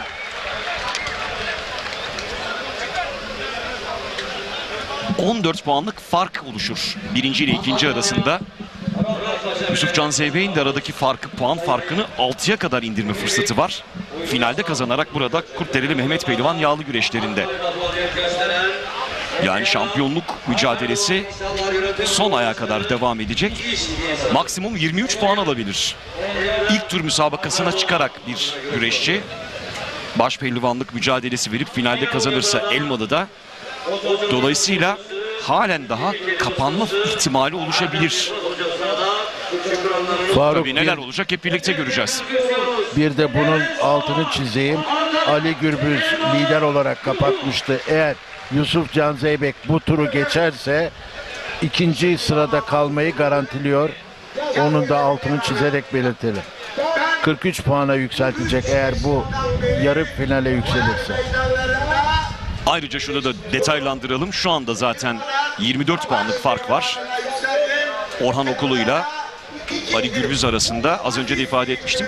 Maksimum bir başpehlivan finali kazandığında Elmalı'dan 23 puan alabilir. Dolayısıyla Orhan Okulu'nun geçen yılın şampiyonunun şampiyonluk şansı matematiksel olarak kalmadı. Ama yine de işte Ali Gürbüz, Yusuf Can Zeybek ve İsmail Balaban aldıkları sonuçlara göre şampiyonluk iddialarını sürdürebilirler.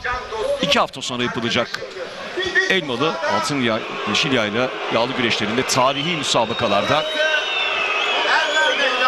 kazanabilir. Şampiyonluğunu ilan edebilir bu 3 başpehlivan, ama Ali Gürbüz'ün bir adım önde olduğunu mutlaka ifade etmemiz gerekiyor.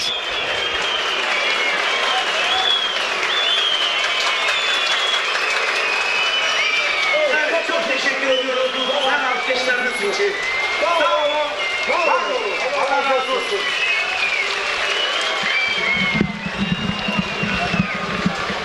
Antalya Büyükşehir Belediye Başkanımız Sayın Muhittin Böcek adına güreşiyor. Yine meydanlarında belediye bir otomotiv, belediyemiz yolları yönetim kurulu başkanı. Antalya Türkiye'li Pehlivan Güreşleri Yaşamımız Sayın Demir adına güreşiyor. 663. Tarihi Kırkpınar Arası Sayın Ufuk Özül'e şükranlarımı soruyorum diyor. Cumhuriyetimizin kuruluşunun 100. ve 101. yılları baş pehlivanı. Türkiye Cumhuriyeti baş pehlivanı Yusuf Can Zeybek, Antalya. İsmail Balaban, Erkan Taş, Yusuf Can Zeybek, İsmail Balaban, Enes Doğan, Yusuf Can Zeybek, Erkan Taş. Fortestar'ın yönetim kurulu başkanı, iş insanı Sayın Süleyman Alkan adına güreş yapıyor. Yine bugün burada Balıkesir Yeniköy'de faaliyet gösteren Yeniköylü Celek Sayın Hakan Gelir'e de teşekkürlerini ve şükranlarını sunuyor. Erkan Taş, Sinan Duran. Başpehlivanlık yarı final müsabakalarını yönetecek olan hakemlerimiz Aslı, Nesli, bu toprakların öz evladı. Balıkesir Sındırgılı, İstanbul bölgesi hakemlerimizden Yusuf Atılgan hocam yönetecektir, arz edelim. Diğer yarı final müsabakasını Kırklareli bölgesi hakemlerimizden Önder Gülmez hocam yönetecektir, arz edelim. Evet değerli güreş severler. Mavi gökte dalgalanan ay yıldızı al bayraktaki kan bizim. Toprağı vatandaştıran yüz binlerce şehit can bizim. Gök kubbeyi arş-ı alayı titreten Allahu Ekber, Allahu Ekber. Ezanlarımız var bizim. Kurtdere er meydanında güreş tutacak, koç yiğitlerimi alkışlayacak aziz seyircim var benim. Başlayan pehlivanlarımızın puanlama saati gelmiştir. 300 bin lirayı finalde söyleyeceğim, söz. Ordu yok dediler, kurulur dedi. Para yok dediler, bulunur dedi. Düşman çok dediler, korkmayın. Geldikleri gibi giderler dedi. Paşam, senin adın ne dediler? Sizler gibi Kuvayi Milliyeci. Ya istiklal ya ölüm, Mustafa Kemal'im dedi.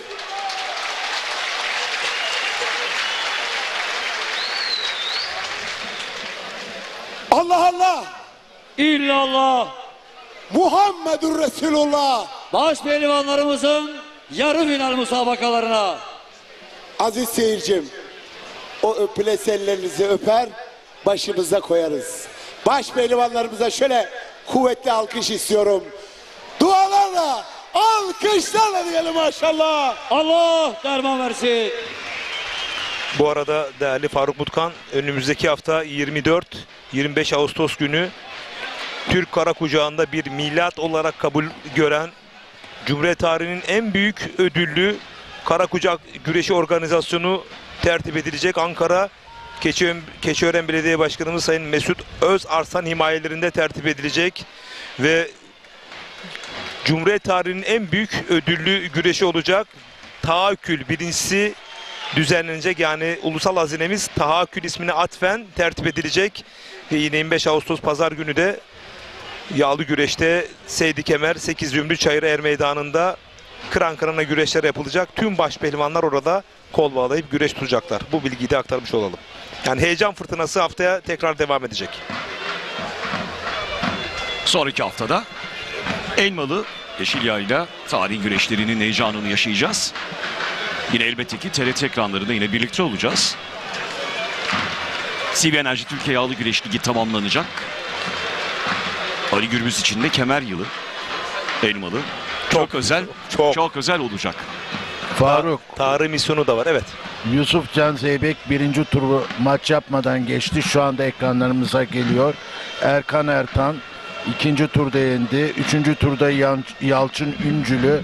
Dördüncü turda Cengizhan Şimşek'i ve çeyrek finalde de Feyzullah Aktürk'ü mağlup ederek adını yarı finale yazdırdı.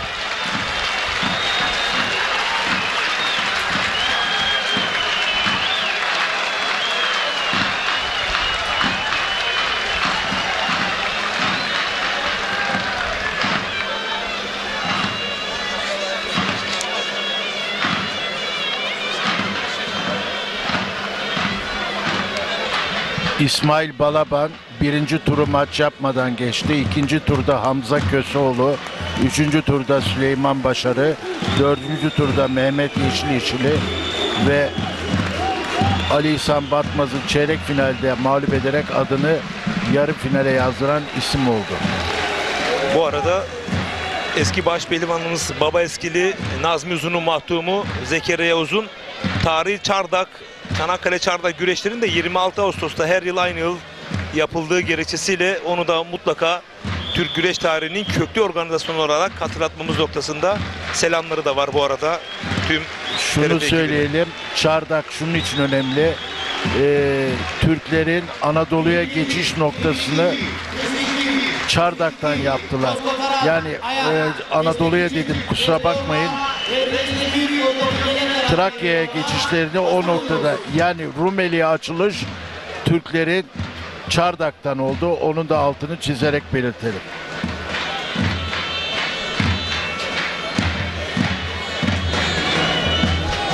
Az önce Erkan Taş son taktiklerini aldı.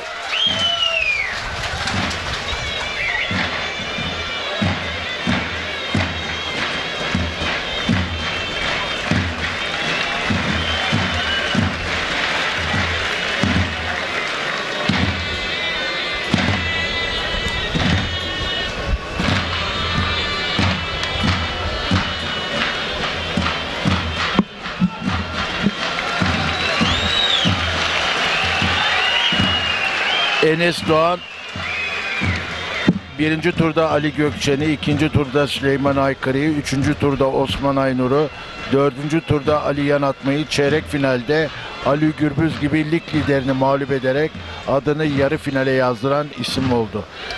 Gerçekten Faruk, burada dikkati çekecek noktalar var.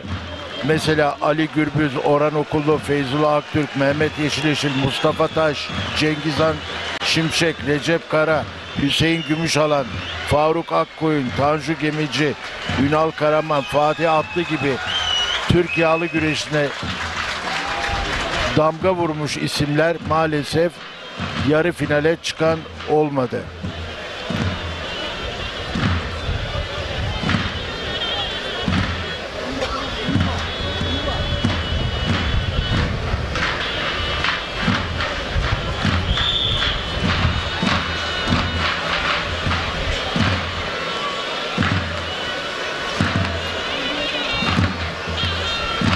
Kol bağlayan pehlivanlarımıza başarı dileyelim ve seyircilerimize de bu 4 baş pehlivanın zevkli güreşler izletmesini yürekten dileyelim. Ama güreş severlerin dünkü son 16 ve bugünkü çeyrek finaller hakikaten yani bal kaymak oldu. Hele yarı finalde ben Enes Doğan ve İsmail Balaban mücadelesinin belki de tarihi karşılaşmalar öncesinde kendi aralarında bir başlangıç olabileceği kanaatini taşımaktayım. Ezeli rekabet özelinde. Hüseyin Gümüşalan'da Ali Gürbüz'ün dünkü mücadelesi hafızalardan kolay kolay silinecek bir karşılaşma değil. Müsabakalar başladı. Bölünmüş ekranımızda solda Erkan Taş, Yusuf Can Zeybek, sağda İsmail Balaban, Enes Doğan karşılaşması var.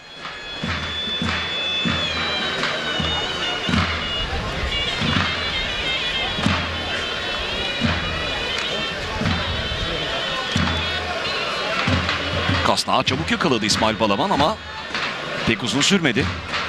Erkan Taş, Yusuf Can Zeybek de biraz temkinli gibiler, kontrollüler. İsmail Balaban sürati ve kondisyonuyla Enes Doğan'ı yıpratmaya çalışacak ama Enes Doğan'ın şöyle bir özelliği var.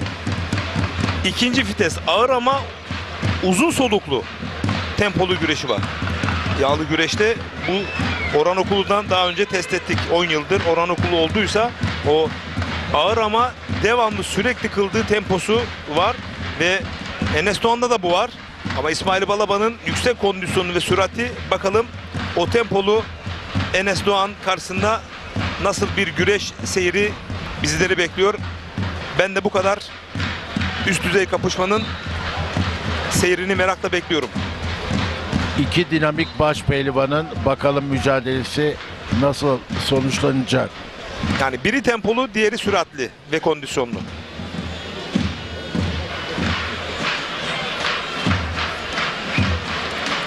Kazanan adını finale yazdıracak. Başpehlivanlık için mücadele edecek. Kim olacak? Paçayı da yakaladı. Yine boyundurukta tutuyor Enes Doğan rakibini.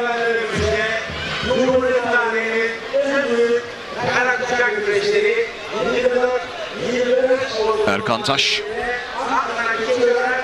sol eliyle kasnağa uzanmış durumda ama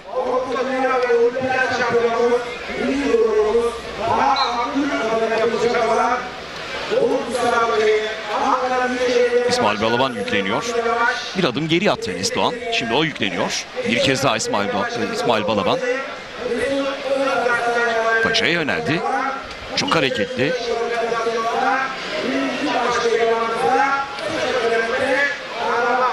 İsmail Balaban, Enes Doğan müsabakası ne kadar hareketliyse Erkan Taş, Yusufcan Zeybek karşılaşması da o kadar durağan. Çok kontrollüler.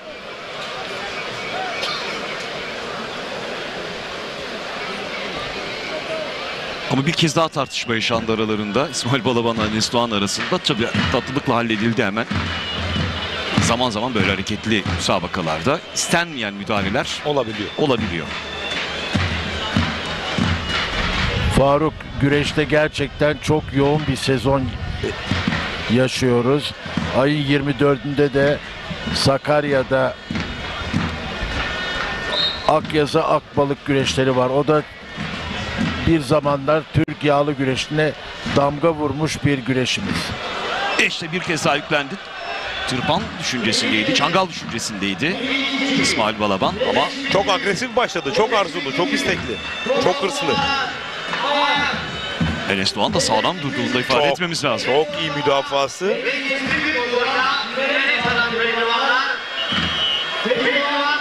İşte o hamlelerde sanırım şimdi sağlık tokuştular. Evet. Sağlık ekibi şimdi çağrıldı. Müdahalede bulunuluyor. Yüzüne bir darbe aldı İsmail Balaban. Kaşında bir açılma var mı? Umarız yoktur.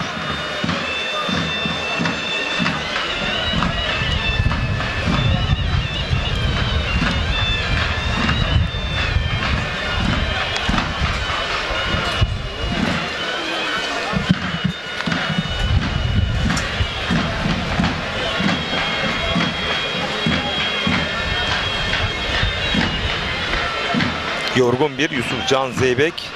Erkan Taş da puanlama yaptı ama Mustafa Doğan Özkaya karşısında. Evet. Ama Yusufcan Zeybek Greco-Romenci gibi göğüs göğüseler. Erkan Taş ve Yusufcan Zeybek arasındaki mücadele 5. dakikadayız müsabakalarda. Sağlık ekiplerinin müdahalesi tamamlandı İsmail Balaban için. Onlar da müsabakaya devam ediyorlar. İçten tırpan. Erkan Taş'tan geldi. Bu arada elini tutuyor bu defa da Yusufcan Zeybek. Bu kez de o bir sakatlık geçiriyor. Baldırına mı gelmiş acaba? Sanırım kaval kemiğinin olduğu, evet, dizinde. İç çapraz bağımları da bir esneme söz konusu olabilir. Yokluyor şu anda. Tırpandan dolayı mı oldu acaba? Hayır. Yok. Değil yok, değil mi? Yok. O zaman daha sıkıntı yaşatabilecek bir sakatlık olmaz inşallah. Hemen yine sağlık ekipleri bu defa Yusufcan Zeybek için er meydanında. Başlatıyoruz. Evet, tekrar anons ediyorum. İsmail bayağı tempolu başladı karşılaşma. Evet, şimdi Velet orada hamle yaptı. Bir kez daha yükleniyor çift alma çabası içerisinde. Hemen arkasını döndü. Şimdi arkasına geçti. İsmail Balaban indiriyor rakibini. Şimdi üstten hemen dış kasıkla müsabakada devamını getirme çabasında. Ayrıca paçaya doğru da yöneldi. Evet,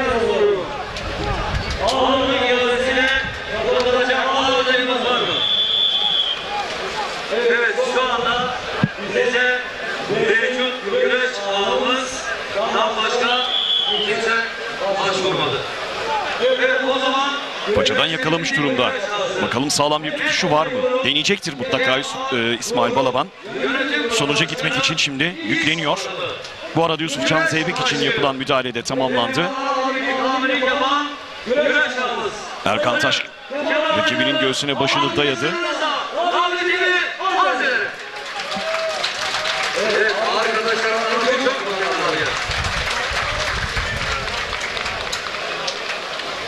Koltuk altı geçme çabasındaydı. Attı üstünden, aşırdı ama çok etkili değildi. Sonra dıştan bir kazık ama arkada kalan, üstte kalan Yusufcan Zeybek oldu. Bastırdı rakibini şimdi. Yusufcan Zeybek arıyor. Bu arada ayağa kalkmasına adeta izin verdi. Enes Doğan, İsmail Balaban ayakta devam ediyor. Bakalım Yusufcan Zeybek şimdi yerde Erkan Taş karşısında nasıl bir sonuç alacak?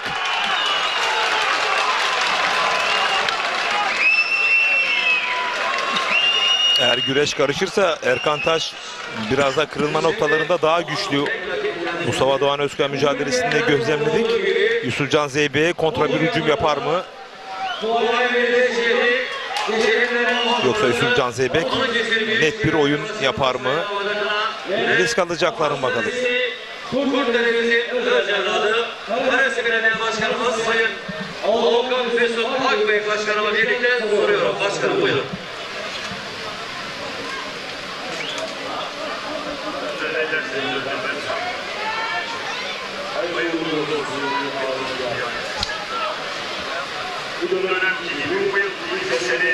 Yusufcan Zeybek ensesinden iyice bastırdı rakibini. Sonrasında kazık arayışında. Ama hareketli Erkan Taş'ta kalkma teşebbüsünde bulundu. İzin vermedi Yusufcan Zeybek. Bir de yükleniyor ve sonrasında da kazanıyor. Ama Erkan Taş kazanıyor. Evet. Yusufcan Zeybek karşısında. Söylemiş olduğum buydu az önce. Çok etkili bir galibiyet aldı. Erkan Taş adını finale yazdıran ilk güreşçi oluyor. Oyun yapmak isterken kontra bir hücum yapar mı dedim Erkan Taş için. Gerçekten bu İsmail, gençler felaket geliyor. İşte görüyoruz, bir kez daha izliyoruz. Dış kazıkta nefis bir hareket. Çok da güçlü olduğunu gösterdi Erkan Taş. Yusufcan Zeybek'in de ne kadar çok yıpranmış olduğu net bir şekilde görüldü.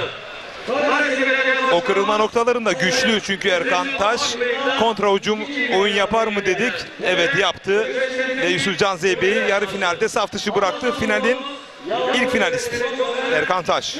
İsmail Balaban Yusufcan Zeybek müsabakası finalde daha yakın ihtimal gibi görünüyor dedik ama şimdi artık Erkan Taş, Enes Doğan finali de neredeyse ikisinden birinin çıkması açısından son derece önemli. Bir kez daha, bu kez de İsmail Balaban dizinde bir sakatlık yaşıyor. Bu arada Erkan Taş aynı gün içerisinde kariyerinin ikinci kez zirvesine çıktı. Önce yarı final, şimdi de finalde. Erkan Taş. Taş gibi geliyor. Maşallah. Kırkpınar'da 2021 yılında küçük orta büyükte yarışıyordu, mücadele ediyordu. Orada bir üst boya çıkma hakkı elde etmişti. Aynı yıl Elmalı'da. Bu kez de baş altına çıkma başarısı göstermişti Erkan Taş. Yani bir yılda 2 boy atladı 2021 yılında. Bu yılda Kırkpınar'da baş altının birincisiydi Erkan Taş. Dolu dizgin geldiğini zaten ispatladı. 3. kez kürsünün içerisinde yer alıyor bir organizasyonda. İlkinde Düzova'da, Ordu'da, ikincisinde de İstanbul'da Arnavutköy'de. Ama bu kürsüde yer almıştı ama burası bambaşka. Hem Sive Enerji Türkiye Yağlı Güreş Ligi burası. Kurtdereli Mehmet Pehlivan Yağlı Güreşleri ve kürsünün ilk 2 basamağının birinde mutlaka bulunacak. Büyük başarı, kariyerinin zirvesi şu anda Erkan Taş için. Hem de daha bu yıl Kırkpınar'dan başpehlivanlık elde etmiş, hakkı kazanmış bir başpehlivandan söz ediyoruz. Erkan Taş özelinde gerçekten de çok kuvvetli bir giriş yaptı başpehlivanlık müsabakalarına Erkan Taş. Hem Enes Doğan'dan söz ediyoruz, işte Erkan Taş yine aynı şekilde parlak bir başlangıç, iyi bir kariyer zirvesine daha başpehlivanlığı birkaç ay önce elde etmiş bir başpehlivandan söz ediyoruz. Bu açıdan çok büyük bir sıçrama yapmış durumda. Hemen daha kariyerinin başlangıcında adından söz ettiriyor.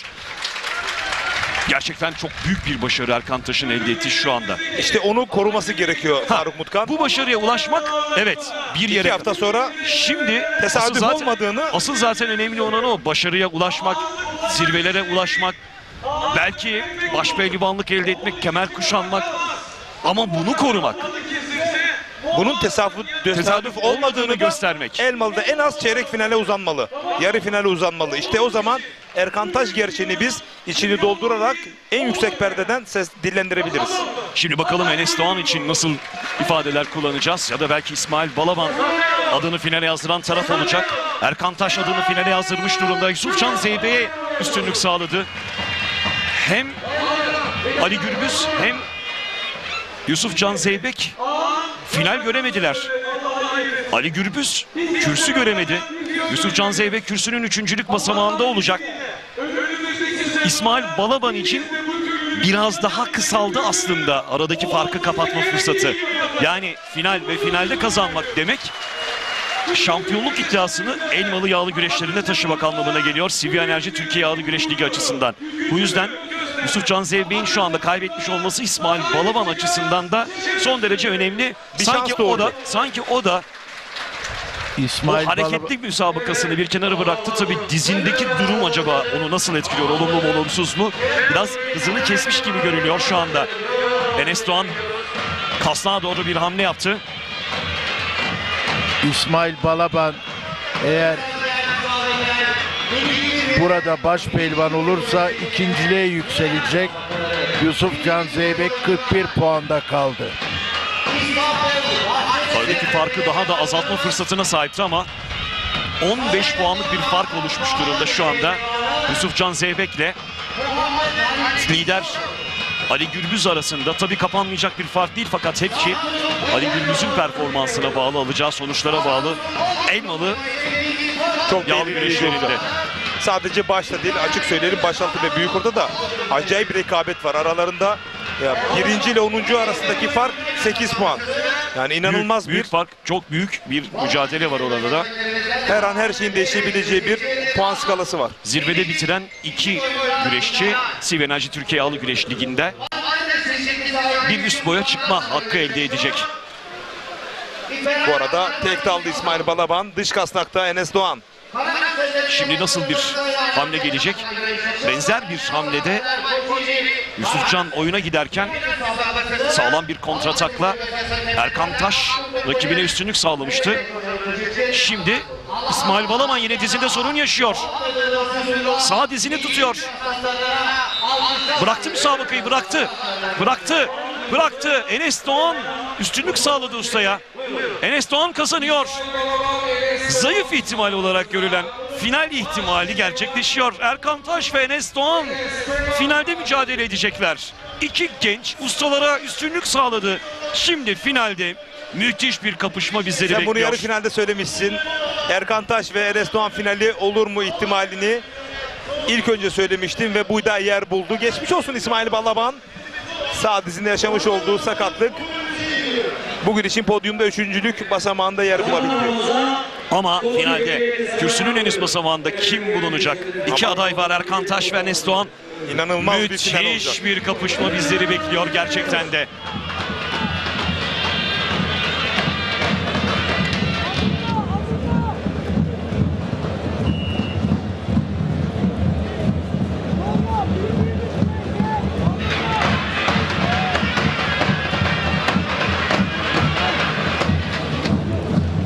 Kurtara güreşlerimizin 2 yıl üst üste ağlarına alan Mert Aygün ve Yönetim Kurulu Başkanı Sayın Güreş ağamız Kemal Aydın'ı arkadaşlarını alkışlıyoruz.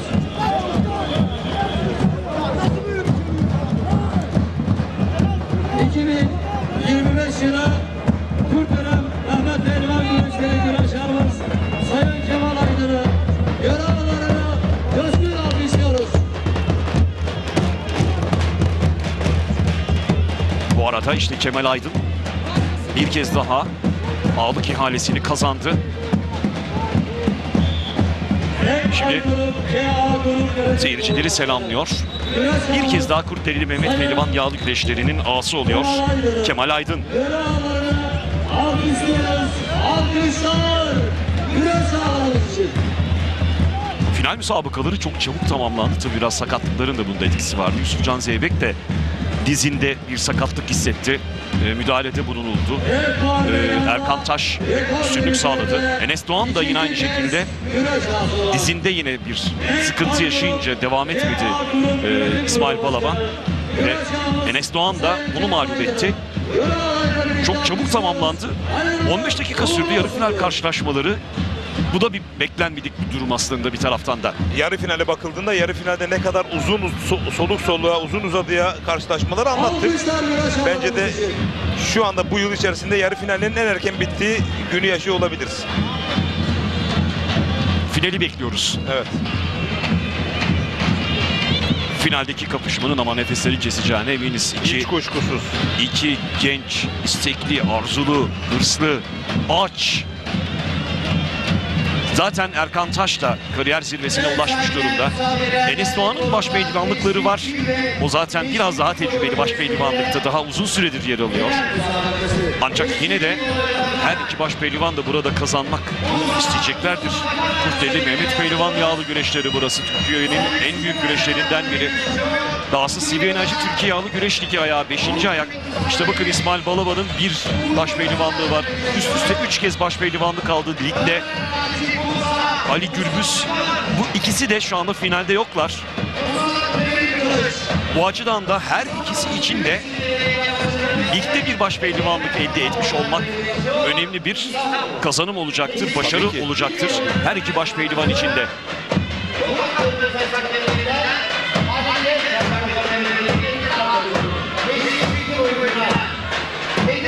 Yani ben Enes Doğan'ın bu finaller havasını daha çok soluduğu için biraz daha mental olarak daha hazır görünüyor olabilir ama Erkan Taş da o Enes Doğan'ın yakalamış olduğu finaller havasını yakalama adına burada mutlak surette galip gelme adına her şeyini ortaya koyacaklar. Bu gerçek.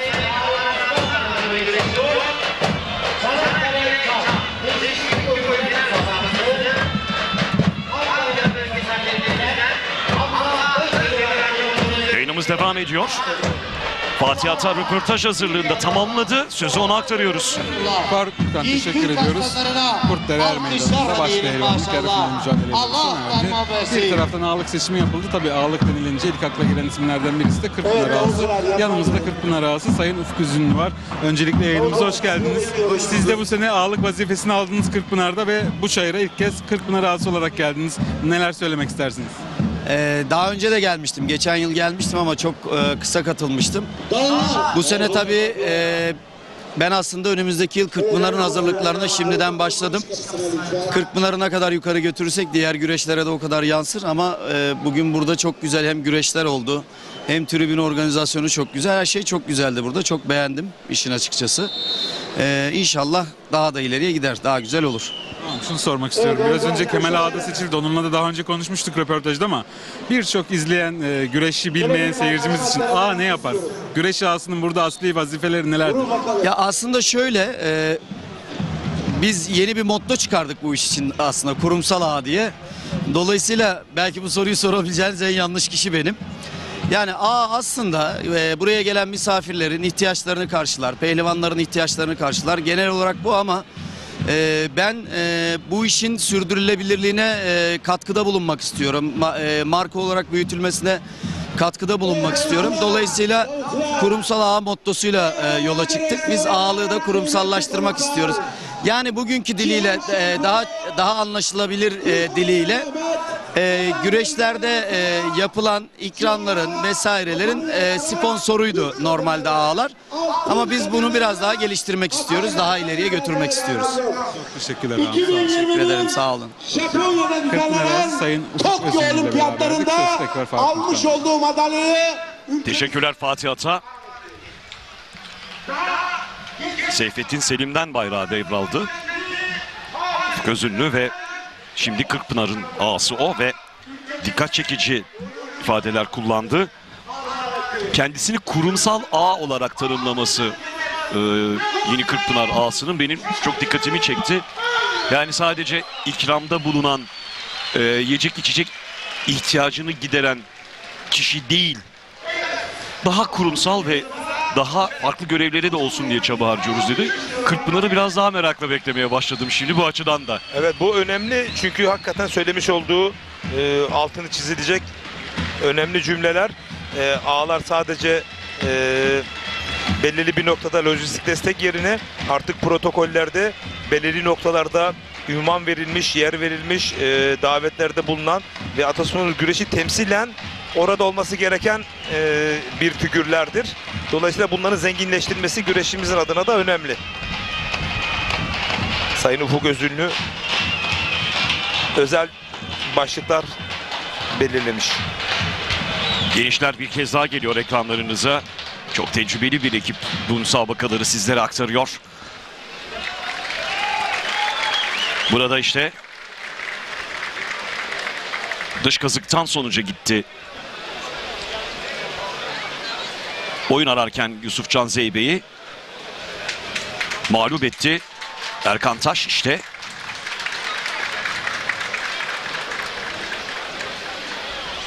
Çeyrek final müsabakası sırasında Ali Gürbüz dirseğinde sıkıntı yaşamıştı, kaybetti. İsmail Balaban ve Yusufcan Zeybek her ikisi de dizlerinde sorun yaşadılar ve kaybettiler. Umuyoruz gerçekten de ciddi sorunları yoktur bu önemli baş pehlivanların. Pehlivanların Faruk Mutkan güreşe konsantrasyon sağladıkları andan itibaren hiçbir olumsuz durumla karşı karşıya gelmemeleri gerekiyor. Hele hele üst düzey sporcuların yaşadıkları en küçük olumsuz bir durumda hemen motivasyonları bozulabiliyor. Dolayısıyla güreşin belirli bir noktasında tamam şimdi hadi dediğinde eğer vücut buna cevap veremezse, reaksiyon gösteremezse işte yenilgi aslında oradan başlıyor. Hem Ali Gürbüz'ün hem Yusufcan Zeybek'in hem de İsmail Balaban'ın yaşamış olduğu tam da bu. Yıllar önce Taha Akgül'ün verdiği röportajda görmüştüm, duymuştum. Destekleme amacıyla söylüyorum. O kadar güzel ifade ettin ki ona soruluyor. Hem Geno Petriashvili ile olan rekabeti soruluyor. Aslında bu UVV'nin, Uluslararası Güreş Birliği'nin hazırladığı bir kısa film, bir dokümantasyon. Oradaki yayında, o röportajda Taha nasıl şampiyon olunur sorusuna cevap veriyor. Sadece çalışmanın yeterli olmadığını söylüyor aslında Taha. Her şeyin hazır olması gerektiğini, her şeyin şampiyonluk için hazır olması gerektiğini ifade ediyor ve hatta şöyle bir ifade kullanıyordu. Başından ayak parmaklarına kadar, tırnaklarına kadar hazır olunması gerektiğini. Yani işte şu ufak tefek sakatlıklar değil de onların bile giderilmiş olması gerektiğini ifade ediyor ki o zaman işte şampiyonluk gelsin biçiminde ifadesini kullanmıştı. Bu açıdan da dikkatimi çekti. İşte bir sporcu ve bir başka sporcu sözleri böyle örtüşüyor. Teşekkür ediyorum yaptığın yorum için. Estağfurullah. Recep Tosun. Ara vereceğiz. Hüsnü abi lütfen son ne diyelim Şunu bu arada? söyleyeyim, az önce dediniz ya şampiyonlar için. Bakın bizim dönemimizde TRT'de ben 1996'da Atlanta'da hem Hamza'nın hem de Mahmut'un maçlarını anlattım. Yani biz Atlanta'ya giderken onların yüzüne bakıyordum ben, adeta şampiyonluk fışkırıyordu. Öyle inanmışlardı. İkisi de orada altın madalya aldı. Motivasyon çok önemli. 2000'de Sidney'de Hamza Yerlikaya ikinci altın madalyasını aldı. O kadar böyle gözlerinden okuyordu ki şampiyonu. Ben hazırım diyordu. Ne zaman bakın tüylerim diken diken oldu. O anları yaşadık. Gerçekten mental olarak çok büyük hazırlıklardı onlar. Gönüllerin şampiyonu, onlara da buradan sevgilerimizi, selamlarımızı gönderelim TRT olarak. Teşekkürler Hüsnü Kaftan, Recep Tosun. Yine birlikte olacağız. Final müsabakasını bekliyoruz artık. Finalistler Erkan Taş ve Enes Doğan. İki genç, taze baş pehlivan. Kurtlareli güreşlerinde sivil. Müthiş bir ekibi var. Gerek kameraman arkadaşlarımız, gerekse burada Samet Bedir'i yürekten kutluyorum. Güzel KJ'ler. Şu an ekrandaki KJ mesela. LED panoya şöyle bir bakalım. Burada da Samet Bedir'in arayışları var. Bugün belki aramızda değil Deniz kardeşimiz. Onun da emeklerine sağlık. Samet de teknolojide özellikle güzel projeler yapmaya başladı. Şimdi başaltı yarı finalini biraz yorumlayalım Halil. Yani başaltında da finale Okan Yavaş'ın rakibi kim olacak onu bekliyoruz ama biraz sonra yine arada Sayın Federasyon Başkanı İbrahim Türkiş'le bir röportajımız olacak. Evet Halil, başaltında da hakikaten şimdi kıran Tolga kırana Duran bir yarı küçüldü, final var. paça indi. Biri takabilir, orada bir çangal geldi. Hakem devam dedi ama Serhat Elvan şöyle bir kuleye baktı. Arkada Olgay. Bir kez daha bir çangal daha. Bele giriyor Tolga, sürekli oradan çangallarla karşılık veriyor. Tolga Turan şimdi butu buldu, oradan kurtardı. Boyundurukla karşılık verdi. Serhat Elvan iyi karıştı. Peş peşe iki çangal vurdu. Şimdi çengeli taktı. Orada çengel takarak bir kez daha yüklenmek istiyor. Bastırabilecek mi? Evet, bastırdı ve finale çıkan isim Serhat Elvan oldu. Bu son bir dakikalık ralli her ikisinin de enerji rezervlerini dibe indirdi. Bu noktada belki bu yorgunluk az sonra Okan Yavaş'ın çok işine yarayacak. Rakibi ve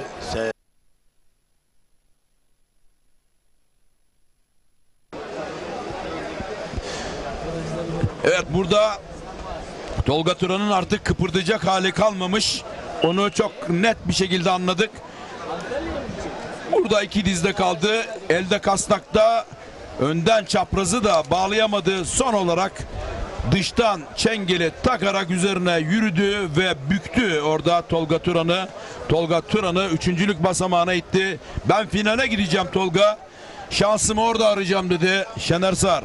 Evet, Serhat Elvan istediğini aldı, arzuladığı şeyi aldı.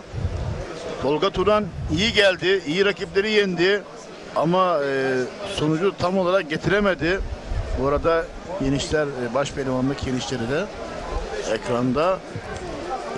Evet, bu arada Serhat Elvan finale çıktı. Serhat Elvan'ın artık baş pehlivanlık, burada baş pehlivan olursa, düzeltiyorum, başaltı da birinci olursa ekstra bonusla beraber 5 puan da alacak üzerine. Her yenişe 2 puan. Finalde de birinci olduğu zaman artı 5 puan üzerine koyacağız. 64'ten önce güreş yaptıysa tabii ki ilk turda bay geçtiyse puan yok. Eğer 64'ten önce güreş yaptıysa 1 puan alıyor 64'e kalınca. Bunu çok iyi tabii ki istatistik olarak hesaplamamız gerekiyor ki sonucu ona göre verir. Ama şurada bir gerçek var. Artık sıkıştı orası. Kafa kafayalar. Tolga Turan artık bu yarı finale kadar puan aldı. Çeyrek finale kadar almış olduğu puanla devam edecek yoluna. Ama Serhat Elvan puanını yükseltecek. Belki de artı 5 puan olacak. Belki de Okan Yavaş makası açacak burada. Okan Yavaş'ın da 24 puanı var. Buraya gelinceye kadar. Tam arada 5 puanlık fark var. Elvan onu yenerse üstüne çıkacak. Evet. İkinciye olacak. Evet. Serhat Elvan yenerse Okan'ı tabii ki üstüne çıkıyor. Evet. Gerçekten olağanüstü bir final izleyeceğiz. Bu hesaplar eğer şu anda dışarıda yapılıyorsa Şener Sar, Serhat Elvan Okan Yavaş'ı yendiği takdirde ikinciliğe çıkacak. Tabii ki. Burada buraya kimler girebilir? O da var. Aşağıdan kim gelebilir? Potaya, Elmalı'ya artı 10 puan. Şimdi zaten burada buradan çıkacak arkadaşlar var. Yani liste anlamında yukarı doğru kayacak. Metin Alparslan Temizce, Engincan Akşit istikrarlı güreşiyorlar. Hasan Güzeller burada çok iyi gözüktü. İyi göstergeler verdi. Uğur Şimşek aynı şekilde. Kırkpınar'da 3. oldu. Morali bozuk biraz güreşiyor. Çünkü baş pehlivan olmak istiyor. Hayali böyle. Çünkü daha önceki senelerde Kırkpınar'da ilk 4 her zaman baş pehlivan oldu. Onların da geçen sene de böyle bir şey oldu. Dolayısıyla bu sene Uğur Şimşek. Ben bu 16'ya kadar puan olanların potanın içinde olacağını düşünüyorum. Yani. Ben de aynı şekilde düşünüyorum ama şu anda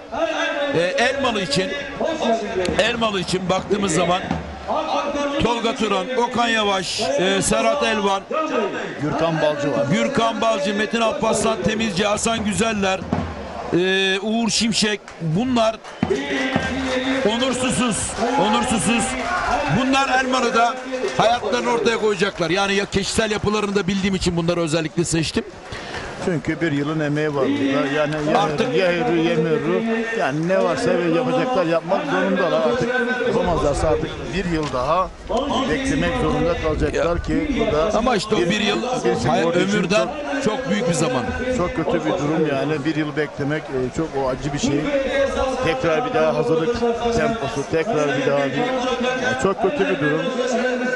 Ama dediğimiz gibi iyi çalışan, iyi hazırlanan, kendine iyi bakan, iyi profesyonel olan sporcu hak ettiğini alıyor.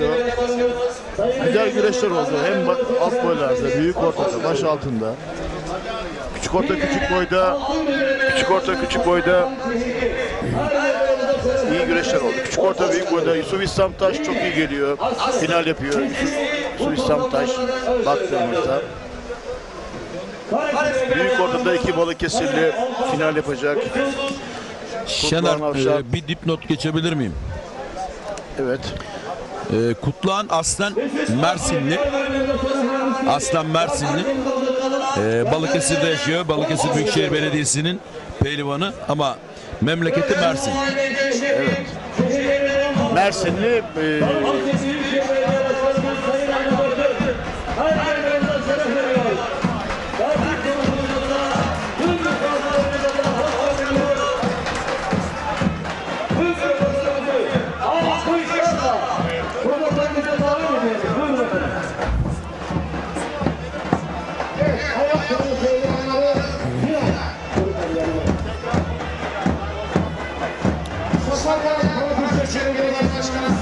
Bu arada sahaya bir dönem önceki belediye başkanımız Yücel Yılmaz da geldi. Türkiye Hallı Güreşi'ne tarihi hizmetleri var. Türkiye Hallı Güreşi bugün bu kadar gelişmişse Sayın Yücel Yılmaz'ın imzası var diye düşünüyorum. Bilmiyorum, sen ne düşünüyorsun? Evet, katılıyorum. Yücel Yılmaz Başkan Kurtdere güreşlerinde önceki dönem buradaydık hep beraber 5 sene boyunca. Daha önceki dönemde Kalesi Belediye Başkanlığı yaptı. Allah Allah! İllallah! Muhammed.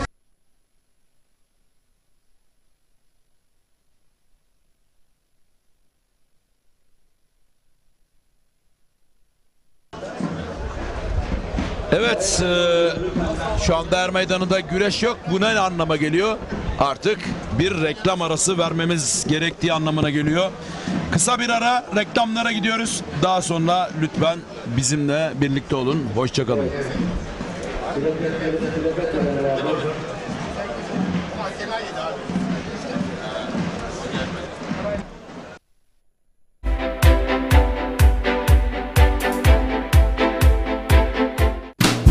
Bereketli tarlalardan lezzetli sofralara, bir yağ ayçiçek yağı ve Birma margarin. Türkiye'nin en büyük ayçiçek yağı üreticisi Trakya Birlik'ten.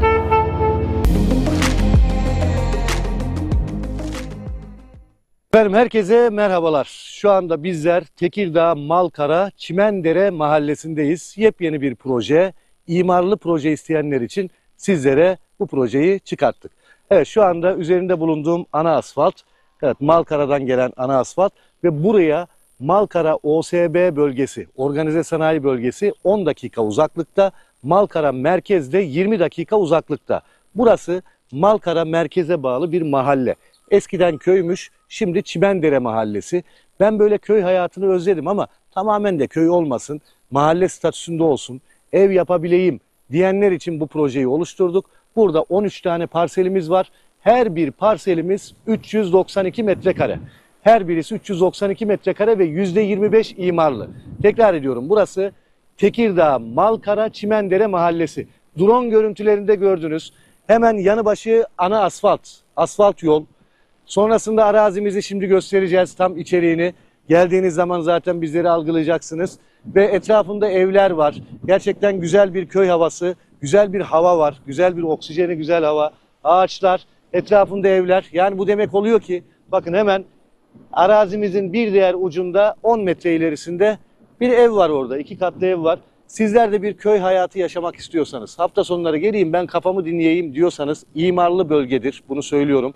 Ana asfalta cephe, Malkara Çimendere mahallesinde 392 metrekare parsellerimiz 13 kişi için satışa hazır. Ekin Gayrimenkul olarak etrafında evler var, camisi var. Organize sanayi bölgesine evet dediğim gibi 10 dakika mesafede. Şöyle biraz ilerleyelim. Bakın ileride üst geçidi göreceksiniz. Hemen çok ileride karşıda zaten drone görüntülerinde mutlaka görmüşsünüzdür.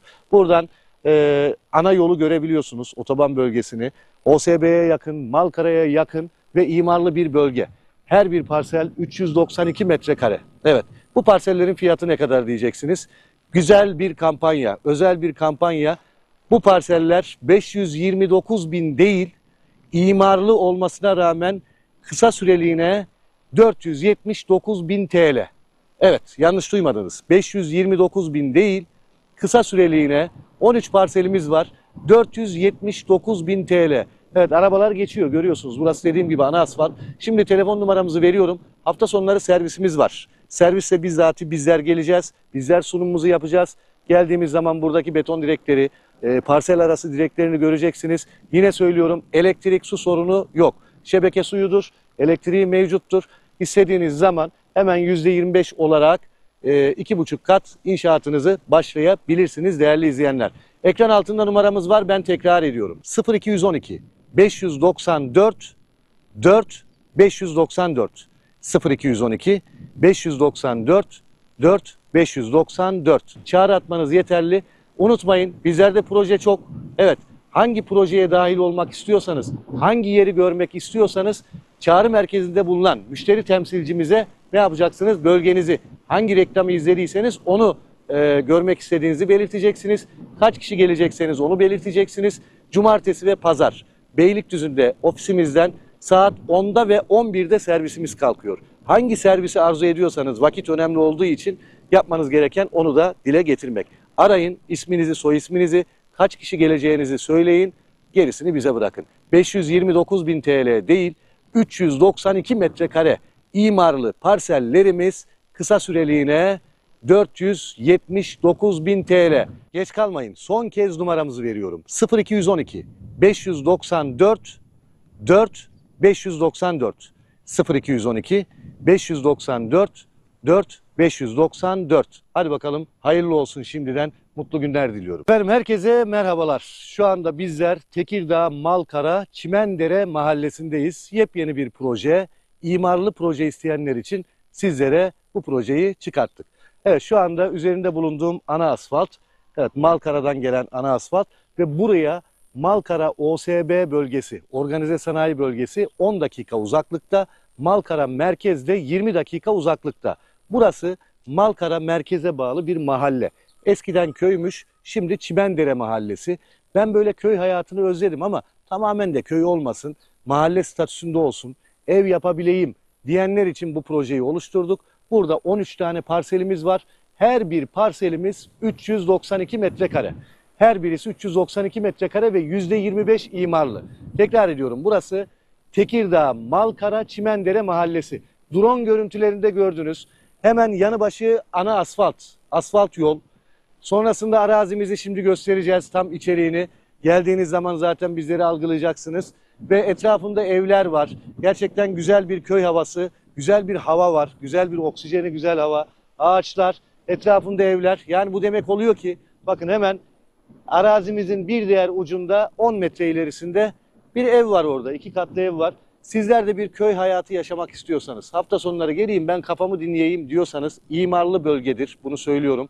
Ana asfalta cephe, Malkara Çimendere mahallesinde 392 metrekare parsellerimiz 13 kişi için satışa hazır. Ekin Gayrimenkul olarak etrafında evler var, camisi var. Organize sanayi bölgesine evet dediğim gibi 10 dakika mesafede. Şöyle biraz ilerleyelim.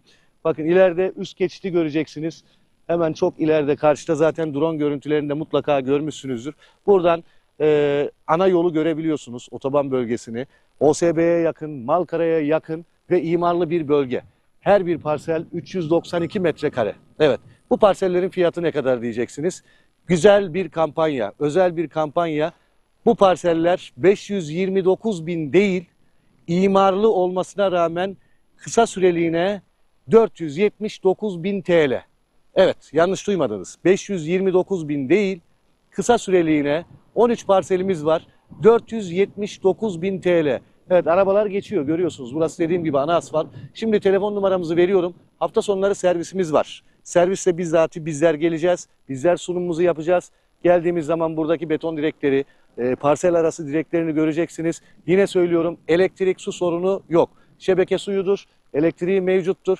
İstediğiniz zaman hemen %25 olarak 2,5 kat inşaatınızı başlayabilirsiniz değerli izleyenler. Ekran altında numaramız var, ben tekrar ediyorum.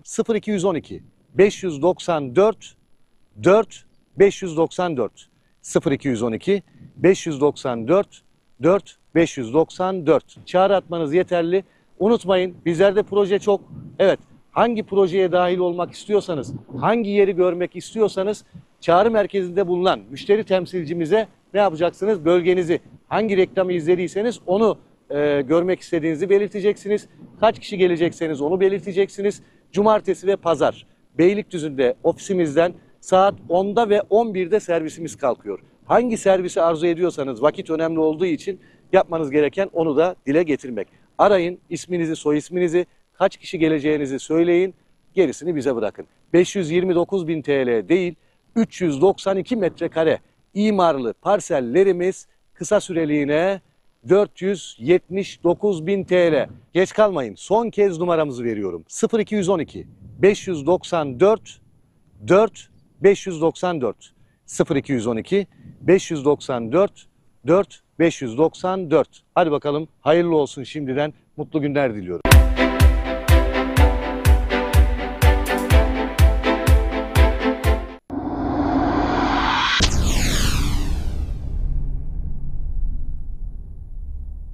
Bir yar sevdim gücüm yetmez, bu gönül seni terk etmez. Selma Bolat'ın hazırlayıp sunduğu Türkü Tadında programının bu haftaki konuğu Cumali Atilla. Olsun zalim, muradın olsun, muradın olsun, hayır muradın olsun, bir daha ararsa. Türkü Tadında programı her salı saat 22'de Ekin Türk TV'de sizlerle. Hiç kolay olmadı. Yeniden ayağa kalkmak. Memleketin her bir ferdiyle yeniden başlamak. 45 günde taş üstüne konuyor da kalp kalbe dokunduğunda bir başka.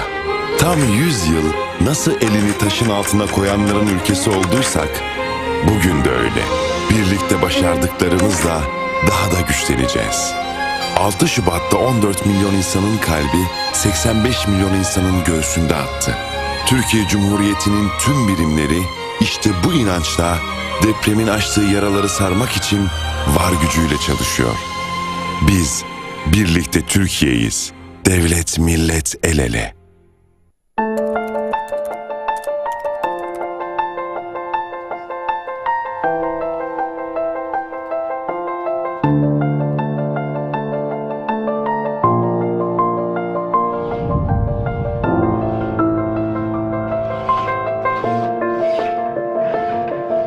Geçmişten bugüne ahilik ile mesleki eğitimin değeri hiç değişmedi.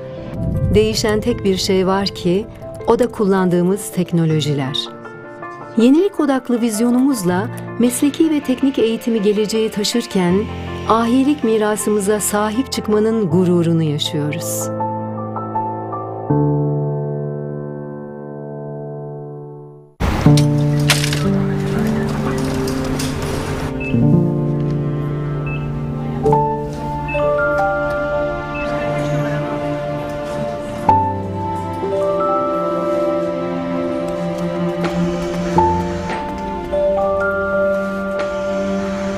Yanındayım demek için uzanan bir el, bazen en güçlü bağın kendisidir.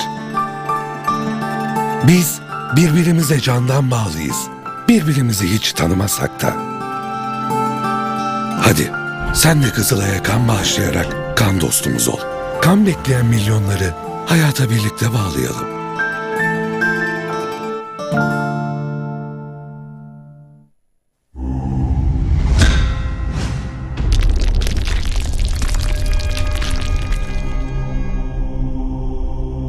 Bizi izlemeye devam edin.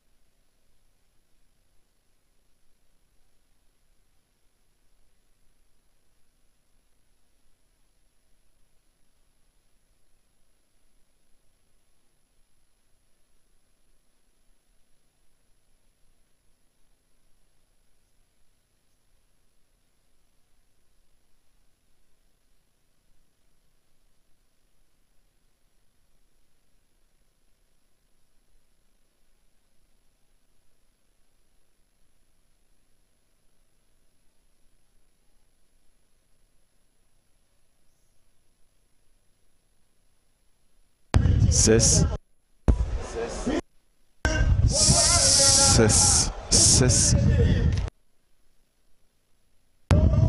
Evet. Fatih abi.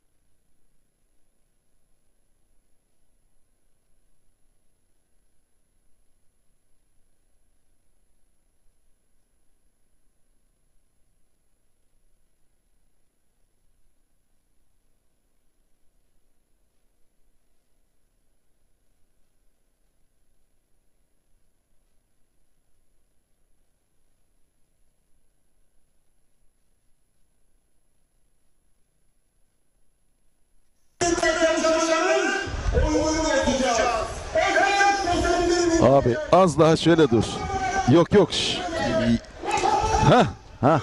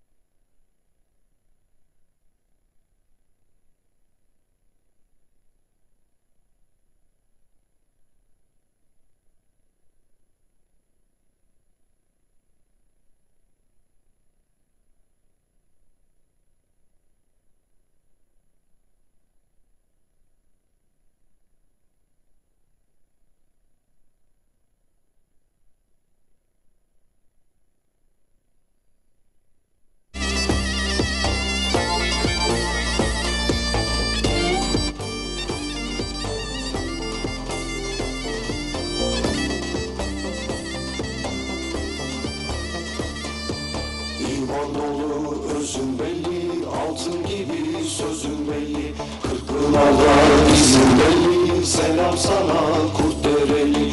Balıkesir senin yurdun, her güneşte asil durdun. Sen cihana mühür vurdun, selam sana Kurtdereli.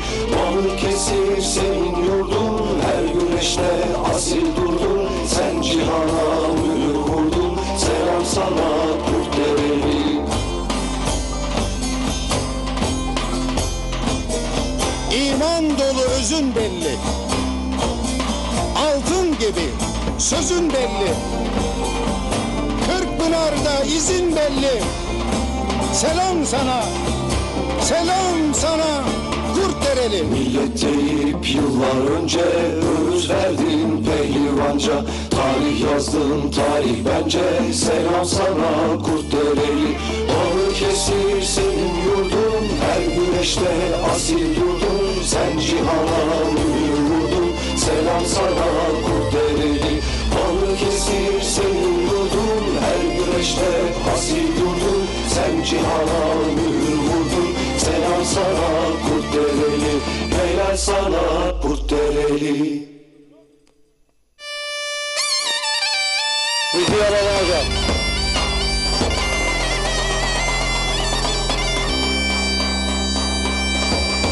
bayrağını alan koştu. Selam sana Kurtdereli. Er meydanı dolup taştı. Selam sana Kurtdereli. Bayrağını alan koştu, selam sana Kurtdereli. Er meydanı dolu taştı, selam sana Kurtdereli. Domaister. Malazgirt'te Alparslan'ın dilinde, surlarda Ulu Batlı'nın elinde, Cumhuriyetimizin kuruluşunun 101. yılında zemin kan kırmızı al, ay yıldızı ak, o asil, o mübarek bayrak, işte bu bayrak.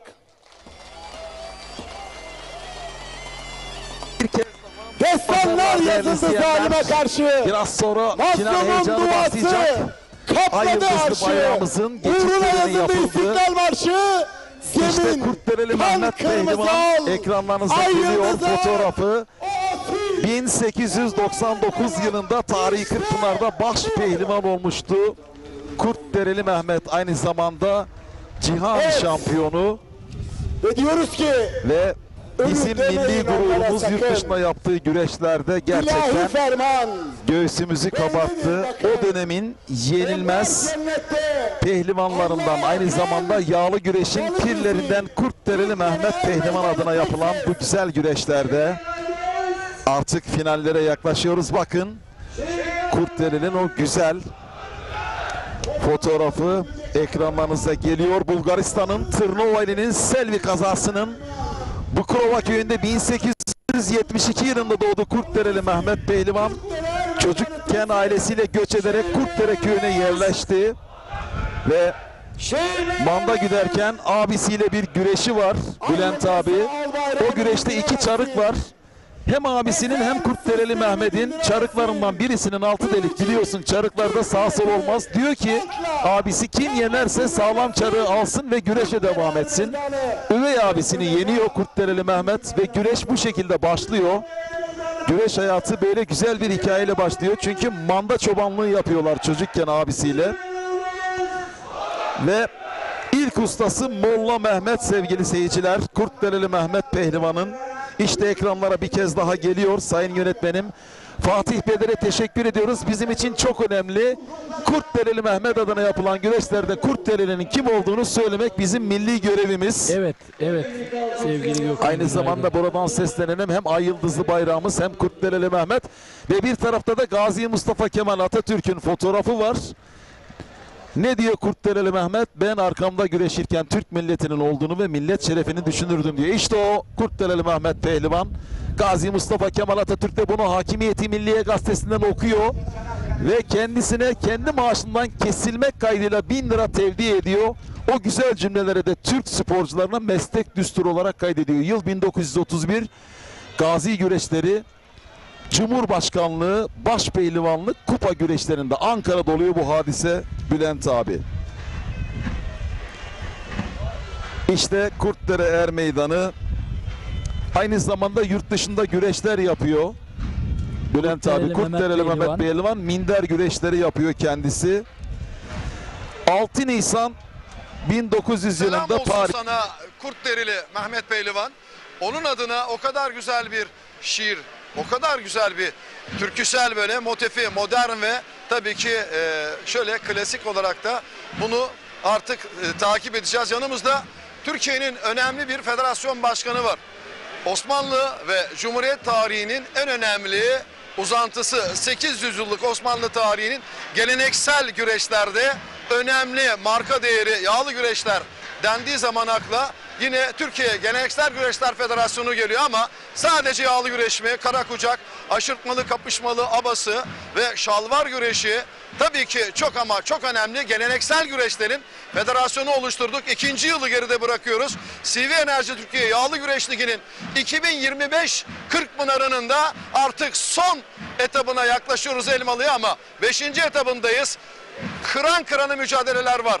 Geçmiş dönem bakanlarımızdan Hulusi Akar çok ama çok önemli bir isim ve yine geçmiş dönemde vefalı olmak lazım Yücel Yılmaz. Yağlı Güreş Birliği'nin önemli ismi Balıkesir Belediye, geçmiş dönem belediye başkanı ve şu an protokolde siyaset üstü Ahmet Akın'ın çok değerli konukları var. Balıkesir Büyükşehir Belediye Başkanı'nın dolayısıyla Sayın İbrahim Türkiş Başkanımızın Türkiye Geleneksel Güreşler Federasyonu ivme üstüne ivme koyuyor. CV Enerji Türkiye Yağlı Güreş Ligi'nde. Söz sizde sevgili başkanım, final öncesindeyiz. Evet, bugün ikinci röportajım sabah TRT'ye de söyledim öğlen saatlerinde. Şimdi gerçekten dünden beri inanılmaz güreşler oldu, muhteşem güreşler oldu. Ve bütün seyircilerimiz bu mutluluğu ifade ettiler. Ne kadar büyük güreşler, ne kadar güzel güreşler diye bize ifade ettiler.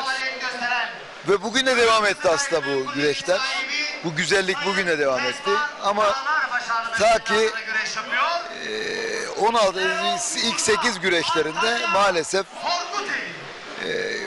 Yani hakem kararlarıyla ilgili bazı seyircilerimizin meydanlarına yakışmayan bir tavrı oldu. Açıkçası bu beni çok incitti ve üzdü, doğruyu konuşmak gerekiyorsa. Çünkü dakikalarca yani karar yanlış da alınmış olabilir, doğru da alınmış olabilir. Bizler hakem değiliz neticede. Önemli olan bu kararın hangi niyetle alındığı. Ne gördülerse onu vermeye çalışıyor hakemlerimiz. Açıkçası önemli bir kısmı da diğer bölümdeki seyircilerimizin kararın doğru olduğunu düşünenler de var. Ya yanlış da olabilir, bakın doğru olur, yanlış olur. Bizim burada meydanlarında bizim buralara yakışmayan, buralarda görmeye alışmadığımız yuhlamayı, hakareti veya elindeki şişeleri sahaya fırlatmayı ben açıkçası çok yadırgadım, çok üzüldüm. Benim vefakar yağlı güreş seyircime yakıştıramadım. Onlardan ricam, istirhamım bir daha bunu yapmasınlar. Gerçekten bizim meydanlarımıza bu yakışmıyor. Bizim kültürümüzde bu yok. Siz de çok hassassınız, siz de çok üzüldünüz. Ben o andan itibaren şeyimi kaybettim, açık konuşayım. Keyfimi kaybettim. Zaten bu hareketler yarı final güreşlerine de yansıdı, ben size söyleyeyim. Çünkü bizim sporcumuz buna alışık değil. Bakın bilirsiniz, siz çok entelektüel bir spor seversiniz. Spor insanısınız. Biliyorsunuz ki bir tenis müsabakası yapılırken müsabakanın başlayacağı anda alkışa da izin verilmez. En küçük konuşmaya da izin verilmez. Herkese denir ki teşekkür ederiz derler. Herkes susar. Burada bizim bir tek tepkimiz alkış olmalı sporcularımıza. Çünkü sporcularımızın en ufak bir yanlış olmadı. Her o tartışmaya konu olan o iki müsabakadaki 4 güreşçimiz de en canavar gibi güreştiler. Birbirlerini yediler. Çok son ana kadar güreştiler. Bizim onları sadece alkışlamamız lazım. Çocuklarımız hakikaten çok güzel güreştiler. O yüzden ben bugün biraz incindim. Bunu bir kere daha ifade ediyorum. Bunu yapmamamız lazım. Çünkü ne olacak? Yarın bir gün siz geleceksiniz. Gene Yusufcan Zeybe'yi başka bir yerde alkışlayacaksınız değil mi? Ve yine burada da alkışlandı. Sonra da alkışlandı. Sonra efendime söyleyeyim dün İsmail'e oldu. Bakın onu bir gün gene geleceksiniz alkışlayın. Onlar bizim yıldızlarımız. Yani bunu yapmamamız lazım. O çocuklar buna alışık değiller çünkü. Futbol sahalarında bu normal karşılanıyor ama orada bile güzel değil. Fair play anlayışına uygun değil ama oralarda alıştığımız tablolar, burada alışmadığımız tablolar. O yüzden bunu yapmayalım. İstirham ediyorum, bunu yapmayalım. Sevgili başkanım, hemen şöyle kamerama dönüp değerli güreş severler, temposu çok yüksek başlamıştı. Bu arada tabii Feyzullah ve Yusufcan başladığı andan puanlamaya kadar kıyasıya güreşler ama bu tempo sonrasında gülen taraf Yusufcan Zeybek olurken biraz önce de federasyon başkanımız en centilmen pehlivan olarak da Yusufcan Zeybek'in rakibi Feyzullah Aktürk'ü ayakta ödüllendirdi. Tabii ki bunlar buruk bir şekilde Yusufcan Zeybek'in de canlı yayında arkadaşlarımıza yaptığımız ortak yayında moralmen zaten duygusal bir başpehlivan. Kalitesi yüksek işler istiyorsak, güreşler istiyorsak biraz sağduyu. Başkanım da çok duygusal bir yapısı var. Çünkü sizler için en iyisini yapmaya çalışıyor. Ben en iyisini yapmaya çalışan Sayın İbrahim Türkiş Başkanıma 2025 Kırkpınar'ına değişen kurallar olacak mı, yeni uygulamalar olacak mı soruyu da siz de interaktifken sormuş olayım. Evet Sayın Başkanım, seyirci mesajı da alıyor. Sonra Yusufcan'ı alkışladılar ama kalp kırıldı bir kere. Ama inşallah bir daha olmaz. Bunları da konuşmuş olmamız çok önemli. Yarı final güreşine etki yaptı bu. Evet. Bu beni açıkçası gene Kemal gene yenebildi. Ben o anlamda demiyorum. Yanlış anlaşılmasın. Çocuğun şeyinden belli. O diyorum beni üzdü. Yani hiçbirine bunu yapmamamız lazım. Neyse bunu kapatalım artık. Sevgili başkanım 2025'e gidiyoruz. Önemli radikal kararlarınız oluyor. 2025'e hangi kararlarla, nasıl uygulamalarla gideceğiz? Tabii çok radikal kararlar anlamında şöyle söyleyeyim. Bizim seyirciden bize gelen en çok talep puanlama sistemine duydukları tepki. Yani puan güreşinden nefret ediyor seyircimiz. Bunu ben geçen sene Kırkpınar için biliyorsunuz kaldırdığımı söylemiştim. Biraz paldır küldür yaptım. Baş boyu için en azından. Baş boyu için yapmıştım. Bunu ani bir karar almıştım. Bu benim şahsi kararımdı. Şahsi kararım olduğu için yeniden gözden geçirmek zorunda kaldım. Çünkü sporcularımızın hiçbirinin bunu istemediğini gördüm. enteresandır. Yani aslında bazılarının istemesi lazım. Hiçbir istemedi. Hakemlerim de istemedi. Diğer paydaşlarımdan da acaba düşünceleri görünce biz bunu bir müddet erteleyelim dedim bu kararı. Ama erteleyip de şunu demedim. Sonsuza kadar hiç yapmayacağız anlamında demedik. Artık bizim talimatımızda federasyonumuzun istediği zaman uygulayabileceği bir yetki maddesi var. Şu anda var. Ama radikal bir karar olarak uygulamayacağız bunu. Bunu taraftarlarımıza, seyircilerimize söyleyeyim. Çünkü bunun bir hazmedilmesi lazım ama önümüzdeki yıl şunu yapacağız. Bu da onları çok mutlu edecek. Yumuşak bir geçiş yapacağız. Nasıl yumuşak geçiş yapacağız? Çalıştayımızda da bunu tartışacağız. Ama benim düşüncem bu. Açık konuşayım. Benim düşüncem puanlama harici güreşle galip gelen sporcuyu zaten 2 yıl önce biz ligi kurarken de averajda onlara bir avantaj sağlıyorduk. Bunu birçok vatandaşımız puanlama bilmiyor. haricinde galip gelen. Şimdi şöyle, puanlama haricinde doğrudan galibiyet alan sporcularımızın oradaki en çok galibiyet alan sayısı hepsinin o puantajında var. Eğer eşitlik halinde averajı bozan unsurlardan biriydi biliyorsunuz. Evet, İlk bunu sizin başkanım. programınızda konuştuk. Beraber konuştuk. Ama bu yetmiyor. Gördük ki bu yetmiyor. Çünkü ilk tercihini aralarındaki galibiyet sayısı kim fazlaysa o. Olmazsa buna bakıyorduk. Şimdi diyeceğiz ki şöyle bir karar aldık. Daha doğrusu düşünüyorum almayı. Eğer benim Çalıştay'daki paydaşlarım da bana bu konuda destek verirse benim kararım bu yönde. Diyoruz ki gelin şunu yapalım. Puanlama harici doğrudan galip gelen sporcularımıza 2 değil 3 puan verelim. Doğrudan galibiyet alan sporcuya 3 puan verelim. Biraz kendini zorlasın. Galibiyet alarak zorlasın. Kendine biraz sıkıya soktuğu için puanlama harici galibiyet almaya yönelik bir teşvik koyalım. Ve yine ligde biz biliyorsunuz her galibiyete bir galibiyet başına para ödülü veriyoruz ya. Bu ödülü puanlama dışında eğer galip gelirse belli bir katsayı oranında arttıralım. Bu belki bir kat daha fazla olabilir. %100 arttırabiliriz bakın. Bu bizim bütçemizi zorlayabilir ama ben belediye başkanlarımızla da bu konuyu görüşeceğim. Çünkü ligdeki bütçeyi onlar belirliyor. Onlar ödüyor netice itibariyle. Bunun sınırını nereye kadar yükseltiriz hep birlikte karar vereceğiz. Ama bunu yapacağız. Mesela doğrudan galip gelen sporcumuza daha fazla para vereceğiz o kesin. Bu %25 mi olur 50 mi olur? Puanlamadan uzak kalalım. Puanlamadan uzak kalmak için avantaj sağlayacağız. Bunları yaptığımız vakit inanıyorum ki ben önümüzdeki 2 yıl içerisinde puanlama harici galibiyetlerin elde edilmesinde ciddi bir adım sağlanacak. Yani bu bir yumuşak geçiş olarak önümüze gelecek. Olmazsa başka tedbirler koyacağız. Yani bir önümüzdeki bir 2-3 yıllık süreç içerisinde puanlamayı yok edecek bir takım unsurları güreşin içine sokacağız.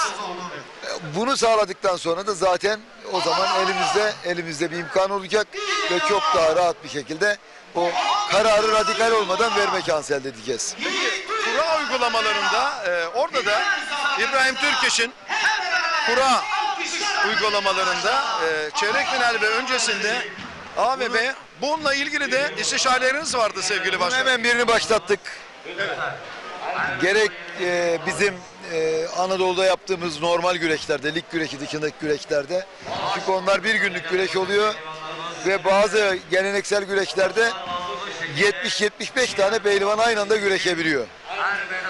Tabii böyle olunca süre bizim için çok önemli. Ben şunu samimiyetle ifade edeyim. Bütün güreş severlerime de söylüyorum. Bunu söylemekte ben çünkü doğruları söylemekten hiçbir zaman geri adım atmadım.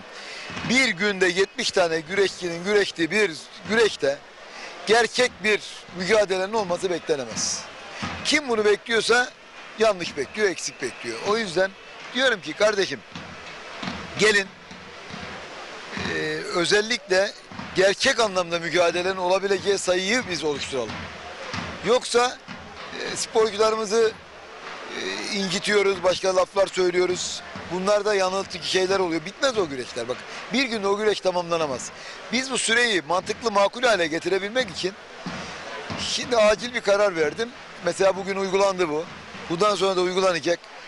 özellikle ilk 64'e kalma ve 64'ten 32'ye kalmada kurayı dışarıda sporcularımızın tek tek burada çağrılarak değil de dışarıda hakem heyetimizin önünde, onların gözünün önünde birlikte çekiyoruz. Burada 2 kez zaman kaybetmemiş oluyoruz. Yani zaten diğer unsurlar yapılırken dışarıda hakem heyetimiz o kura işlemini hallediyor. Bunu bugün de 64'te ve 64 öncesinde yaptık. Buradan biz 1-1,5 saat kazanıyoruz. Bakın istesek şu anda saat 4,5, biz arzu etsek şu anda şeyi başlatabiliriz. Finali başlatabiliriz. Bunda da bunun etkisi var. Ya bize 1-1,5 saat kazandırıyor. Bakın bizim yağlı güreşin en büyük sıkıntılarından bir tanesi. Bunu açıkladığınız çok iyi oldu sevgili başkanım. Globalleşme, çok daha önemli hale gelme. Türkiye'de çok etkin kanallarda bunun etkili bir şekilde yayınlanması açısından bizim kendimizi ortaya koyabilmemiz anlamında bizim bazı engellerimiz var. Bu engellerin de en önemlisi boşa kaybettiğimiz çok ciddi zaman dilimleri var. Zaman çok önemli. İşte bu zaman dilimlerini bizim kaybetmememiz lazım. Belki güreş birliğimizde yine bütün paydaşlarımıza yapacağımız çalıştay ve toplantılarda biz bu zaman kayıplarını ortadan kaldıracak diğer unsurları da önümüze alacağız ve dikkate alacağız. Mesela size ifade ediyoruz. Şimdi normalde lig güreşleri dışındaki güreşlerde biliyorsunuz bu sahalar biraz istediğimiz gibi olmuyor. Sürekli sporcularımızın yani arzu etmediğimiz görüntülerin olduğu bir saha haline gelebiliyor. Ama lig güreşlerinde oluyor mu bu? Olmuyor. Kırkpınar'da oluyor mu? Olmuyor. Burada da mesela her önüne gelen anons edilerek sahanın içine gezdirilmiyor. Çok istisna. Bunu istisnai koşullarla tutuyoruz. O geleneği de korumak için ama mümkün mertebe yapmamaya çalışıyoruz. Başkanım, günün birinde inşallah bu lig güreşlerimizi de Kırkpınar'ın seviyesine getirelim inşallah o günlerde Tam gelsin. bu noktada parantez açalım.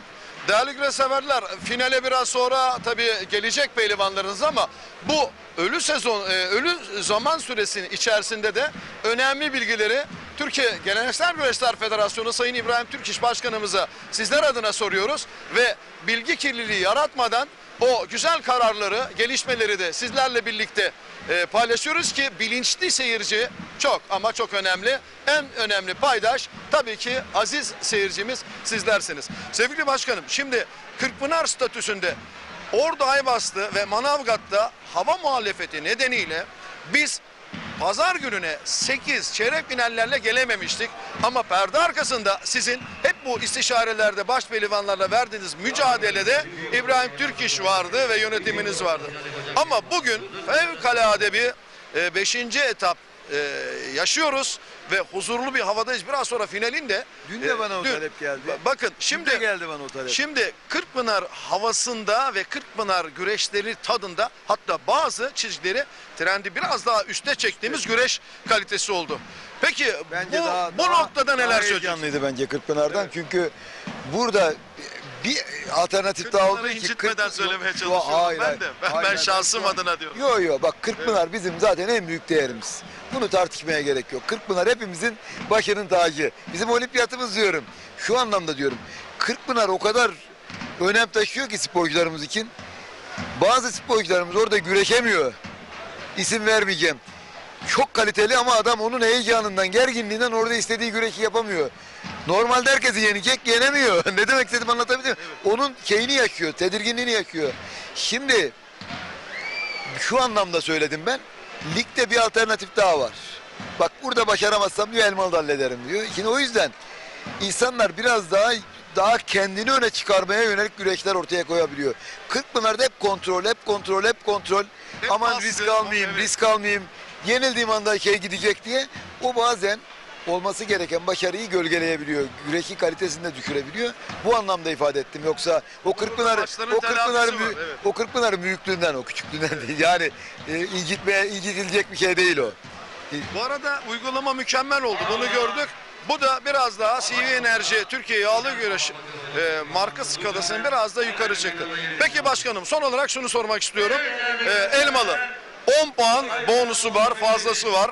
Artı 15-25 diğer boylarda da bunu göreceğiz. Peki nasıl bir Elmalı? Bütün hesapların, kitapların yapıldığı minikten başa kadar Elmalı herkesin rüyalarını süslemeye başladı. Ya şimdi Elmalı'da tabii Ali Gürbüz'ün yenildiği andan itibaren acaba lig yeniden mi başlıyor dedik. Çünkü burada da +5 var biliyorsunuz. Burası da özel statülü. Şimdi ama tabii burada Ali'yi yakından takip eden sporcular finale kalamadığı için aynı aşağı yukarı biraz puan farkı azaldı. Ama ciddi anlamda azalmadı. O yüzden Ali Gürbüz'ün çok ciddi bir avantajı var. Artık Elmalı'da çok ciddi bir avantajı var. Ama şampiyonluğu garantiledi mi? Garantilemedi tabii ki. Ama çok ciddi bir avantajı var. Tabii hak eden kazansın diyoruz. Hakikaten Ali de şöyle söyleyeyim, Ali Gürbüz çok başarılı güreşler attı. Gerçekten lige damgasını vurdu. Hakkıdır. Yani gerçekten çok başarılıdır. Ama tabii yani yağlı güreş bu yani. Her an herkesi yenebiliyor. Kalkıp da ilk 3 turda, 4 turda birine, ilk 3 turda birine yenilirse, yakın takipçilerinden biri de kazanırsa Elmalı'da tabii sonuç değişebilir ama normal şartlar altında biraz şey gibi. Yani Elmalı'nın tablosu, yani ligin tablosu garanti olmasa da Ali'nin çok ciddi favori olduğu bir tablo. O anlamda görülüyor. Günlük değer özelliği mükemmel olacak Elmalı'nın günlük değer üzerinden. Şöyle 5 etabı da kapsayacak, kucaklayacak. 5 etapta hani biraz önce Kırkpınar'dan bahsettiniz ya, bir Kırkpınar'ın var ama burada her etap bir Kırkpınar havası oldu. Telafisi olur. 2 tane baş pehlivanımız çıkacak her şeyden öncesi. En önemli unsurlar, Türkiye'nin önemli bir şampiyonu daha çıkacak. Lig şampiyonu çıkacak. Bir Kırkpınar şampiyonumuz var. Bir de lig şampiyonumuz var biliyorsunuz. 2 tane büyük şampiyonumuz. Birisi Türkiye baş pehlivanı tabii tartışmasız. Ama biri de yine Türkiye'nin liginin şampiyonu. O da önemli. Ya bir şampiyonumuz daha belli olacak. Bu şampiyonumuz Elmalı'nın şampiyonu mu olur onu bilemiyoruz tabii. Yani ligin şampiyonu aynı zamanda Elmalı'nın şampiyonu olabilir. Elmalı'nın şampiyonu ligin şampiyonundan farklı olabilir. Bunlar bilemiyoruz. O gün belli olacak. Önemli olan hak eden kazansın. Sakatlıksız olsun. Bak burada dün yapılan güreşte Mehmet Yeşil gözünden bir sakatlık, rahatsızlık geçirmişti. Yaralanma geçirmişti. Bugün ameliyat geçirmiş. Birazdan onu arayacağım. Geçmiş olsun dilekleri. Buradan da kendisine tekrar geçmiş olsun dileklerimi ifade ediyorum. Hakikaten bütün sporcularımızı Allah korusun diyorum ben bu anlamda. Ama dün de söyledim, bugün bir kere daha ifade ediyorum. Şimdi bu tabii röportajlarımız hep yazgılarımızın anonslarına denk geliyor. Nedense hep buna denk geliyor. Seste bir sıkıntımız yok. Yok ama ben kendimi zorluyorum ki dikkatimi bozuyor. Şimdi şunu ifade edeceğim. Yani soruyorlar ya ki size sordunuz gelecek sene ilgili alacağımız ana kararlar hep Çalıştay'da birlikte alacağız. Onu söyleyeyim. Ama kesin alacağımız kararlar var mı? 1-2 tanesini ben size ifade edeyim.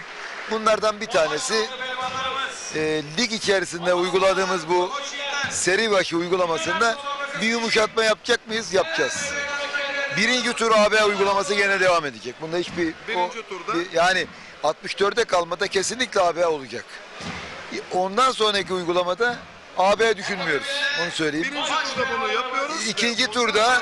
İkinci turda mutlak surette bir ilk 8 seri başı uygulayacağız. İkinci turda. Üçüncü turda uygulayacağız mı uygulamayacağız mı? Hep birlikte karar vereceğiz. Tartışacağız. Eğer hep birlikte bunu uygulayalım dersek uygulayacağız. Uygulamayalım dersek bir tur efendime söyleyeyim AB, ikinci tur ilk 8, üçüncü turdan itibaren ya gene bir tur daha seri başı ya da herkes aynı torbada. Böyle yani bunu bakın şimdiden diyorum. Bunu sporcularımızın, paydaşlar, bir tek sporcularımız vermeyecek tabii bu kararı. Paydaşlarımız verecek, seyircilerimiz verecek. Hep birlikte bu kararı vermek zorundayız. Çünkü bizim bu kararı almamızdaki en önemli etki seyircilerin isteğiydi. Seyirciler diyorlar ki bu heyecanın devam etmesini istiyorlar. Başka türlü biz hep diyorum 2 sene, 3 sene sonra çok büyük değerlere bu ligimizin yayın haklarını satmaya hayal ediyoruz, umut ediyoruz. Bunu başka türlü sağlayamayız. Bunu anlatmaya çalışıyorum. Bu anlamda ifade ediyorum. Bunun için bu şeyleri yapacağız ama gene ifade ettim, bir kere daha söylüyorum. Buranın gidişatı Kırkpınar'ı etkileyecek. O tartışmasız. Kırkbaş pehlivan konusunu kesinlikle değiştirmeyeceğiz. O devam edecek. Bunu söyleyeyim. O tartışmaya açık değil. Ama bir sene sonra için belki 2-3 tane federasyona kontenjanla ilgili şeyler getirebiliriz. Bazı hani sakatlıklar, kaza, buna benzer. Bu da çok önemli. Çok flash sporcular için, bunu bir takım kriterler belirleyip, objektif kriterler belirleyip, o kriterler kim olduğu belli değil. Sene sonunda belki federasyon diyecek ki belki 2 kişiye, belki 1 kişiye, belki 3 kişiye şey diyebilir. Kontenjan ayırıp şunu belirledim diyebilir. Gelecek sene bunun uygulanması tabii zor. Çünkü bu yapılmış bir şey. Bir sonraki seneye bunu ama böyle bir Çalıştay'a sunacağım bunu. Onu söyleyeyim. 2026 Kırkpınar için olabilir. Onu Çalıştay'a sunacağız. Böyle bir şey olabilir. Olacak demiyorum, olabilir. Bunu sunacağız. Hep birlikte nasıl karar veririz bakıp göreceğiz yani. Bunların hep değerlendirmelerini yapacağız. Torbalarda da bir takım esnek hareketler yapacağız. Herhalde kritik bir viraj var. Evet, büyük orta şu an salındı ama küçük orta küçük ve küçük orta büyükte de güzel finaller var sevgili başkanım. Kusura bakmayın, ben de baktım. Ekranda şu an bakıyorum, ekranda Fatih Bedir ekrana taşımış. Evet. Yarı biz varız, yarı o var, öyle mi? Aynen. Ben de göremediğim için görmek istedim. Yani şimdi bizim normal Kırkpınar'daki mücadeleyi oluşturan torbada da belki ufak tefek bir takım bazı değişiklikler bizi önümüzü açacak. Eğer çok güzel teklifler gelirse bunları değerlendireceğiz tabii ki. Evet. Yani hiçbir şekilde tartışmadan uzak bunu aynen uygulayacağız demiyoruz ama buradaki mücadeleyi sekteye uğratmayacak şeyler varsa, değerlendirmeler varsa bunları da dikkate alacağız. Değerli güreş severler, finale şimdi pehlivanlar anons edildi. Türkiye Geleneksel Güreşler Federasyonu Başkanımız Sayın İbrahim Türkiş'e sorduk. Sizler için 2025'te bizi neler bekliyor, neler yapabiliriz? Ancak göreve geldi, o genel kurulda verdiği bir söz vardı kürsüde. Hep beraber yapacağız, hep beraber kararlar alacağız, birlikte yöneteceğiz demişti. Öyle de devam ediyor. Son olarak ilave etmek istediğiniz bir şey var mı? Final öncesi sevgili başkanım. Ben 2 tane genç sporcumuz final yapacak. Hak eden kazansın diyorum. İnşallah sakatlıksız bir mücadele diliyorum.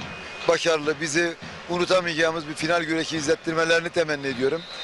Hangisi kazanırsa kazansın bunlar için inanılmaz bir şey. Birisi geçen sene daha şöyle söyleyeyim. Geçen sene baş altında güreşip ligde çok başarılıyken Kırkpınar'ı kazanıp baş pehlivan olmuştu. Diğeri de bu sene lige damgasını vurmuştu. Ligde birinciydi. Gitti Kırkpınar'da da birinci oldu. Baş pehlivan oldu. Bakın hala bu sefer baş pehlivanlıkta da damga vuruyor. Hangisi başarırsa bizim evladımız. İkisi de bizim evladımız. Allah yollarını açık etsin diyorum. Peki sevgili başkanım.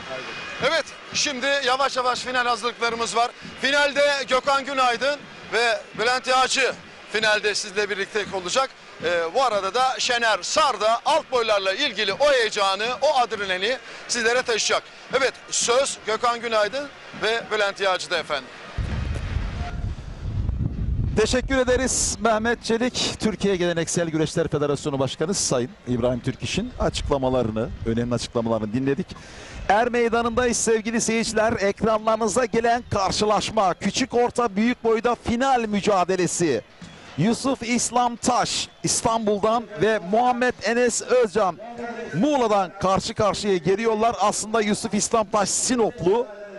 Sırtı dönük olan pehlivan. Evet. Aynı zamanda kendisi Mustafa Taş'ın kardeşi. Baş pehlivan Mustafa Taş'ın kardeşi. Ve yüzü dönük olan da Muhammed Enes Özcan sevgili seyirciler. Tabii küçük orta yine başta güreşen Erkan Taş da kuzenleri. Evet. İzlediğiniz karşılaşma küçük orta büyük boyun finali. Hemen yanında bir karşılaşma daha var. Sayın yönetmenim, ünlü güreş yönetmeni Fatih Bedir belki ikili pencere açar. Bazen gösterir. Orada da büyük ortanın finali var sevgili seyirciler. O da ekranlara geldiği zaman söyleyeceğiz. Hemen söyleyelim. Büyük ortada da Kutluhan Avşar ve Burak Bozkurt şu anda Er Meydanı'na final yapan iki isim. Ekranlardaki karşılaşma küçük orta büyük boyun finali. Artık finallerdeyiz. Birazdan baş altında Serhat Elvan ve Okan Yavaş final yapacaklar. Ve onların ardından da Cazgırlar, Kurtdereli Mehmet Pehlivan güreşlerinin son karşılaşması için 76 baş pehlivanının kısmet giydiği bu güzel er meydanında Enes Doğan ve Erkan Taş'ın final için bir kez daha seyircilere pehlivanları tanıtacaklar. Evet, teşekkür ederiz Sayın Fatih Bedir. İkili pencerede sağda görüyorsunuz sevgili seyirciler.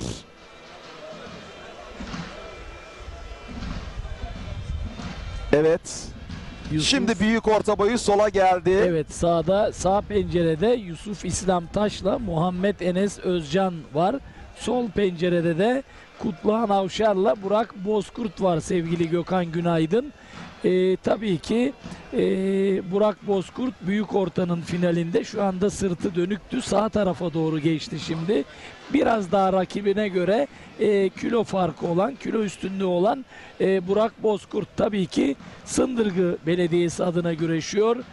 Sındırgı Belediye Başkanı Serkan Sakın pehlivanı. Tabii Sındırgı deyince pehlivanlar diyarı. Evet. Sol taraftaki de tabii yine o da Balıkesir Büyükşehir Belediyesi'nin güreşçisi Kutluhan Avşar. Evet, iki Balıkesirli pehlivanın büyük orta finali ikili pencerenin solunda devam ediyor sevgili seyirciler. Burak Bozkurt soldaki pencerede şu anda yüzü bize dönük olan ve hemen rakibi de Kutluhan Avşar. İkisi de Balıkesir'in ileride baş pehlivanlık beklediği önemli isimler. Evet. Bakalım nasıl hızlı gidecekler. Bir isim daha vardı Elmalı'da final yapan büyük ortada. Tabii İhsan Derin. O da Evet. Yine Balıkesir Büyükşehir Belediyesi'nin güreşçisiydi. O da yine Sındırgı'nın hemen komşu ilçesiydi. Bigadişliydi. İhsan Derin'di ama bugün tahmin ediyorum ki çeyrek finalde ya da yarı finalde yenildi. Evet sevgili seyirciler, yine bugün çeyrek finalde olduğu gibi finalde de Şener Sar özellikle baş pehlivanlıktan alt boylarda, baş altı, büyük orta, küçük orta, küçük orta, büyük desteğe kadar olan boylarda bizlere zaman zaman önemli bilgiler veriyor. Tekrar yayın konuğumuz Şener Hocam, hoş geldiniz. Hoş bulduk Gökhan abi. Ekranlarda küçük orta büyük boyda, ekranın sağında evet Yusuf İslam Taş, rakibi Muhammed Enes Özcan. Evet, mücadele ediyorlar. Yusuf İslam Taş İstanbul Çatalca Belediyesi'nin pehlivanı, Muhammed Enes Özcan ise Muğla Seydi Kemer Belediyesi'nin pehlivanı. Çok güzel. Memleketlerinde söyleyelim, Sinoplular diyor ki Yusuf İslam Taş'ın Sinoplu olduğunu da söyleyin diye mesaj atıyorlar bize. Evet, aslen Sinoplu, Çatalca Belediyesi'nde güreş yapıyor Yusuf İslam Taş. Yine ekranın solunda, sol ekranında Kutluhan Avşar ve Burak Bozkurt mücadele. İki Balıkesir kulübünün pehlivanı final yapıyor. Tabii ki bu boylarda boy atlama mücadelesi var. Tabii ki bu boy atlamalarında çok önemli ligin kaderini belirleyecek yapacakları güreşler çok önemli. Şimdi daha önceki yıllarda sadece tarihi Kırkpınar'da boy yükseltme vardı. Diyelim ki Kırkpınar'da birinci olduğunuz deste büyükte bir üst boya çıkıyordunuz. Küçük orta küçüğe çıkıyordunuz. Ama şimdi yeni gelen tam ismiyle CV Enerji Türkiye Yağlı Güreş Ligi'nde toplanan puanlarla adımlar sonucunda etap, adım, ayak, işte şu anda 5. ayak, 6. ayak sonunda kimler hangi boya çıkacak Şener Hocam? Evet, alt boylarda toz koparan, ayak, deste küçük, deste orta, deste büyük, küçük orta küçük, küçük orta büyük, büyük ortada evet ilk dörde girenler puan skalasında en yüksek puanı alan kürsü yapanlar bir üst boya mı çıkıyor? Evet, bir üst boya çıkıyor ve çok güzel. elmalı güreşlerinden sonra güreşmeye bir üst boydan devam edecekler. Sevgili üstadım, baş altında ise final. Şimdi sorun şu. Geçtiğimiz yıl Elmalı ligde değildi. Elmalı'da birinci olan Seçkin Duman başa çıktı. Başaltı birincisi olarak. Evet. Bu sene nasıl bir uygulama bizi bekliyor? Bu sene bir açıklama yapıldı mı? Bir yönetmelik çıktı mı? Bununla ilgili resmi. Evet, resmi bir yönetmelik çıktı. Evet. Bununla alakalı karar alındı. Dediler ki artık Elmalı'da ligin toplamında, lige girdiğinden dolayı Elmalı güreşleri ligde toplamında puan skalasında en yüksek 2 puanı alan güreşçi başaltı boyundan başa yükselecek. Böyle bir karar alındı ve güreşçilere de, sporculara, kulüplere de bu durum aktarıldı. Kırkpınar'da başaltından 1 ikinci alındı biliyorsunuz 2024 yılında. Şu anki durum bunu arz ediyor sevgili Gökhan Günaydın. Evet, Şener Sar hocam bize bu güzel bilgileri verirken baş altı boyunda da çıkış yapıldı. Türk güreşinin ünlü yönetmeni Fatih Bedir yönetmenimizden şunu söyleyebiliriz: uygun bir zamanda üçlü pencere olursa sayın yönetmenim tüm finalleri ekrana getirip milyonlarca güreş severi hem sevindirip hem de heyecanlandırabiliriz. Hemen söyleyelim, çıplak gözle biraz önce kadraja giren pehlivanlar Serhat Elvan ve Okan Yavaş baş altında final güreş için şu anda peşrevdeler. Ara ara görünüyorlar. Biz 3 karşılaşmayı da aynı anda anlatmayı çok isteriz. Her anlamda değerli izleyenler. Tekrar ediyorum. Ekrandaki güreşler küçük orta büyük boyun finali Yusuf İslamtaş ve Muhammed Enes Özcan ekranın sağında. Solunda büyük ortanın finali Kutluhan Avşer ve Burak Bozkurt. Hemen görüyorsunuz Burak Bozkurt biraz daha iri olan, Kutluhan Avşer de hemen karşısındaki daha esmer olan pehlivan, geleceğin Balıkesir'in baş pehlivanlık beklediği iki isim. Şimdi baş altında bir peşrev var. Peşrev bittiği zaman da sayın yönetmenim umut ediyorum üçlü pencereyle baş altının finalinde bize gösterecektir. Şu anda bu arada küçük orta küçük boyda tamam. Onur Keskin Bursa Büyükşehir Belediyesi'nin sporcusu birinci oldu kategorisinde. Evet. Erol Bursa Antalya Büyükşehir Belediyesi'nden ikinci oldu. Değerli güreş severlere bunu da aktaralım. Tebrik ederiz. Eğer tabii ki zamanımız varsa alt boylarda da söyleriz, söyleyeceğiz. Üçlü pencere çıkacak, ondan sonra bakacağız. Üçlü pencereden sonra sonuçları versek olur tamam, mu? Olur. Deste büyük boyda Oğulcan Yurdakul İstanbul Çatalca'dan galip geldi ve birinci olduğu kategorisinde. Deste orta boyda Serkan Tarım İstanbul Çatalca'dan birinci olduğu kategorisinde. Tebrik ederiz. Deste küçük boyda Ebul Faruk Çakır Antalya'dan birinci oldu. Yine ayak boyunda Muhammed Ferhat Duman Sakarya Akyazı'dan birinci oldu. Tebrik ederiz. Toz Koparan'da Mehmet Başkan Bozkurt Antalya'dan yine birinci oldu. Teşvik 2 Mustafa Şeref Özgül, Teşvik 1 boyu Musab Ömer Kılıç birinci oldu. Minik boyda Berat Alperoğlu birinci oldu. Muhammed Halil Zokur İstanbul'dan minik 1'de de birinci oldu. Sonuçlar bu şekilde. Evet. Sevgili Gökhan Günaydın. Evet, bu arada söyleyelim sevgili seyirciler. Küçük orta küçük boyda şu anda puanlama devresi için pehlivanların küçük orta büyük boy er meydanının köşesine geldiğini görüyorum. Bir bakıyorum. Orada Ercan Demir'i gördüm. Eski başaltıcı. Senin de rakibin. Evet. Çırağı mı oluyor? Antrenörlük yapıyor Ercan Demir. Şimdi şöyle söyleyelim. Yusuf İslamtaş küçük orta büyük boyda geldi. Evet. Mustafa Taş'ın kardeşi. Puanlama mı başlıyor şu anda orada? Evet puanlama tamam, başlıyor. Puanlama. O zaman diğer karşılaşmada birazdan puanlamaya gelecek. Ardı ardına geliyor finaller sevgili seyirciler. Puanlama için eskiden hocalar, ustalar er meydanına gelirdi. Yeni yönetmelikle dediler ki artık çıraklar, pehlivanlar er meydanının köşesine gitsin. Bu yüzden onlar er meydanının köşesine. İşte baş altında da final yapacak isimler peşlerinde son fasıldalar. Bakın ekranlara geliyor. Serhat Elvan ve Okan Yavaş kadraja girip çıkıyorlar. Serhat Elvan da aslen Tokatlı. Antalya Manavgat Belediyesi'nin pehlivanı Bayram Ertan'ın da çırağı. Evet, tebrik ederiz. Şu anda ekranlara gelen karşılaşma büyük ortada final mücadelesi sevgili seyirciler. Balıkesir'den iki pehlivan Burak Bozkurt ve Kutluhan Avşar final yapıyor. Ekranın solunda Burak Bozkurt, sağında Kutluhan Avşar. Şimdi yer değiştirdi. Tabii yağlı güreş bu. Daha iri olan, iri. Beyaz tenli olan Burak Bozkurt, esmer olan Kutluhan Avşar, yani ekranın solunda. Evet, şu anda baş altındadan mücadele başladı değerli izleyenler. Serhat Elvan ve Okan Yavaş. Okan Yavaş da Bursa Büyükşehir Belediyesi'nin pehlivanı, aynı zamanda Ali Rıza Kaya'nın da çırağı. Öyle mi? Onları Okan Yavaş olsun, Yalçın Öncül olsun, onları çalıştırıyor. Ali Rıza Kaya da eski milli güreşçi, eski baş pehlivan. Evet. Burada belirtelim. Evet, kadraja iki güreş aynı anda girdi. Bir kez daha söyleyelim. Sırtı dönük olan pehlivan sağda, ikili pencerenin sağında baş altının finali. Okan Yavaş ve Serhat Elvan. Sırtı dönük olan bize Okan Yavaş. Evet. Ve evet, diğer iki Serhat Elvan, evet, diğer tarafta ekranın. Evet. Ekranlara geliyor sevgili seyirciler. Sayın yönetmenimden de rica edelim, alt kuşak geçebilirsek sayın yönetmenim. Bakın, ilk büyük pencerede şu anda görüyorsunuz, büyük ortanın finali var. İlk büyük pencere Kutluhan Avşar ve Burak Bozkurt. Evet. Final yapan isimler, müthiş mücadele var. Ve sağdaki ikili pencerenin üstünde şu anda küçük orta büyük boyda bir puanlama devresi var.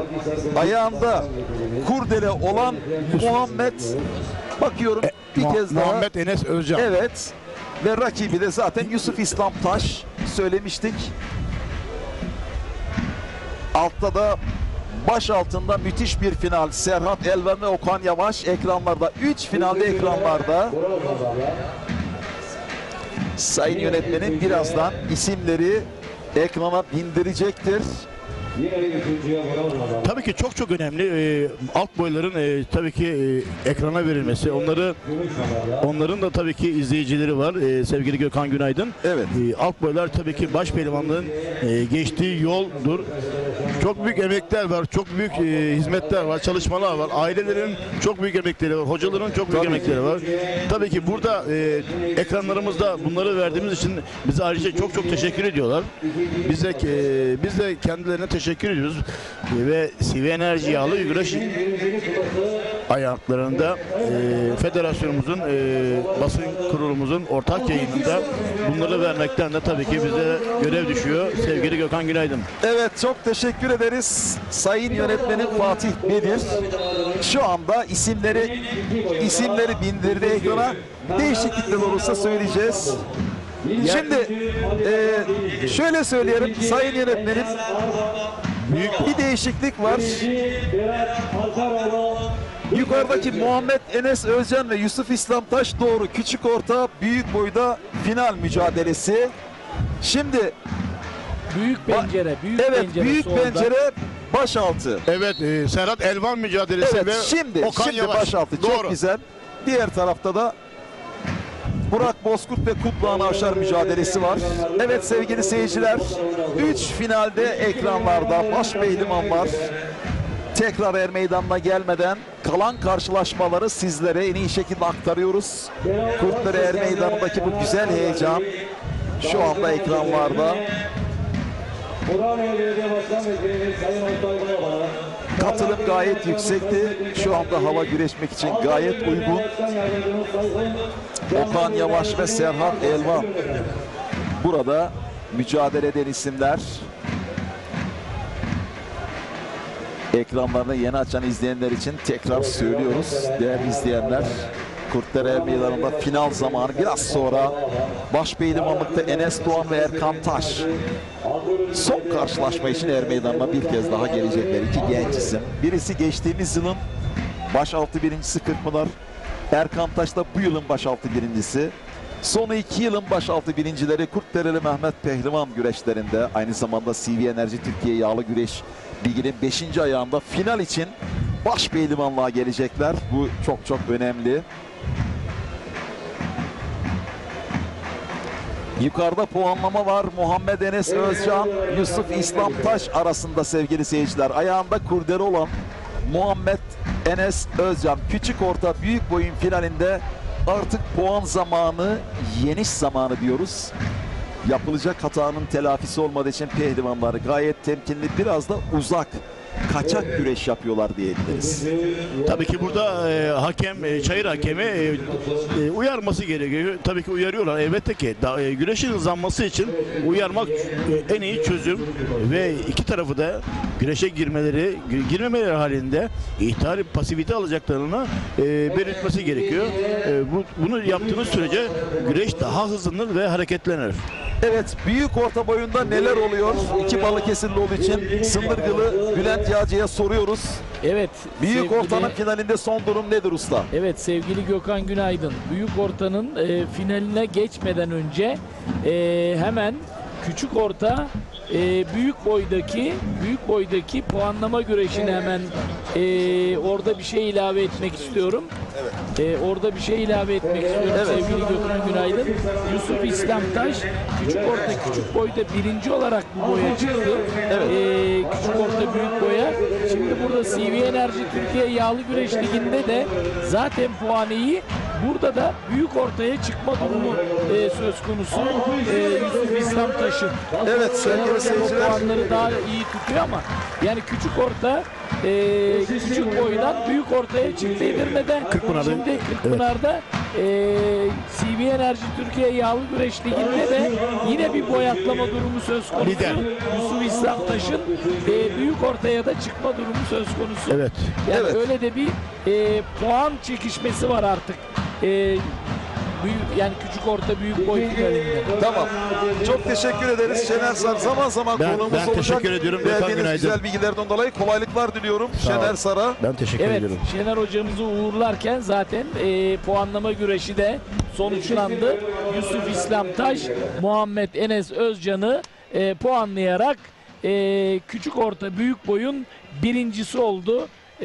Kurtdereli Mehmet Yağlı Pehlivan Güreşleri CV Enerji Türkiye Yağlı Güreş Ligi 5. etabında. Devam ediyor şu anda güreş Abi. sevgili seyirciler.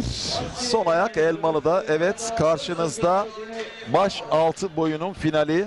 Evet baş altı boyunun finali yine baş altında Serhat Elvan'la Okan Yavaş arasındaki mücadele var.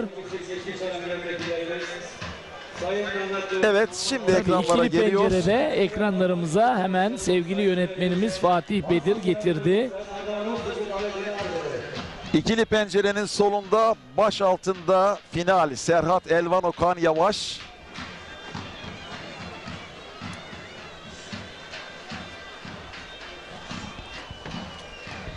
Evet sevgili Gökhan Günaydın.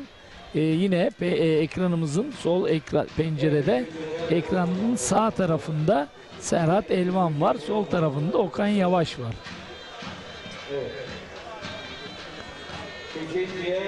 Sağ pencerede de yine büyük ortanın finalinde de Kutluhan Avşar, Burak Bozkurt var. Sağda Burak Bozkurt, solda Kutluhan Avşar güreşiyor.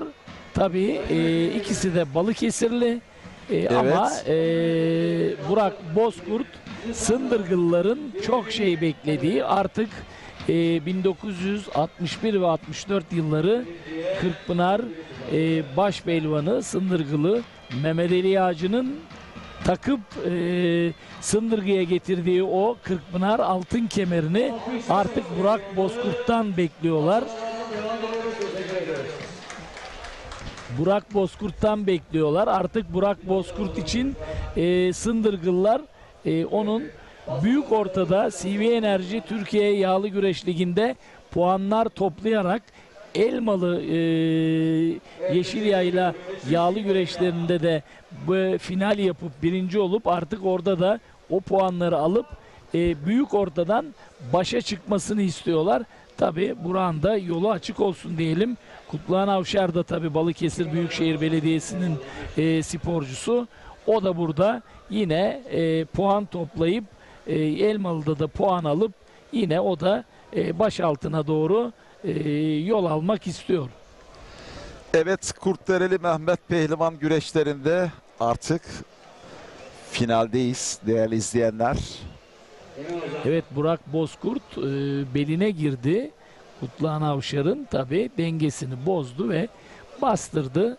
Şu anda da dış kazıkla bloke etmiş durumda.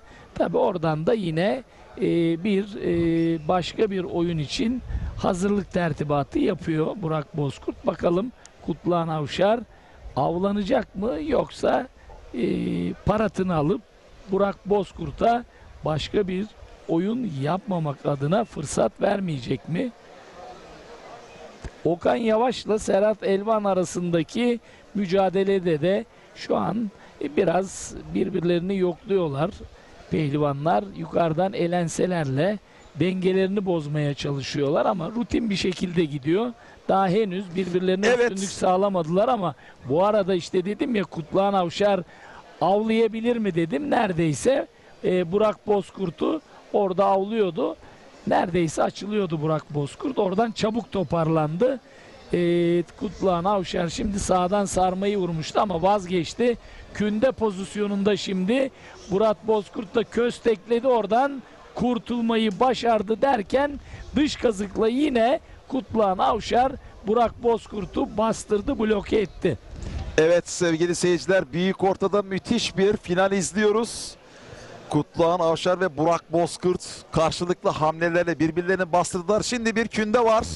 Evet, yine künde pozisyonuna girdi Kutluhan Avşar ama tabi Burak Bozkurt o oyunu bozdu ve hemen altından kurtuldu. Şu anda güreş yine ayakta, eller ensede bağlandı. Bu şekilde devam etmeye başladı.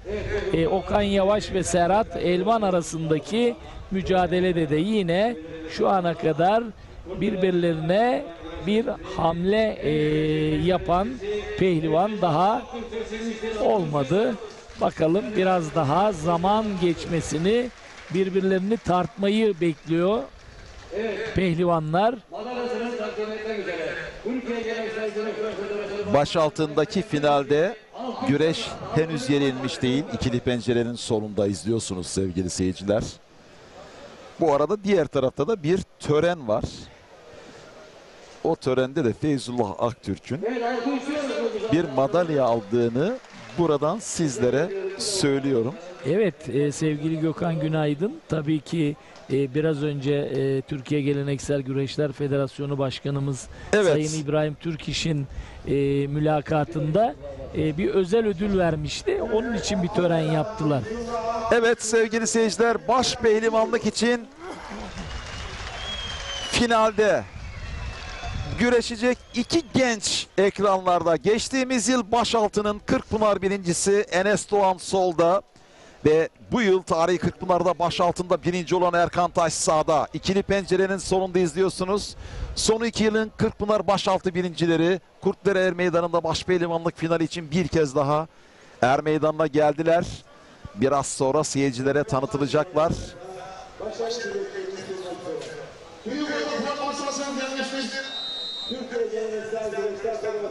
Evet, büyük orta boyunda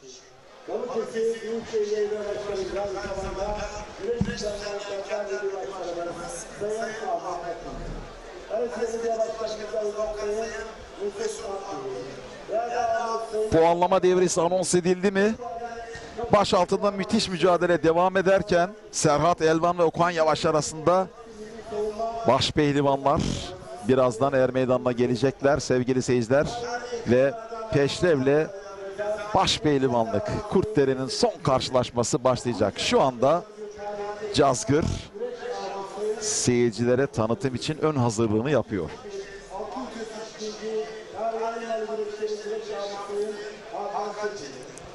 Evet, baş altındaki finalde güreş daha hareketsiz bir şekilde devam etti. Şimdiye kadarki bölümde çok ciddi bir hamle görmedik.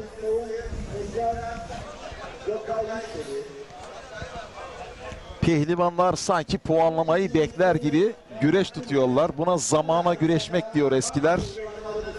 Başaltı pehlivanları şu anda zamana güreşiyorlar değerli izleyenler. Diğer tarafta büyük ortada da puanlama devresi için pehlivanlar Er Meydanı'nın köşesinde alındılar.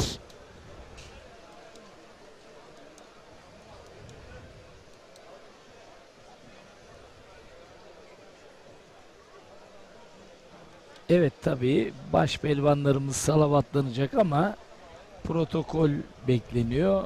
Protokolü son kez davet edip bir anı fotoğrafı, hatıra fotoğrafı alacaklar. Final güreşi öncesi o 2024 yılı CV Enerji Türkiye Yağlı Güreş Ligi'nin 5. ayağı olan Kurtdereli Mehmet Pehlivan güreşlerini artık bir ölümsüzleştirecekler.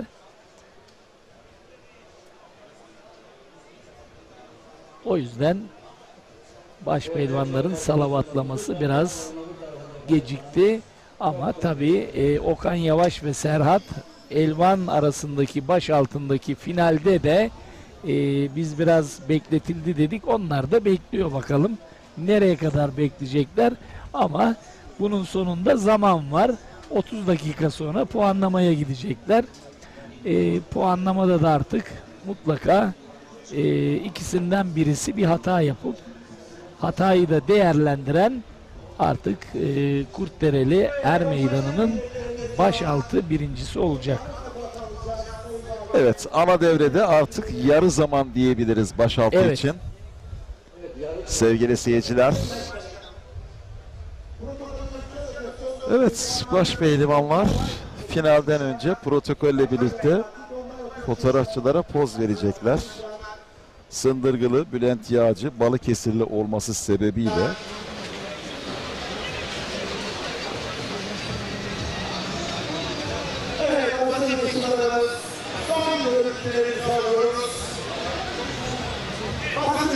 hatıra fotoğrafı da çektiriliyor baş pehlivanlarla final öncesinde ve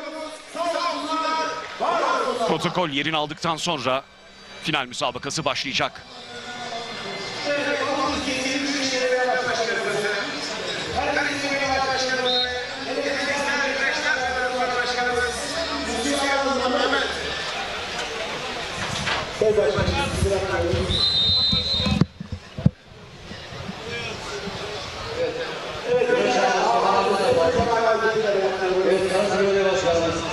Balıkesir Büyükşehir Belediye Başkanı Ahmet Akın şu anda iki baş pehlivanda poz verdi ve iki güreşçiye de başarı diliyorlar. Artık dananın kuyruğu kopacak 5. ayakta. Enes Doğan mı, Erkan Taş mı? İki tane baş pehlivan, genç baş pehlivan adlarını ilk kez finale yazdırdılar. Balıkesir Büyükşehir Belediye Başkanımız aynı zamanda Rüştü'nün Tekrar Başkanımız Sayın Ahmet Akın'a, Karadeniz Belediye Başkanımız Avukat Sayın Mesut Akkaya ve Türkiye Geleneksel Güreşler Odası Başkanımız Sayın İbrahim Türkçe, yine çok değerli ağamızın Kemal Aydın'a teşekkürlerimizi, şükranlarımızı sunuyoruz.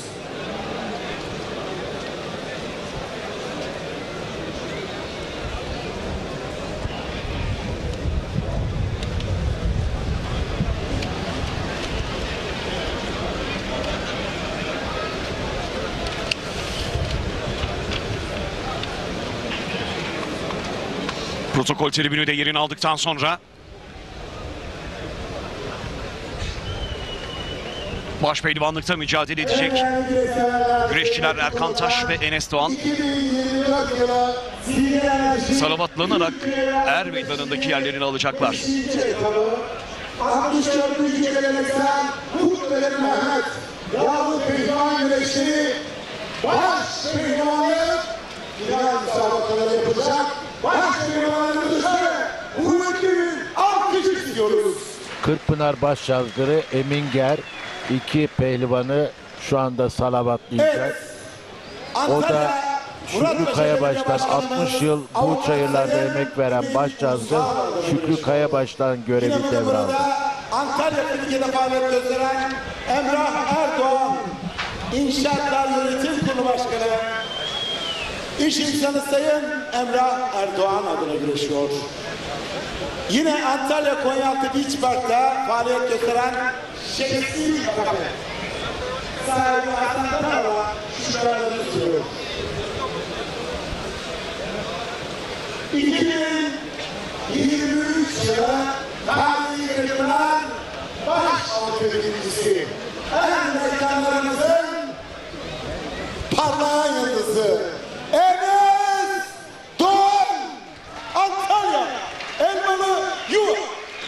Enes Doğan birinci turda Ali Gökçen'i yendi. İkinci turda Süleyman Aykırı. Üçüncü turda Osman Aynur. Dördüncü turda Ali Yanatma.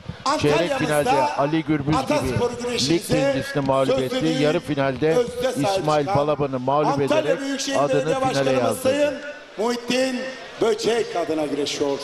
Yine er meydanlarında Antalya'da faaliyet gösteren Fortis Tarımların sahibi İş insanı Sayın Süleyman Alkan adına güreşiyor. Yine Balıkesir Yeniköy'de faaliyet gösteren Celep Hakan Gelir'e şükranlarımı sunuyorum diyor.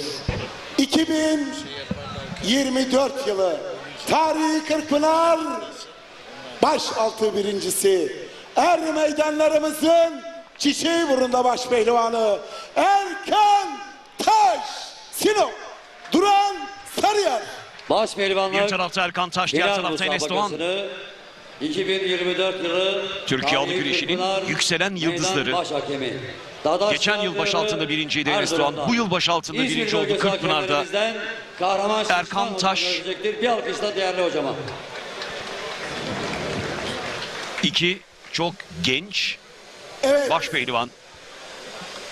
Yavaş yavaş Kurtdereli Mehmet Pehlivan yağlı güreşlerinde finalde kozlarını paylaşacaklar. Güzel devam ettik. Allah'ın izniyle de güzel bitecek. Geçme Namert Köprüsü'nden. Bırak götürsün su seni. Yatma çakal gölgesinde. Bırak yesin aslan seni. İşini beğen. Aşını beğen. Eşini beğen. Ama sakın kendini beğenme.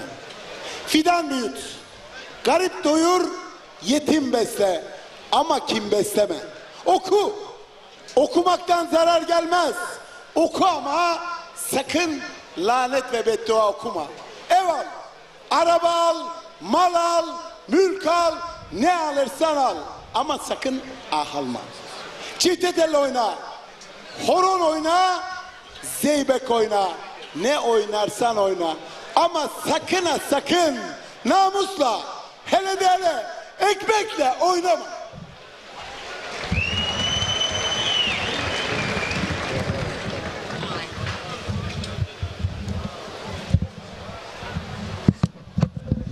...300 minare okuyacağız. 300 minare gelecek.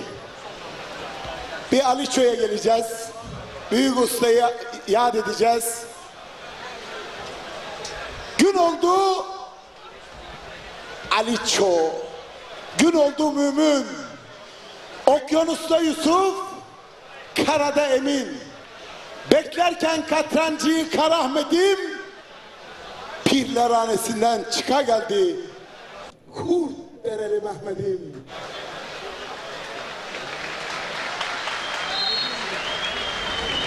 Adalı kardeşi Dereli Mehmet, Bekir'in kazığından koptu kıyamet.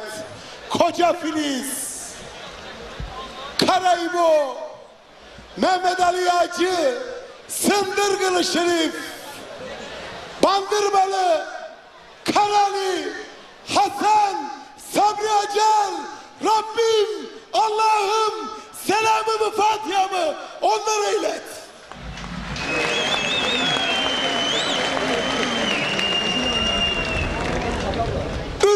Minareden esen sesleri midir gelen, 40 davulun sesi midir, yoksa koca Yusuf mudur eğlenen? Kurtdere er meydanı kaynıyor, Mehmet Ali Yağcı mıdır gelen? Hey! Kurtdereli, duyuyor musun? Kıran kırana güreşler var, duymuyor musun?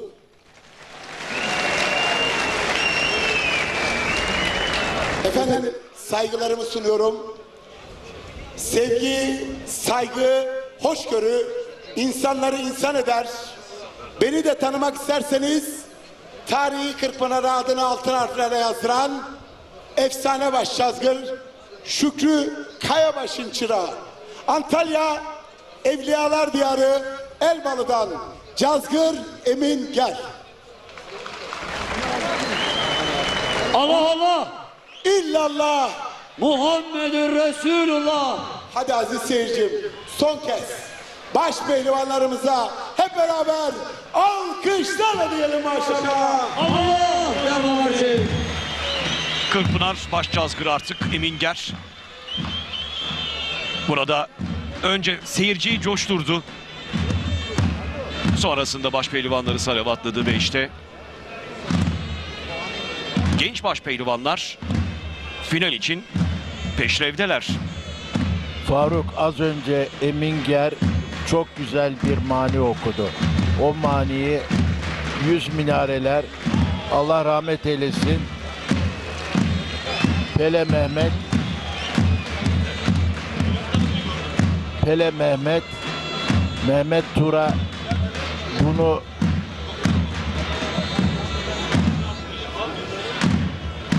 ...300 minareler olarak bunu okudu ve rahmet dileyelim Pele Mehmet'e, çok anlamlı bir salavatlamaydı.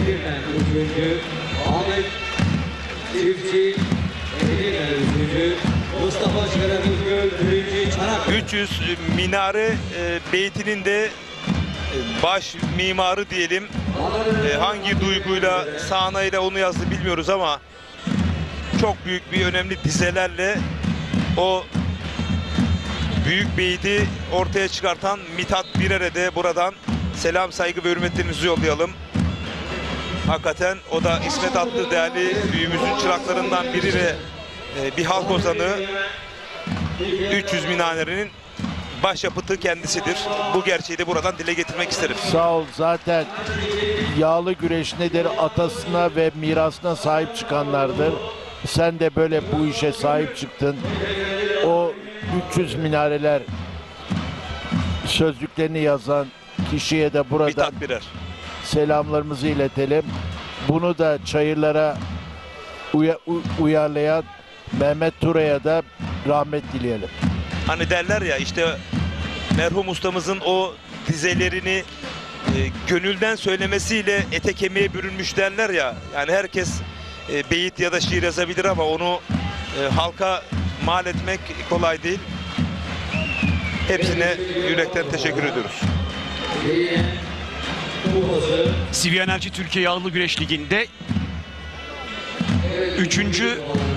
baş pehlivan çıkacak ortaya. İlkinde İsmail Balaban'dı Manavgat'ta.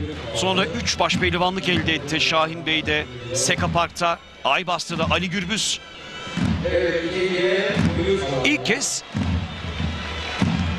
İsmail Balaban, Ali Gürbüz ve finaldeki rakipler Hüseyin Gümüşalan, Cengizhan Şimşek, Yusufcan Zeybek, Orhan Okulu'dan başka 2 baş pehlivan finaldeler. Kim kazanacak? Enes Doğan mı? Erkan Taş mı? Kariyerlerinde ilk kez final yapıyor olmalarının dışında takriben 1 saat sonra da kariyerleri adına ilk kez CV Enerji Ligi'nde altın kemeri kuşanacaklar. Bence ikisi için uzun yıllar sonra, hatta güreş hayatlarının bittiklerinde anlatacakları en güçlü serüven bu olsa gerek. Biz burada başlamıştık ya da burada birinci olmuştum ilk gibi cümlelerle o geçmişteki kariyerlerini anacaklar. İşte o gün bugün onlar için. Erkan Taş diyecek ki ben Yusufcan Zeybek'i yendim. Finale çıktım. Yarı finaldeki rakibim 2 kez üst üste Kırkpınar'ı kazanmıştı. Ve diyecek ki Enes Doğan, ben Ali Gürbüz'ü yendim çeyrek finalde. Yarı finalde de yine bir başka Kırkpınar baş pehlivanını mağlup ettim, İsmail Balaban'ı diyecek. Ve daha kariyerimin başında baş pehlivanlığımın ilk yılındayım diyecekler ortak olarak. Gerçekten de çok büyük bir başarı imza atmış durumdalar her iki baş pehlivanda ve bunun tesadüf olmadığı net. 2023'ün Kırkpınar başaltı birincisiyle 2024'ün Kırkpınar başaltı birincisi. Burada Kurtdereli'de kozlarını paylaşıyorlar. Pehlivanlar özelinde bu tür anekdotlar çok önemli değerli üstadlar. Ben Ahmet Taşçı Usta'ma sorardım, senin bir anın var mı diye. Ben güreş özelinde değil de bir anım var ki Ben ondan sonra apayrı bir Ahmet Taşçı olarak er meydanlara çıktım. Kırkpınar'da cuma namazında yanımda bir güreşsever vardı. Kendisiyle biraz hasbihal ettik. Dışarıda dedim ki amca seni çok sevdim. Kalacak yerin var yoksa temin edeyim. Biletin yoksa temin edeyim. Hayır oğlum, ben senin Ahmet Taşçı olduğunu dahi bilmiyordum. Ama ben kışın yumurta satıyorum ve o yumurtalarla ben Kırkpınar'daki kalacak otelimin parasını ve bilet paramı temin ediyorum dedikten sonra gözyaşlarımı tutamadım ve ben bu güreş severleri tanıdım ama tanımadığım birçok güreşe gönül vermiş güreş severler adına ben bu meydanlara güreşeceğim diyerek efsanenin aslında başlangıcı orasıydı milat olarak. Mutlaka bir miladı var, mutlaka bir duygu kırılımı var. Tüm sporcuların hayatında çok önemli yer tutan anlar var. Belki de bu final hem Enes Doğan için hem Erkan Taş için böylesi önemli bir final olacak, bir kırılma noktası olacak. Daha önceki işte o alt boylardaki başarılarının taşlandığı an olacak. Ama hangisi kazanacak? İşte müsabaka başladı. Enes Doğan, Erkan Taş, Kurtdereli Mehmet Pehlivan yağlı güreşleri final müsabakası. Beşinci ayakta genç baş pehlivanlar damga vurdular. Baş pehlivanla iki baş pehlivanı da kutlamak gerekiyor. Gençler gerçekten çok iyi geliyorlar. Alttan çok iyi geliyorlar. İşte bu iki örnek bize bu konuda yağlı güreşin ne kadar özellikle ligin ne kadar ivme kazandırdığını, zorlu olduğunu. Tabii yani. Bakın işte iki genç şu anda pehlivan bu kadar Ali Gürbüz gibi, Orhan Okullu gibi, İsmail Balaban gibi, Recep Kara gibi rakipleri geçerek geldiler, adlarını finale yazdırdılar. Çok kolay bir iş değil. Yani yılların emeğiyle geldiler. Çok net söyleyeyim, 36 yıldır bu çaylardayım. Tesadüfen bir tur dahi geçemezken bu yiğitlerimiz için asla tesadüfen final yaptı cümlesi bir arada kurulamaz. Çünkü o kadar büyük yıldızların arasından geldiler ki buraya. Hem de söke söke. Kısmetleri, paçaları söke söke. Yani helal olsun iki yiğidimize. Arkalarına yaslansınlar. Gelecekte 10-15 yıla damga vuracak yiğitlerimizi gönül rahatlığıyla izlesinler. Güreş severlerimiz. Hele Yusuf Can Zeybe'ye yenen Erkan Taş'a ne diyelim yarı finalde. Yusuf Can Zeybek gibi bir pehlivanı rahatlıkla geçti Erkan Taş. Enes Doğan aynı gün içerisinde Ali Gürbüz'ü yeniyorsunuz ve yarı finalde de İsmail Balaban'ı yeniyorsunuz. Son 10 yıla adeta ambargo koymuş iki ismi saf dışı bırakıyorsunuz. Çok büyük başarılar bunlar. Devleri devirdiler açıkta. Devlerin mücadelesinde bu iki genç pehlivan adını İşte finale şimdi yazdı. yükleniyor. Bir kez daha bastırdı. Şimdi üste kaldı. Enes Doğan hareketli hızlı başladı. Ve Enes Doğan zaten kasnaktan yakalamıştı. Çok erken aldı kasnağı. Ama paçada da çok güçlü olduğunu gördük. Gösterdi. Yani puanlamaya gidecekse ne olacağını da gördük gibi. Bir tür provası gibiydi. Sağ pençesinde biliyorsun Ali Gürbüz'ün paçasını sökmüştü. Ali Gürbüz bir müddet sonra paçasını tekrar bağladı. Enes Doğan'ın artık pehlivanlık karakteri dışında pehlivanlık özelliğini de görüyoruz, gözlemliyoruz. Sağ eli, sağ pençeleri demek ki paçalarda çok güçlü. Bunu gördük. Şimdi dış kazık Enes Doğan'dan. Erkan Taş kapandı.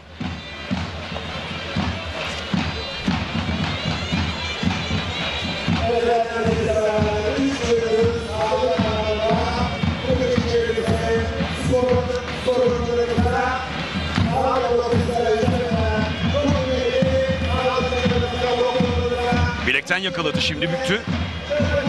Sarıyor. Faruk, ilginç bir not da belirteyim. Bu yıl ki Kırkpınar'da iki baş pehlivan yarı finalde karşı karşıya gelmişti. Enes Doğan'la Mustafa Taş yarı final, çeyrek finalde karşı karşıya geldiler. Mustafa Taş Enes Doğan'ı mağlup etmişti. Bu notu da düşelim.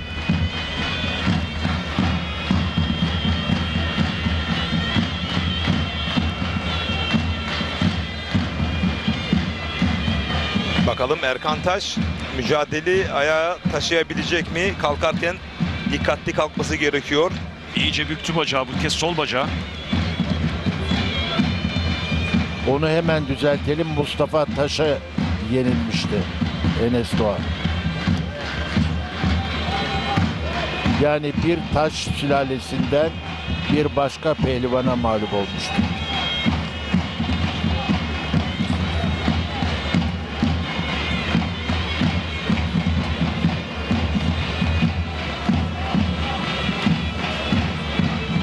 Bir kez daha kazıkta halen istediği hareketi ortaya koyabilmiş değil Enes Doğan.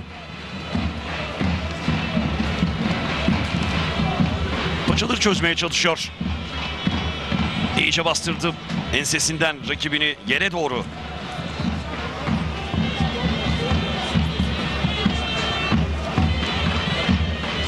Şimdi bir kez yüklendi. Sağlam bir tutuşu olmadığını görünce paçayla mücadelesini sürdürüyor. Şimdi diğer paçaya yöneldi.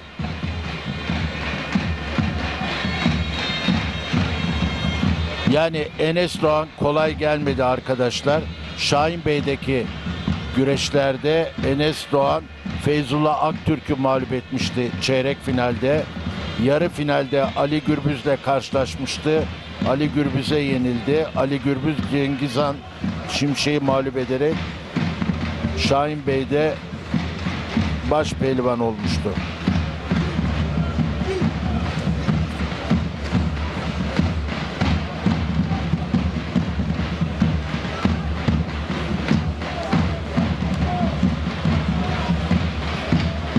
Erkan Taş yere düştüğünde şu anda paratını aldı. Yer güreşini benimsedi. Kalkmak için herhangi bir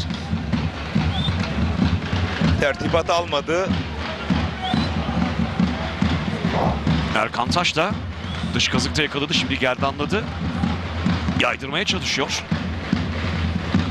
Çıktı üstüne. Çift sarmaya Şimdi doğru. çift sarmaya doğru. Kleden sonra da kurtardı kendisini. Gerdanlamada her an açabilirdi. Müthiş bir hamleydi Enes Doğan. Sonuca odaklı. İtiraf edecek misin?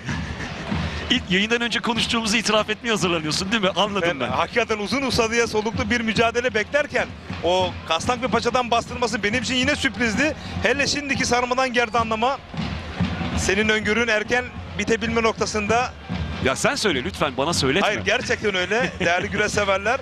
Biz güreşi daha önceden yaşayarak, anlatarak kendi aramızda konuşurken evet aktarmak istiyoruz ama Recep Tosun dedi ki çok uzun sürecek bir final müsabakası bekliyorum. Bense kim kazanır bilmem ama yenişle bitecek ve uzatmaya gitmeyecek bir müsabaka bekliyorum dedim. Tabii ki hangimizin öngörüsü ortaya çıkacak bilmiyorum. Bu arada başaltı finali tamam. Özür dilerim. İşte Enes Doğan, çünkü ya bambaşka karıştı işte Enes Doğan. Enes Doğan bekleneni yaptı ve Erkan Taş'a üstünlük sağladı.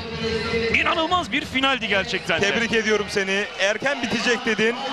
İnanılır gibi değil. Hakikaten ben uzun uzadıya bir final müsabakası beklerken sol eli kasnakta, sağ eli paçada ve tam karşısından yani çaprazından sol koltuk altından hamle yaparak sırt aşağı net bir galibiyet elde etti. Her saniyesinin değil dakikası, her saniyesinin ne kadar önemli olduğunu da net bir şekilde bize biraz yaşayarak gösterdi. Erkan Taş finalde kaybetti. Enes Doğan başpehlivanlık finalini kazandı ve şimdi hemen pek fazla soluk almasına gerek kalmayacak belki de bu röportaj için Fatih Ata'da söz. Faruk Muhtan teşekkürler. Son röportajımız Enes.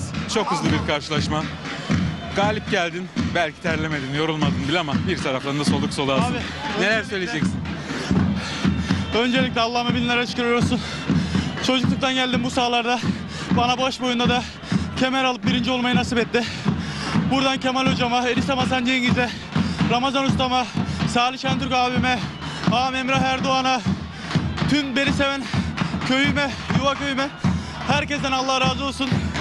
Biz inandık abi. Fiziksel olarak, psikolojik olarak her şeye inandım. İlk günden beri orada en üst basamakta olmayı hayal ettim, dua ettim. Allah bana şükürler olsun, bana nasip etti. Burada emek veren herkese çok teşekkür ederim. Başkanım Ümit Uysal'a, Muratpaşa Belediye Başkanı Ümit Uysal'a çok teşekkür ederim. Bizler arkasında Herkese çok teşekkür ederim. Anneme babama çok teşekkür ederim. Annem babam olmasa ben buralara gelmezdim. Hayallerim, dualarım kabul oluyor. Allah şükürler olsun. Herkese çok teşekkür ederim. Allah razı olsun. Teşekkürleriniz hocam, sporcunuz Baş Bey. Tabii ki çok mutluyuz biz, yani Orhan Okulu'yla beraber Enes Doğan'ın da buralara gelmesi. Daha Allah'ın izniyle hedefimiz çok, inşallah altın kemer sahibi de olacağız. Önümüzdeki hafta elmalı güreşler de inşallah bizim için iyi geçer. Ellerine yüreğine sağlık diyorum Enes'in ve diğer güreşçi ekibimin hepsine. Buradan Sayın Başkanımız Ümit Uysal'a çok teşekkür ediyorum. Her zaman bizim yanımızda. 3 gündür bizi burada misafir eden Hakan Başkanım, 6 Eylül Belediye Başkanı'na da çok teşekkür ediyorum. İnşallah yeniden tekrar başlıyoruz. Ekip halinde Muratpaşa Belediyesi olarak Paşa'nın aslanları sahada. Hocam çok teşekkürler. Teşekkür ederim. Yüreğinize, elinize sağlık. Evet, Enes Doğan ve hocasının dinledik. Sözü son kez Faruk Hoca'ya bırakıyoruz. Teşekkürler Fatih Ata. Ellerinize sağlık, ağzınıza sağlık tüm ekip arkadaşlarımıza. Bu arada teşekkür ediyoruz. İşte Yeniş az önce bunun sinyallerini vermişti zaten. Puanlamada ama belki bir sonuca ulaştırabilecek bir hamle olarak görmüştük. Paça kazıkla sırt aşağı getiriyor rakibini. Çok kısa süre içerisinde başpehlivanlık final müsabakasını tamamlıyor. Adını zirveye yazdırıyor. Kurtdereli Mehmet Pehlivan yağlı güreşlerinde Enes Doğan. İşte Erkan Taş'a bu şekilde üstünlük sağladı. Ve sonrasında da Yusuf Dikeç hareketiyle de imzasını attı.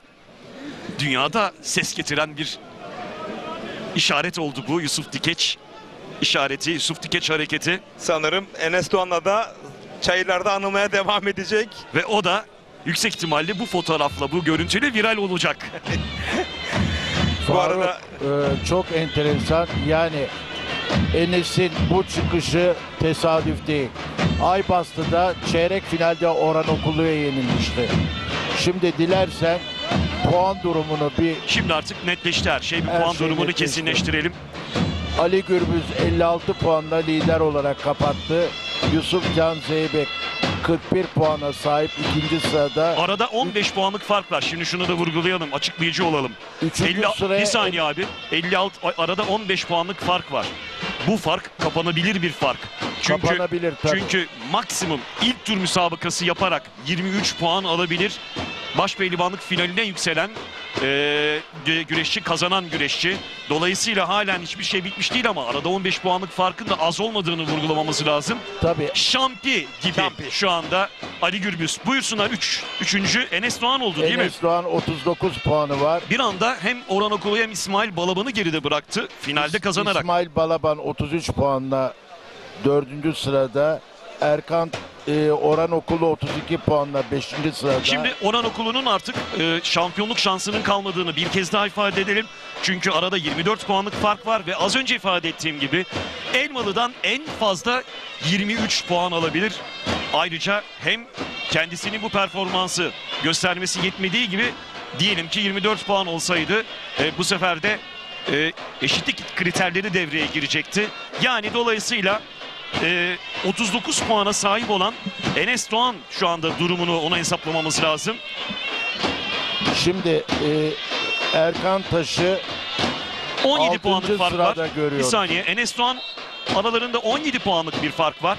Dolayısıyla yine Ali Gürbüz'ün performansına ve dolayısıyla hem de ikinci sıradaki Yusuf Can Zeybek'in performansına bağlı olarak Enes Doğan şampiyonluk potasına gelmiş durumda. Aslında çok ilginç bir detay var. Doğru değil mi hesapladım? Doğrudur. Yani 17 puanlık fark var. 17 puanlık fark var. Yani kapanması Yusuf Can çok zor görülen bir. 15 puan var. Yani şimdi hayır, hem Yusuf Can Zeybek'in hem Ali Gürbüz'ün performanslarına bağlı olarak. Ama tabii Ali Gürbüz'ün ilk turda elendiğini varsayıyoruz. Yani erken elendiğini varsayıyoruz. Yani yüzde olarak da tabii ki düşük bir ihtimal ama bu ihtimal var. Yani Enes Doğan buradaki başpehlivanlık unvanıyla CV Enerji Türkiye Yağlı Güreş Ligi'ne şampiyonluk iddiası ortaya getirdi, koydu. Yani bu 3 başpehlivan arasında şampiyonluk mücadelesi geçecek. Elmalı'da şampiyonluk açısından baktığımızda. Erkan Taş 30 puanla 6. sırada. Hüseyin Gümüşalan 27 puanla 7. Kemal Şahin 23 puanla 8. Serdar Yıldırım ve Osman Kan da 21'er puanla 9 ve 10. sıraları paylaşıyorlar. Teşekkürler Hüsnü Kaftan. Son puan durumunu da almış olduk böylece. Bu arada baş altında final müsabakası halen devam ediyor. Çok nadir rastlarız Çok bu duruma. nadir. Hakikaten Yani öyle. başaltı finalinin baş pehlivanlık finalinden sonra tamamlanmış olması her zaman karşımıza gelecek bir durum değildir. Tabii Şener Sar da onu ayrıca takip ediyordur. Mutlaka takip ederken gözüne ilişen detaylar söz konusu olmuş olabilir.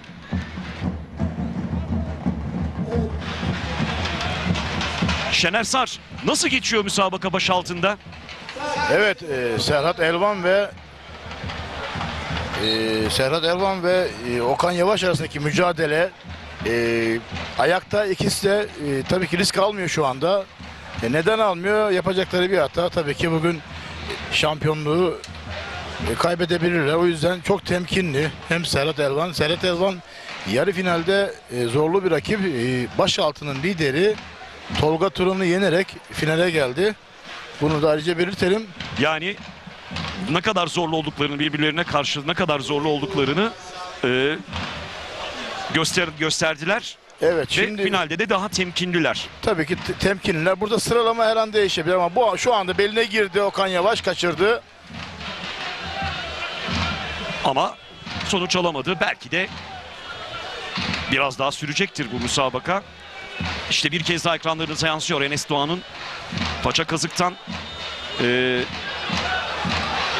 üstünlüğü. Doğrusu ben erken yeniş ya da puanlamaya gitmeyecek bir final müsabakası bekliyordum ama bu kadar yenisini beklemiyordum. Evet, Okan Yavaş kazandı, bloke etti ve bugünün Kurtdere'de şampiyon oldu. Sivi Enerji Yağlı Güreş Ligi'nde Kurtdere ayağında ve liderliğe yükseldi diyebiliriz. Faruk Mutkan artı 5 puan alıyor bugün Kurtdere güreşlerinde. Okan Yavaş Serhat Elvan'a üstünlük sağlayarak baş altında birinciliği aldı. Kurtdereli Mehmet Pehlivan yağlı güreşlerinde. Toparlayalım, baş altında Okan Yavaş. Büyük ortada Kutluhan Avşar. Küçük orta büyük Yusuf İslam Taş. Küçük orta küçük Onur Keskin. Teşekkür ediyoruz işte katkılarınız için Şener Sar. Ben teşekkür ediyorum Faruk Mutkan. Tüm müsabakalar tamamlanmış oldu böylece. Tüm boylarda gözler ama işte genç yükselen yıldız Enes Doğan'da. Hüsnü Kaftan, size de çok teşekkür ediyoruz katkılarınız için üstadım. Yine görüşmek dileğiyle. Ama Şener Sar da bizimle birlikte kalıyor. Recep Tosun yine aynı şekilde bizimle birlikte. Akılda en çok kalan neler olacak? Bir şöyle kısaca gözden geçirsek tüm müsabakaları. Baştan başlayalım, dünden başlayalım. Bir kere dün de çok zorlu müsabakalar vardı. Tadı damağımızda kaldı Hüseyin Gümüşalan'la Ali Gürbüz'ün arasındaki müsabaka. Sonrasında Mehmet Yeşil, İsmail Balaban. Mesela o da harika bir karşılaşmaydı. Yani Serdar Yıldırım, Mehmet Yeşil acayip güreş oldu. Mehmet Yeşil kazandı Serdar Yıldırım'a. Serdar Yıldırım da çok cesur güreşen bir başka bir baş pehlivan ama ya Enes Doğan'la karşılaştırdığımızda sanki açık da verebiliyor gibi geldi bana. Evet. Çok seviyorum her ikisini de yani her ikisini de çok seviyorum ama Enes Doğan'da yüklenirken açık vermeme gibi bir meziyeti de var doğrusunu istersen. Ya ama genel bakışta heyecan verici gençler var baş pehlivanlıkta. Hem de hani böyle zirveyi değiştirebilecek, ambargo koymuş olanlara engel koyabilecek, hayır burada biz de varız iddiasını ortaya koyabilecek gençler var. İkisi zaten burada finaldeydi. Enes Doğan da iyi bir galibiyet aldı rakibi karşısında. Burada kemer kuşanacak biraz sonra. Birinci kürsüsünde olacak Enes Doğan. Başka ne var aklımıza kalan? Ben şöyle söyleyeyim. Mustafa Doğan Özkaya'nın Orhan Okulu'yu yenmesi ya da Feyzullah Aktürk Yıldıray Pala mücadelesi çok hareketli bir mücadeleydi. Cumartesi günü mücadelelerde bunlar öne çıkan, göze batan karşılaşmalardı. Bugün Yusuf Can Zeybek'le yapmış olduğu mücadele Feyzullah Aktürk'ün hepsinin üzerindeydi. Evet. Çünkü üst düzey kapışmaydı. Ve bir- uzun uzadıya. Ve bir müsabaka nasıl kurgulanır, nasıl planlanır Ve en sonunda hangi da nasıl hamleye- açık verilir. O bence de hataydı gerçekten de. O Oturması. yani o oturması ve yani yakın durması, Kastağını kaptırması. Tüm müsabaka boyunca bir kez hata yaptı. Bir kez hata yaptı ve ve o da mücadeleyi kaybetti. müsabakanın mağlubiyetini kaybetmesine neden oldu. Ama çok iyi güreşti. Çok iyi güreşti. Yani Yusufcan Zeybek'le nasıl güreşilmesi gerektiğine dair bir örnek oluşturdu. Şimdi oradan yürüyebilir çok sayıda baş pehlivan. Fair play anlamında da gerçekten Feyzullah Aktürk hem Hak etti. Seyirciyi durdurdu. Hak etti. Seyirciyi Durdurdu derken seyircinin o fanatizmini hemen engelleyip o nabzı düşürdü. Dedi ki biz kardeşiz, el ele kaldırıp fotoğraf verdiler. Biz sahada rakibiz ama dışarıda kardeşiz, lütfen tansiyonu düşürelim, hepinizi seviyoruz. Ve günün de en centilmen. Evet, güreş seçildi. Yalnız ben şurada bir şey not vermek istiyorum. Nedir bu? Feyzullah Aktürk Elmalı'da tamamen farklı bir şekilde gelecek. Çünkü kampa girdiğini öğrendim, kampta olduğunu öğrendim ve gerçekten çok disiplinli bir sporcu. Feyzullah Aktürk çok profesyonel.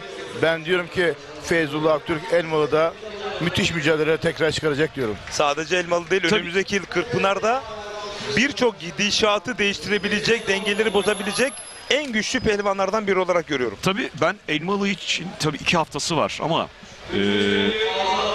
bir aydan biraz fazla bir süresi de olacak Dünya Şampiyonası mücadelesi için Kasım ayındaki. Acaba, tabii kesin değil yani bilgi açısından söylemiyorum bunu. Elmalı'yı boş geçip oraya odaklanır mı, bu ihtimali de göz önünde tutmak lazım. Elmalı için daha 2 hafta var. Daha uzun bir süre Dünya Şampiyonası için fırsatı var. Ama eğer Elmalı'da görürsek heyecan verici olur bizim için. Çok. Daha da heyecan verici olanı Dünya Şampiyonası'nda onun dünya şampiyonluğunu alkışlamak olur. Dünya Şampiyonası mı var diyebilir bazı güreş severler. Evet. Olimpik olmayan sikletlerde var. Yani 4 siklette hem serbestte hem kadınlarda tam hem tarih de... ve yer konusunda biraz... Hemen kontrol edip vereceğim çünkü... benim eksikliğim, benim hatam maalesef o tarihi... Hayır, olimpiyatlardan sonra dünya şampiyonası olmamız konusunda konuşuluyordu ama sen çok güzel bir anekdot paylaşıyorsun. Hayır, hep vardır zaten bu. Olimpiyat yılında dünya şampiyonası yok güreşte. Hatta 2021 yılında dünya şampiyonası düzenlenmişti. Ama olimpiyat yılıydı aynı zamanda. Evet. Neden? Tokyo bir yıl geriye, bir yıl sonra yapılmıştı. Evet. Bu yüzden yapıldı. Bir tek istisnası bu. Evet. Dolayısıyla durum bu. Olimpik olmayan sikletlerde Kasım ayında yapılacak Dünya Şampiyonası. Tiran'da 23 yaş altına önce ev sahipliği yapacak Tiran. Evet. Arnavutluğun başkenti. Sonrasında da 28-30 Kasım ayının sonunda 28-31 Kasım günleri arasında olimpik olmayan sikletlerde Dünya Şampiyonası yapılacak. Yine Arnavutluğun başkenti Tiran'da. Evet. Yine çünkü olimpik olmayan sikletleri de hani fırsat bulmuşken şimdi Taha'nın sikleti olimpik, Rıza'nın olimpik, Yasemin'in olimpik ama her siklet olimpik değil. 10 siklet var güreşte. Bunların 6'sı olimpik, 4'ü olimpik değil. Evet. Dolayısıyla bu açıdan 4 siklette olacak dünya şampiyonası. Her stilin 4 sikletinde yani. Serbestte 4, Feyzullah orada olacak. Greco-Romen'de 4 ve kadınlarda 4 biçiminde. Serbestteki sikletler 61-70, 79-92 olimpik olmayanlar. Süleyman Atlı olabilir orada Feyzullah. Daha takım belli olmadığı için işte Feyzullah'ların arasında. Greco-Romen'de 55-63, 72-82 Alperen Berber 82. Evet. Müthiş. Yani tam bir yıldız kazanmış durumdayız o açıdan güreşte. Kerem Kamal da yine orada iddialı olabilir. Onun sikleti de var. Selçuk Can yine aynı şekilde. Olimpiyatta gördüm. Antrenman verdi. Hazırlıklarına devam ediyor yani Selçuk. Güreşçi arkadaşlarına, kardeşlerine. Harika. Yani o da hazır aslında neredeyse. Belki onun planlamasıydı. Dünya şampiyonası planlaması için. Kadınlarda da Nesrin Baş'ın bulunması ihtimali var. Onu 62'de olimpiyatta izledik. 65 olimpik olmayan siklet rahatlıkla dünya şampiyonluğuna ulaşabileceği siklet onun için. Çok düşmüştü çünkü. Yani 72'de de güreşen, 68'de de güreşen, 62'ye kadar inebilen parlak bir yetenek o da. Çok genç o da. Beşiktaş'ın güreşçisi Nesrin Baş. Burada da 65 kiloda görebiliriz onu. Onun sikleti çünkü.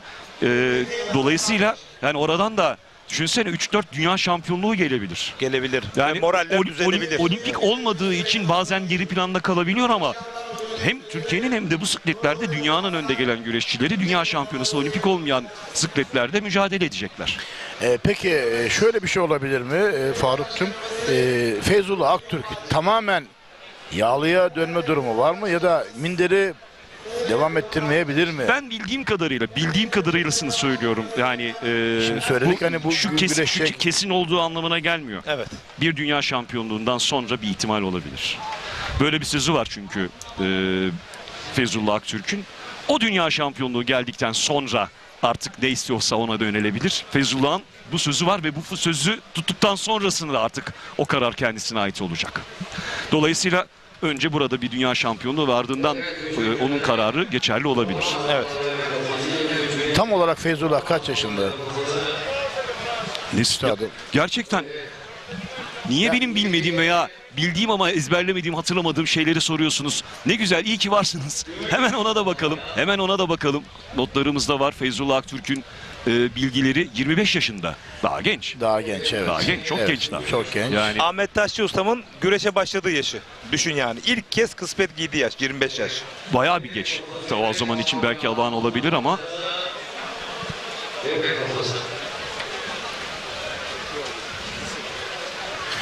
tabii ki vakti var daha sevgili Farukçu. Tabii canım, daha var vakti. Ama yani her sporcunun, her pehlivanın bir hayali var. Tabii ki yağlı güreşte de baş pehlivan olmak, altın kemeri kuşanmak. Böyle bir hayali var zaten. Kendisi bize verdiği röportajda da ifade etti. Ya buradaki atmosfer bambaşka dedi. Burada ki seyirci ilgisi bambaşka dedi. Yani Dünya Avrupa şampiyonalarında mindere çıkmış bir güreşçiden söz ediyoruz. Buraya gönül vermiş, er meydanına gönül vermiş bir güreşçiden söz ediyoruz. Ya altın üst yani gönlünde yatan aslan bu. Şu bir su götürmez gerçektir ki yağlı güreşe inanılmaz bir hava kattı. O kesin. O kararı kim aldırdıysa, o müsaadeyi kim verdiyse ki ben Mehmet Ayan hocamdan da bu karar noktasında çok büyük etki ettiğini biliyorum şahsen. Mehmet Ayan hocama da buradan teşekkürlerimi sunuyorum. Yağlı güreşe inanılmaz derece büyük katkı sağladı Feyzullah Aktürk'ün bu sezon güreşlere kısmet giymesiyle birlikte. Recep Tosun ben... Abi ismi saymamışım. Greco-Romen'de çok. Avrupa şampiyonu Adem Burak Uzun. Yani 55 kiloda. O da çok iddialı. Yani aslında olimpik olmayan sikletler... Belki de daha güçlü olduğumuz kilogramlar. Yani enteresan tabii. O açıdan bu başka bir şekilde değerlendirilebilir. Çünkü olimpiyat oyunlarında sikletlerinden oynayarak bazı sporcular olimpiyat oyunlarında ülkemizi temsil ettiler. Greco-Romen'de 5 güreşçimiz vardı. Sadece bir müsabaka kazanabildik orada.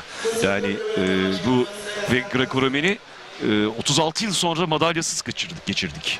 Seul'den sonraki ilk Greco-Romen stildeki madalyasız olimpiyatımızdı. Bazı oynamalar yapıldı Greco-Romen stilde. Değerlendirildi. Bu değerlendirme hakkına da sahip ayrıca bu kararı verenler. Yani kararın yanlışlığını sorgulamıyorum. Aslında var güreşçimiz fakat böyle bir karar verilmişti. Evet. Yani sonrasında ise ortaya çıkan sonuç tatmin edici olmadı ama. Madalyasız geçen o olimpiyattan sonra. Dolayısıyla belki şöyle de olabilir. Burada kendilerini gösterenler olimpik sikletlerde de değerlendirilebilir. Çünkü değerlendirilmişliği de var. Daha öncesinde. 82'lik çünkü yine olimpik olmayan bir siklet. Alperen Berber'in burada yarışma ihtimali olan siklet. Orada Burhan Akbudak 77'ye inerek olimpik siklette mücadele etti. Örneğin. Bu değerlendirmeler yapılabilir. En iyisini bulmak için yol açacak müsabakalardan, organizasyonlardan biri bu aslında. Evet. Bu arada sen sormuştun organizasyon hakkında dün ve bugün için de söyleyebiliriz. Ben Sayın İbrahim Türküş özelinde bir parantez açmak isterim ki bu organizasyona özel, CV Enerji Yağlı Güreş Ligi'ne özel 5. etapta çok özel dokunuşlar yaptı küçük nuanslarda da.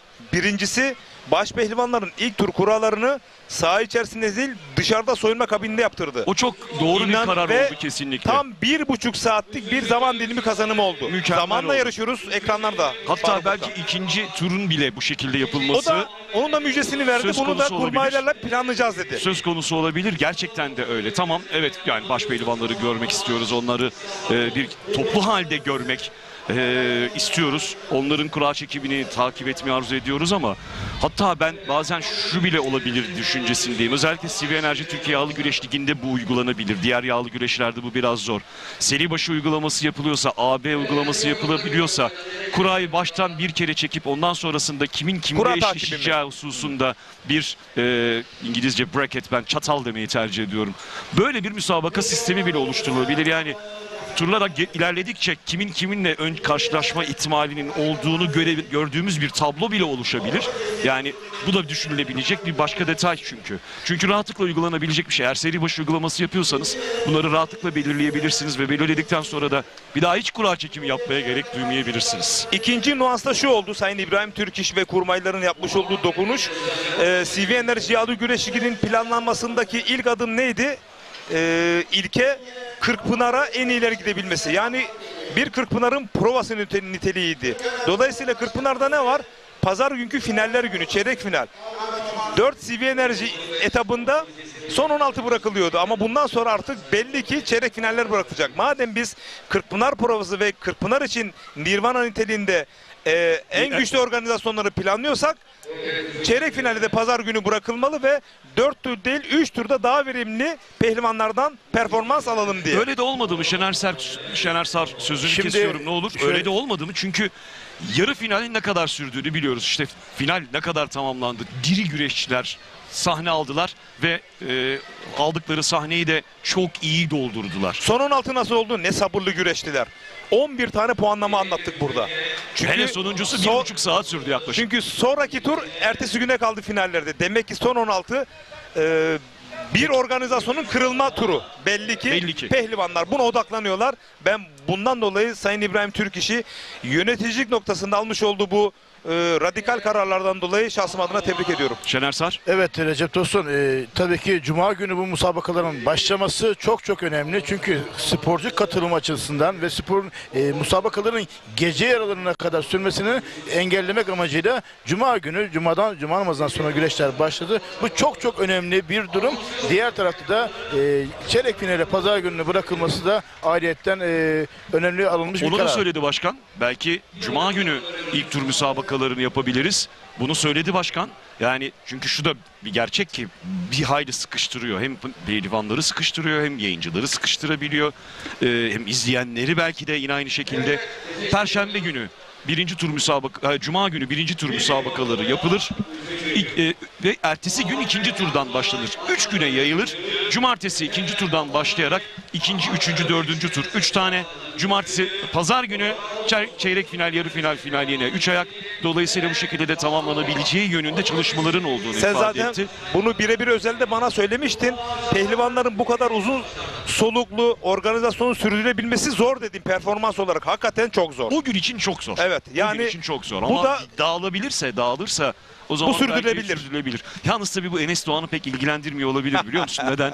Hemen yine notlarımı son 3 haftada 3 baş pehlivanlık. Yani şöyle Alanya Gökbel, Konyaaltı Festikan ve CV Enerji Ligi'nde. Birinci tur müsabakası yapmış bir güreşçiydi Enes Doğan yalnız. Bunu da ayrıca belirtelim. Yani ilk müsabaka. Öneleme yani 64'e ulaşma turunda müsabakaya çıkmış bir güreşçiydi Enes Doğan ki bu şekilde müsabaka yapan 2 baş pehlivan vardı çeyrek finalde. Onlardan diğeri de Feyzullah Aktürk'tü ve onun da nasıl bir performans ortaya koyduğunu Yusufcan Zeybek karşısında da gözlemledik iyice. Dolayısıyla tabii iyi düşünmesi gereken bir karar ama o kadar da etkili mi acaba? Sorusunu sorduruyor işte. Enes Doğan'ın pek etkilendiğini düşünmüyorum doğrusunu istersen. Bir fazla müsabaka yaparak. Bu da ona ilginç bir avantaj sağlıyor aslında. Tüm rakiplerinden 1 puan daha fazla aldı şu anda. Evet. Yani toplam ortada alınabilecek 17 puan vardı. Birinci tur yapmadan o 18 puanı sahibi oldu burada ve bu yüzden üçüncülüğe yükseldi belki. Puan noktasında avantaj olabilir ama müsabaka noktasında dezavantaj. Bir tur fazla güreşiyor. Tabii ki. Ya o dezavantaja rağmen Başpehlivan'daki üst düzey- performansı nasıldı? Üst düzeyliğe Yani. doğru yükseldiği belli. Yani. Bu arada ödül törenleri devam ediyor. Önce alt boylar kuşkusuz. Ama biz de yayınımızda son olarak selamlamak istiyoruz başpehlivanları. Kürsüde. Kürsünün nasıl oluştuğunu hatırlatalım bir kez daha. Enes Doğan finalde kazandı. Erkan Taş'ı mağlup etti. İsmail Balaban ve Yusufcan Zeybek de üçüncülük kürsüsünü paylaşacaklar. Kurtdereli Mehmet Pehlivan yağlı güreşlerinde. Şimdi bu heyecan fırtınası önümüzdeki hafta Muğla Seydi Kemer 8 Zümrüt Çayırı Er Meydanı'nda olacak. Ve 76 başpehlivan tamam orada kol bağlayıp güreş tutacak. 25 Ağustos Pazar günü, yine 24-25 Ağustos'ta Karakucak güreşlerinin adeta Kırkpınar'ı Cumhuriyet tarihinin en büyük organizasyonu olarak Ankara Keçiören Belediyesi Bağlum Er Meydanı'nda olacak. Bu heyecan fırtınasını haftaya tekrar yaşayacaksınız değerli güreş severler. Ben de hemen hatırlatayım, ardından 2 hafta sonra da Elmalı yağlı güreşleri, Sivri Enerji Türkiye Yağlı Güreş Ligi'nin son ayağı. Şampiyon belli olacak, sıralama belli olacak. İlk 8'de kimler olacak o netleşecek. İlk 32'de kimler olacak onlar netleşecek ve Sivri Enerji Türkiye Yağlı Güreş Ligi'nden Kırkpınar'da yer alacak başpehlivanlar doğrudan yerini alacak. Başpehlivanlar belirlenecek. En az şampiyonluk kadar da önemli bir yarış, önemli bir mücadele olacak bu mücadele. Kırkpınar Başpehlivanı Yusufcan Zeybek. Farklı bir noktadan gireceğim. Ali Gürbüz de muhtemel sen söylüyorsun, şampi diyorsun. CV Enerji Ligi'nin şampiyonu büyük olasılıkla. Ben de sana katılıyorum. Çünkü kemer yılı Elmalı'da. Sezon bittikten bir ay, fazla uzun sürmeden bir ay sonra, yani Kasım gibi bitiyor, Aralık gibi bir süper karşılaşma söz konusu olabilir mi? Federasyon başkanımız bu konuda. Kırkpınar Başpehlivanı'yla Sivri Enerji Türkiye Yağlı Güreş Ligi'nin birincisi arasında süper başpehlivanlık müsabakası. Ve astronomik ödülleri de hak ediyorlar yani. Neden olmasın? Şöyle ki, tabii bir de şu var. Hani, hatta bu karşılaşmayı da bir adlandırırsak Cumhurbaşkanlığı Kupası olarak da. Mesela yani neden olmasın? Federasyon Kupası da olabilir. Tabii ki yani zenginleştirebilir ama ben o yılın en iyisini mutlaka bir şekilde birçok spor branşlarında bu yapılabiliyor. Hadi ben bir adım öteye götüreyim. Madem başpehlivanlıkta mı sadece? Kırkpınar'ın birincisiyle Sivri Enerji Türkiye Yağlı Güreş Ligi'nin birincisi. Başaltında da yine aynı durum söz konusu olabilir. Alt boylarda da yine benzer planlama yapılabilir. Hatta şöyle yapılabilir. Şöyle kurguladım kafamda, hemen hayalini kuruyorum. Alt boydan başlayarak en son başpehlivanlık müsabakasının yapılabileceği bir organizasyon olabilir. Avrupa, dünya ve olimpiyatlarda güreşi anlatan bir ses olarak bu noktada bunun katkısı ve getirisini hayalinde canlandırırsan, güreşi çok, yani 25 yıldır sporun içerisindesin. CV Enerji Ligi ve Kırkpınar'a ve güreşe olacağı katkısı büyük olur. Yani en seçmenin seçmesini sen zaten orada karşı karşıya getiriyorsun. Mutlaka ilgisi çok büyük olur. Ama dediğim gibi hani şöyle bir görüş de var. Volkan Bulut kardeşim kulağıma fısıldayıverdi hemen yayındayken. Diyor ki genişe kadar olsun o zaman bütün o müsabaka. Şimdi tek bir müsabaka kurguluyorsan onun genişe kadar olmasını kurgulamak daha makul. Ama birden fazla kullanılıyorsa, olursa eğer, diğer boylarda da yine birincilerin birincisini eğer belirlemek istiyorsan o biraz zor olabilir. Genişe kadar olması. Geniş zaman gerektiriyor çünkü. Bu spontane yani ben senin görüşüne yani ben en görüşte azından karşılık Kırkpınar verdim. Başpehlivanlarının, Kırkpınar Başpehlivanı mı, CV Enerji Ligi'nin başpehlivanının mı o yılın en iyi başpehlivanı olduğunu kozlarını orada paylaşabilme noktasında. O zaman dur şeytanın avukatlığını yapayım. Kırkpınar Başpehlivanı, ben Türkiye Başpehlivanıyım derse ne diyeceksin? Tabii ki, o hiç kuşkusuz. Tabii ki. Yani şimdi Şampiyonlar Ligi şampiyonuyla... Uzmanlarım ortaya koysun istiyorsun yani. Kemerim ortaya koysun. Futbolda Şampiyonlar Ligi'nin şampiyonuyla kupa galiplerinin... Avrupa Ligi'nin... Yani evet, yani Süper Kupa'da karşı karşıya geliyorlar ve ben Şampiyonlar Ligi şampiyonuyum. Bu maça ne gerek var demiyor Şampiyonlar Ligi şampiyonu. Anladım. Bence bir çıta daha yükselebilir. Çok ilgi duyacağı, değer ve saygınlığı noktasında kazanımı. Şunu da göz ardı etmemek lazım. müsabakaların bitiminden bir ay sonrası gibi olabilir diyorsun. Çünkü kış sezonunda olmaz. Bence hemen bitiminde olması lazım bunun. Çünkü biraz dinlenme süresi. Şöyle dinlenme süresinden çok bence ya bir sonraki sezonun başına ya da biten sezonun sonuna eklenmesi gerekir ki hem sporcu sağlığı açısından da onlar çünkü çalışma periyodunu belirleyeceklerdir. Yani bunun tarihi hususunda eğer böyle bir düşünce oluşursa mutlaka böyle bir fikir de ortaya atılacaktır. O zaman senden de destek alırlarsa yardımcı olur musun? Desteklerim tabii. Niye olmasın? Öyle güzel müsabaka, heyecanlı, hele bile bana anlatma fırsatı olursa, seninle yorumlama fırsatı olursa, Şener Usta ile yorumlama fırsatı olursa ne güzel olur. Kazanan Türk güreşi olacak. Türk güreşi olsun.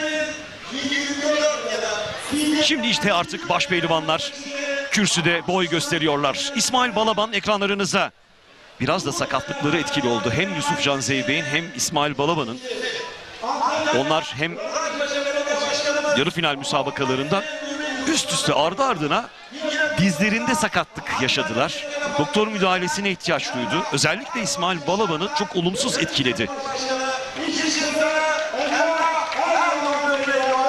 İkincilik kürsüsünde Erkan Taş ve kürsünün en üst basamağındaysa Enes Doğan bulunuyor. Bu yıl 4. kez başpehlivanlık elde etti Enes Doğan. Geçen yıl Kırkpınar'dan başpehlivanlıkta mücadele etme hakkı kazanmıştı. Başaltında şampiyon olup başaltında birinci olmuş ve Kırkpınar'dan sonra başpehlivanlıkta mücadele etme hakkı kazanmıştı.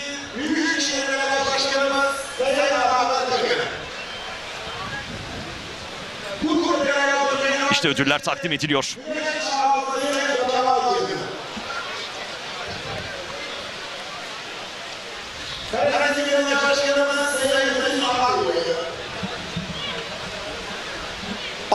Bu arada ben değerli Faruk Mutkan bu muazzam organizasyonda yıl boyunca CV Enerji Yağlı Güreş Ligi'nde ve tarihinde Kırkpınar'da benim sizlerin yanında yorumculuk noktasında pozisyon inanıp güvenen TRT Spor koordinatörümüz Sayın Emre Botan Kümet'e gönülden teşekkür ediyorum. Şükranlarımı sunuyorum camiam adına da şahsım adına da. Katkılarınız için teşekkür ediyoruz.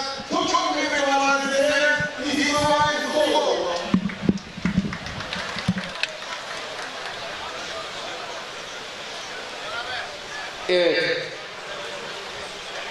Üçüncülere yine çok kıymetli muhterem Sayın Metin Kılıç bizlere ev sahipliği yaptı. Üçüncülere ödül töreninde işte sporculara başpehlivanlar ödülleri takdim ediliyor. Eski Milli Savunma Bakanı Hulusi Akar da orada. İbrahim Türkiş, Geleneksel Güreşler Federasyonu Başkanı.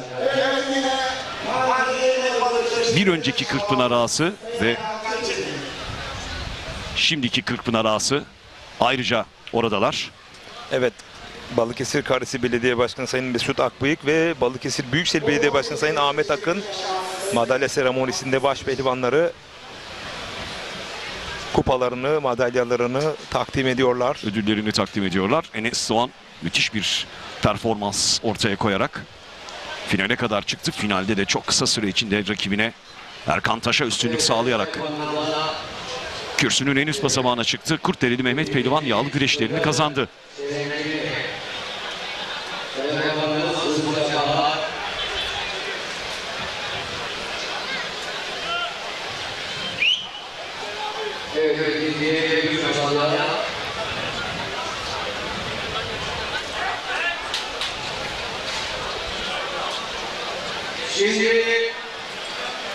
Antalya Elmalı Yuva kasabasından Enes Doğan Yuva'da yıllar önce 80'li yıllarda kendi imkanlarıyla güreş tertip ederlerdi. Güreşe olan bağlılıklarını Rabbim uzun yıllar sonra Enes Doğan gibi bir cevheri orada bahşetti ve onlar adına güreşiyor. Bence büyük bir gurur ve onur olsa gerek.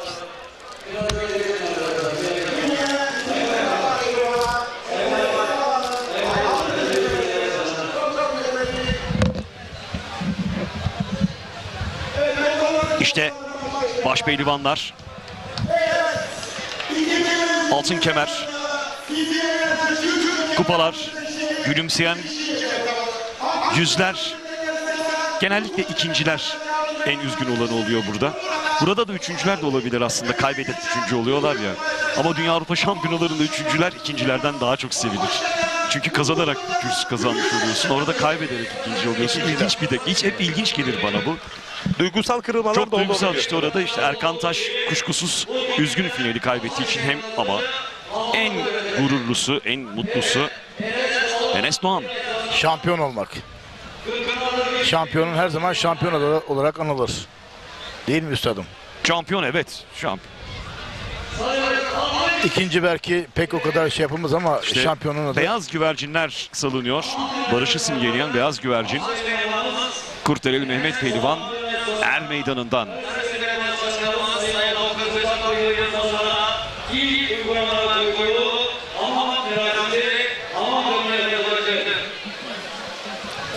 İşte kürsü. Üçüncülük kürsüsünü İsmail Balaban'la Yusufcan Zeybek 2 Kırkpınar Başpehlivanı, ki Yusufcan Zeybek son 2 Kırkpınar Başpehlivan'ın Türkiye Başpehlivanı. İkincilik kürsüsünde Erkan Taş var ve kürsünün en üst basamağında Enes Doğan var. Kurtdereli Mehmet Pehlivan yağlı güreşlerinde başpehlivanlıkta kürsü bu şekilde oluştu. Şener Sar, teşekkür ediyoruz. Ben teşekkür ederim. Faruk Mutlan, gerçekten 3 günden beri beraberiz. En iyi şekilde anlatmaya Keyifliydi. çalıştık. Yayında ve ekibinde emeği olanlara teşekkür ediyoruz. Tüm set ekibi arkadaşlarımıza. Recep Tosun, yine görüşelim. İnşallah. Ellerine sağlık, ağzına sağlık. Yüreğine Katkıların sağlık. için teşekkürler. Benim için gurur ve onur seninle birlikte güreş anlatmak. O gurur bana da ait, teşekkür ediyorum. Gerçekten de çok keyifli bir organizasyondu. Sürprizler yaşandı. Gençler ustalarına üstünlük sağladılar. Ve Kurtdereli Mehmet Pehlivan yağlı güreşleri KCB Enerji Türkiye Yağlı Güreş Ligi'nin 5. ayağı da bu şekilde tamamlandı. 2 hafta sonra Elmalı'da o tarihi yağlı güreşlerde CB Enerji Türkiye Yağlı Güreş Ligi tamamlanacak. Şampiyon belli olacak. İlk 32 belli olacak. İlk 8 kesinleşecek ve tüm detayları sizlere aktarıyor olacağız.